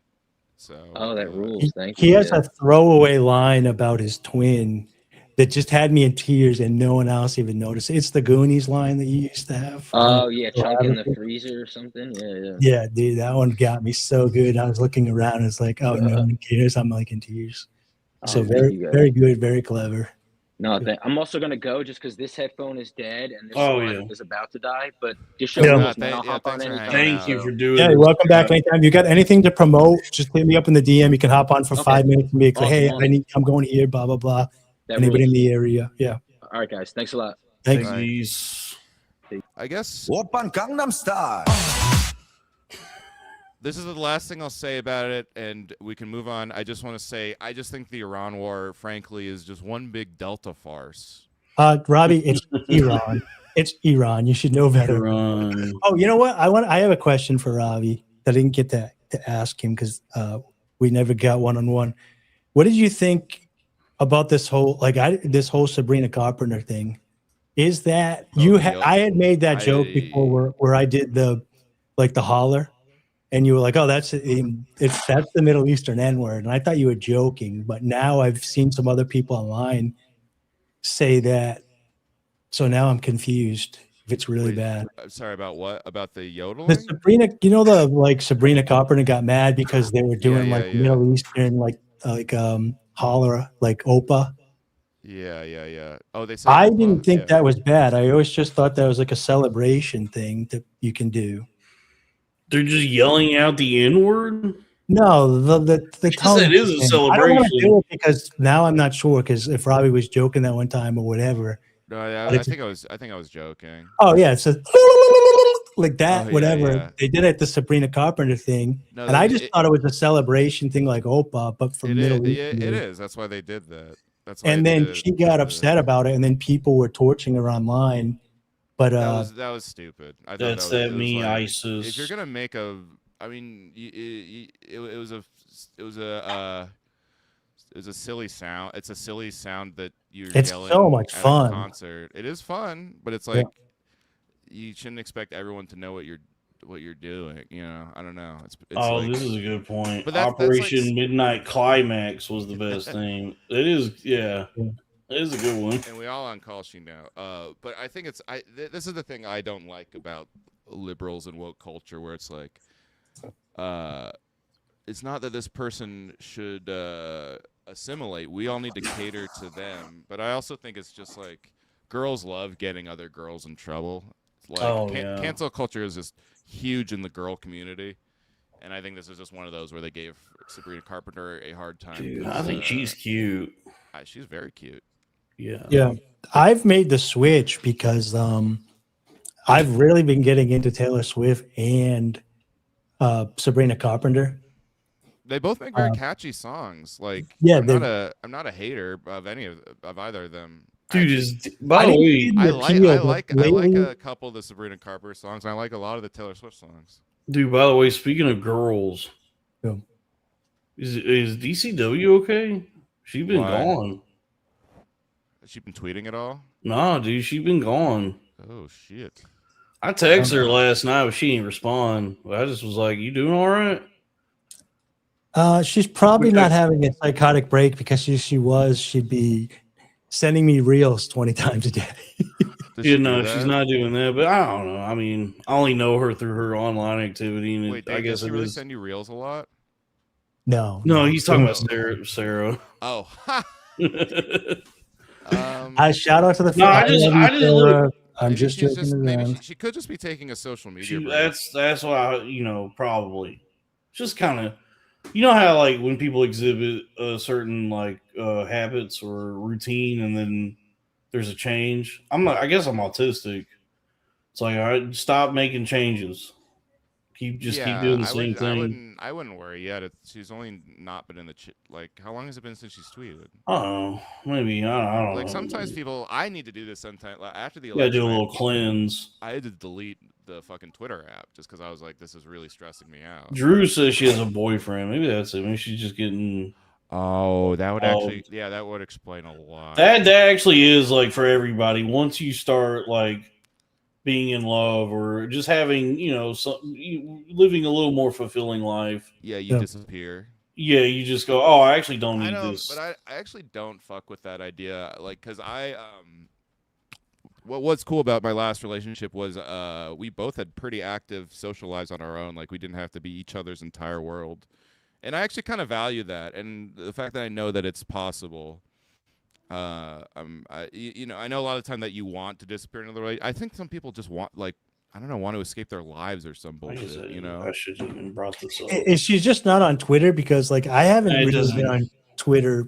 I've been on Twitter on Sundays because I'm home. She probably don't want to be. And then I try to check in, but like I started feeling much better that I've been like off Twitter and kind of. It's good for the Saturday show because I come in blind, and now Dalton's like, "This is going on." I was like, "Okay, tell me about it. I have no idea who this." Yeah, she probably don't want to be talking about. Let's talk about girls. I did see a little bit of is Jake Flores okay? No, he hasn't been for many years. You should check out the last Arena of Ideas we did, which I think is actually a lot. And one of our best episodes. I really do think it's probably one of our best since Crack left. I thought it was really funny. The numbers are good on video with the cat, and I was I thought he was trying to do a bit, and then I was like, oh, he's not doing a bit. He's literally the cat's not coming to him. The cat is too fat. He's not. He's abusing that cat with how fat it is. But well, he was going like when he started the video, and he's like, come here, and I thought he was doing a bit like. Maybe Howling Mutant said he was so unlikable his cat wouldn't come to him, so he was doing like a joke, and he didn't even. You're giving him way there was no joke. And then there actually was a cat that wasn't coming to him that he picked up, and then I was like, okay, he's going to do a joke now. So I'm like on the edge of my seat waiting for some comedy, and I'm like, and then he's doing like a long pause, and I was like, oh, this is going to be good. He's going to catch me with his finger, and I'm like, oh, this is just. Somebody having a nervous breakdown on. It seems like he's having a bit of a psychotic break. I think he was just wasted. I felt bad for him. I think he was just fucking wasted, and like his whole thing. And Mullen has this too, or at least had it, so you can see why they were hung out. Of like really wanting to appear, you're like you're not even fucking trying. So putting out something shitty. Yeah, I think that's what. Back in the day when Mullen used to like Sam Hyde, is I think he liked the idea of the anti thing, how Sam would be, instead of like all beautiful, he would find the worst picture of himself with like discoloration. And it was cool because nobody else was doing it. But I think a lot of people got away. I don't know. I like the TED Talk thing, and I used to see Sam around town. So I used to think he was cool because he was in the scene and he was around and people were like, oh, that's that comedian guy from RISD. But I never checked his stuff out. So I kind of fell into the social part. And then when I checked his stuff out, I was like, oh, this isn't for me. This is like anti-comedy. Yeah. So I remember when he started coming around to the Boston open mics, and I actually thought he was fucking hilarious at the mics. but he was very, very hated by the other comics for the most part. But was he an alt comic, kind of like when Barris first came out, or Hannibal Barris first? Yeah, Barris. Honestly, yeah, like Sam Hyde is like very much like, or at least used to be very much like an alt kind of comic. He was like and I think that's why he was attractive to a lot of people who like didn't like, people maybe who actually like a lot of people who just liked alternative comedy and maybe edgy jokes and stuff were very attracted to him. I'm not going to make excuses for him, but I will say one thing that I did see in Providence was like, before he got super political and he was doing what I just saw as like neutral comedy. And this is way back before woke and like cancel culture, but Providence kind of had that feel. They were kind of pinning him as a Republican, like conservative, because he wasn't doing like this whatever. And then it almost kind of becomes this whole thing, like they create the monster type thing. Like, I'm not making an excuse for him, but it's like he gets getting called this thing and then he just becomes it. And it was like weird to watch because he wasn't like that. Thank you for the $2 sequel flavor. That exploding heart song earwormy. It sounded really good coming out of his ex's PlayStation. Yeah. Okay, it is. I watched that again, by the way. And also the song he played was good, but Dalton, you made a great point where it was like, yeah, this is a great way to experience this music for the first time. it was all bad, dude. But I think he was saying my Xbox, but he caught himself and said PlayStation. Oh, I don't know. It looked like a PlayStation controller. I mean, the story that we thought of it being his ex was super funny. What we came up with was better. Is this the video, the end of the video? Because I turned it off. Yeah, it's like halfway through. He You'll have to watch the Arena of Ideas we did, but we did like a full dissection of this video. Yeah, I couldn't watch it anymore after he like picked up the cat and like there was nothing coming. I was like, oh, I'm not gonna watch this because I feel like it looks like he is having a bit most of an people's episode. reaction. I powered all the way through. And you guys have been then forced everyone to watch. I mean, I feel like almost everyone's reaction was, "I don't want to watch all 9 minutes of this." But nobody, dude. And that was like the first comments on it after he uploaded it was people being like, "Bro, this is 9 minutes." Dalton's. I'm glad we did though, because Dalton is so funny at hating on Jake. I reached in and found some fire inside of me. The rage was so like really I went in super open-minded and I couldn't make it through whenever he picked up the cat. And I don't even have anything against him really. Like I look at that guy and I go, God, I hope he survives. But yeah, he's like a pitiful guy in addition to everything. You know what? It looks like he's experiencing a constant mental health crisis. Yeah. And the last thing he needs is attention on the internet or people because he's trying to drama dust up something so that he's getting attention, and he really just needs to go and get medicated or talk to a fucking doctor. Honestly, he's a guy who shows you how hard it is to become homeless though in the United States. Whenever I see him, whenever I'm I'm trying to be nice when I say this, but you know how sometimes you stress out when you're trying to make it and you're I want to put some energy towards this passion project, but I need to put enough energy towards an income, whatever.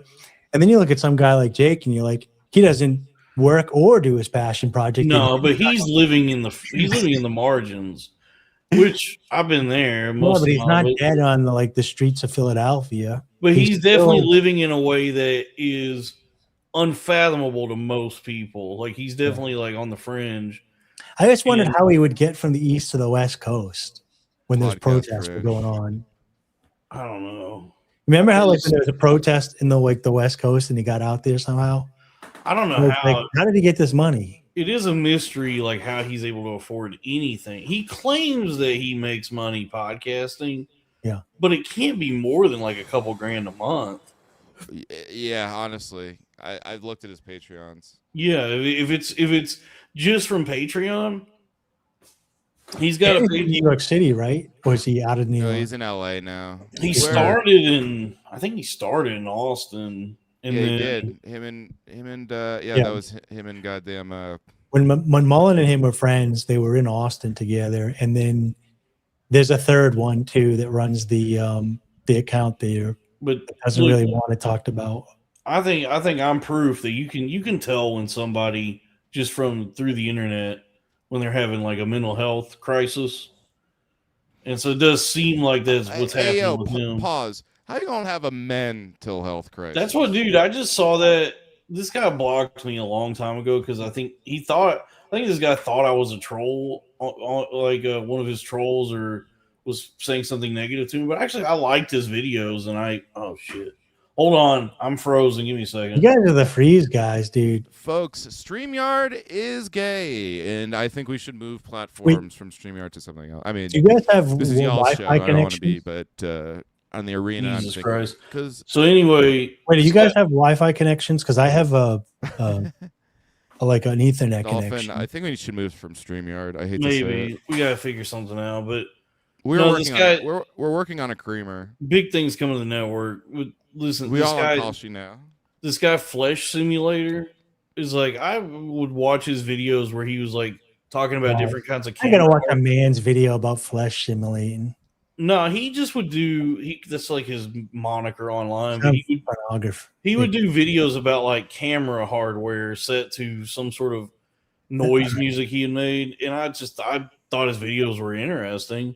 Okay. And I tried to interact with him on Twitter a couple times. And he just blocked me, and I guess because I wasn't aware, but there was a growing like conflict brewing between him and like a bunch of people on the internet. That I went and checked in on this today. This guy has completely self-destructed. Oh, really? Over the last several months, like I just saw people talking about it, and I was like, "What's going on with Flesh Simulator?" And he's been doxxed. His girlfriend's been doxxed. His girlfriend of 10 years has left him. And it looks as though he is in complete active psychosis. He's completely losing his fucking mind and spiraling. He's got like a whole conspiracy board that he's posting. Like all these posting those people's names. And he's doing these videos where he's covered in blood talking about like some fucking guy, some stranger on Twitter, And I was like, oh yeah, this guy is he's having a mental health whoopsie. This goes back to what I was saying about Skankfest with the comedians like hide in the green room versus come out in the open. Science and technology. I mean, I guess we have had big breakthroughs in psychiatric drugs and all that stuff. But I guess it just shows like social media has illuminated just how many fucking people are crazy or out of their mind. Ted Kaczynski was right that the Industrial Revolution and its consequences have been a disaster for the human race.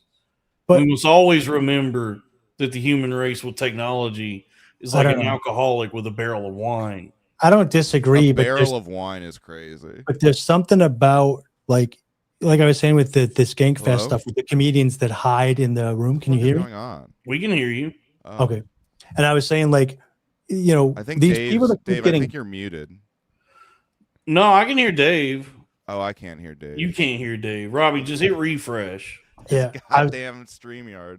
I was gonna say, what was I gonna say? Oh, so if you go online, right, and you're gonna make a name, you want to be like a political figure, or you want to be popular on the internet.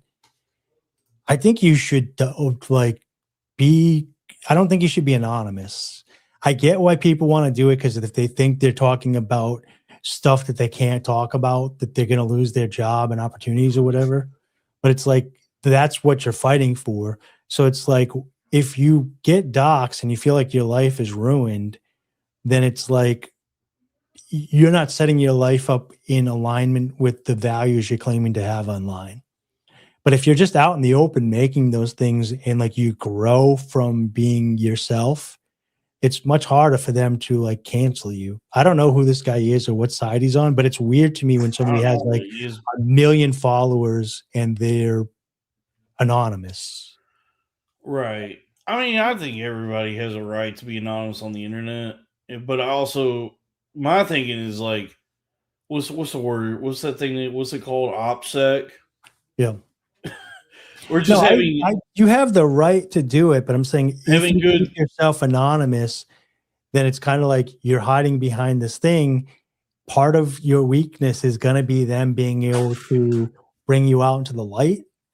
And so it's but my thinking is just that obviously it would be great if there were not malicious actors out there who will try to ruin your life. But I just think that knowing that there are, it's probably best to conduct oneself in a way where you don't like cause anyone to want to dox you. Yeah. So and it's like I don't agree with the doxing shouldn't happen. It's tough though, because there's always going to be people that are mean that want to dox people because they don't agree with you on all sides. It's that's just what I'm saying. Whenever anybody gets you might not even be on a side. They might just do it because they're mean. Whenever somebody gets doxed, a lot of times you see that like they are like purposefully inflammatory, like they are trying to ruffle people's feathers. Yeah. And I'm just of the mind that like I don't know, that's kind of dangerous nowadays. Like to do anything where you're going to piss people off that they want to try and ruin your life, that doesn't make them correct. Or I just feel like is it worth actually doing like what? All this trolling you want to do that you would piss people off to that point? Because I just try to maintain like low profile, and I don't want to do nothing where anybody would want to even dox me. I guess it would be nice to be able to really uncork and go full edgelord or whatever, but I don't want I don't want people are mean to me, and I don't want people to do anything that would like where they try to hurt me.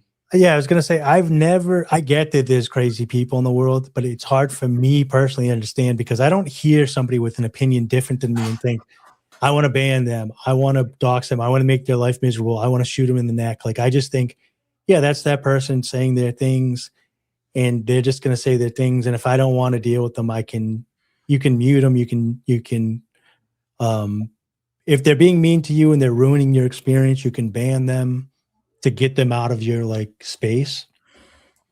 But it's very strange to me that people, I guess it makes them feel powerful to go online and like dox somebody. I guess they think they're doing some kind of activism, but it always blows. It's like the thing about like the mutant dogs, as much as I don't necessarily align with the mutant, yeah, the people that doxed him did so out of like some ideological reason. Like it's the libtards or the leftists who did it. And they're going to try and like stamp out fascism or whatever. Like they have some sort of objective in mind somewhere, that's kind of like that. Like that's the idea. Yeah, they also it's like a social like lynching, for lack of a better word, because like when Destiny like had sex with a guy or whatever, it was kind of weird. Like they doxed that he had sex with a guy, and then it was like but there was also people like on his side too. It wasn't just like righties. So they're like being gay is good, but actually being gay and hiding it is bad. And like, so they also have to do these weird gymnastics to make like, when they dox certain people, it's like doxing an activity of their life. Like there's that other streamer with the glasses that had gay sex or something. They're all having gay sex. They tried to dox him on it. And it's like, well, you're just saying like, that this guy dates like in his personal life. Why is that a dox? Well, the thing, but like what usually it just makes things worse for everybody because then like a lot of times what happens, and this is what just happened with the mutant, is that his people rallied around him and it kind of emboldened them and also validated a lot of their rhetoric that they talk about, like we need to shut the country down and get rid of the leftists. It's like now they're kind of validated because there has been this attack on one of them by like some leftist ideological reason. Yeah. And so there's that, but then it also just like enriches that person through their strengthened community because the fucking mutant they did like because these are all based right wingers. They didn't even do like a GoFundMe or like GoSendGo or one of these public things. Well, he has to say the N-word for that. They did some sort of like Zcash anonymous donation thing to raise a bunch of money for the mutant. So it's all anonymous and nobody has any details as to like who donated and how much money he's getting. You think that's so that like the WLCF, whatever Trump's World Financial can donate to him? Maybe, yeah. Oh, WLFI. the World Liberty Financial. You know what I don't like about the doxing though, and Robbie disagreed with me on this, so maybe he can come back in and kind of explain it to me. I always feel like no matter who's doing the doxing, there's kind of a weird implied violence to it. Sure, the implication is like Carlson's house got like doxed. That's the big public figure that I can think of. Maybe they did it to Rachel Maddow too. The implication is like you now you know where he lives, you can do something about it. Yeah, here's his address. Go fuck him up. Yeah, some of it might just be like fired. Like with the Howling Mutant, maybe they're just like, here's the real guy. Like, let's get him fired from his job. So there's not violence in that. But I don't understand the point of the doxing is to when it's not an address, when it's just like showing them the real. It's like, okay, here's the real guy. Now let's get him fired. Yeah, they're trying to ruin his life in some way. Yeah. They're trying the to hurt housing him. one, I definitely don't like the online stuff, but I don't like the housing one. I think they did it to Dom Lemon, Tucker. I think they did it to Rachel Maddow. Is they leak where they live when these people go to great lengths to like have a trust without the address so that they can stay safe because they have families and whatever. They did it Sam Altman. Somebody actually threw a Molotov cocktail in his house. Yeah, they're basically that to me seems like kind of like an implied like violence. Like here's where these people live. If you don't like them and you're crazy, go do something about it. So those I really don't like. It's so rude. It's not Dom Lemon. I don't do, it's like I don't agree with the mutant. I actually did think it was Dom Lemon. But doxing is just so rude. I don't agree with that. Yeah. I mean, he probably made a shitload of money from that. Probably still is from that fundraiser.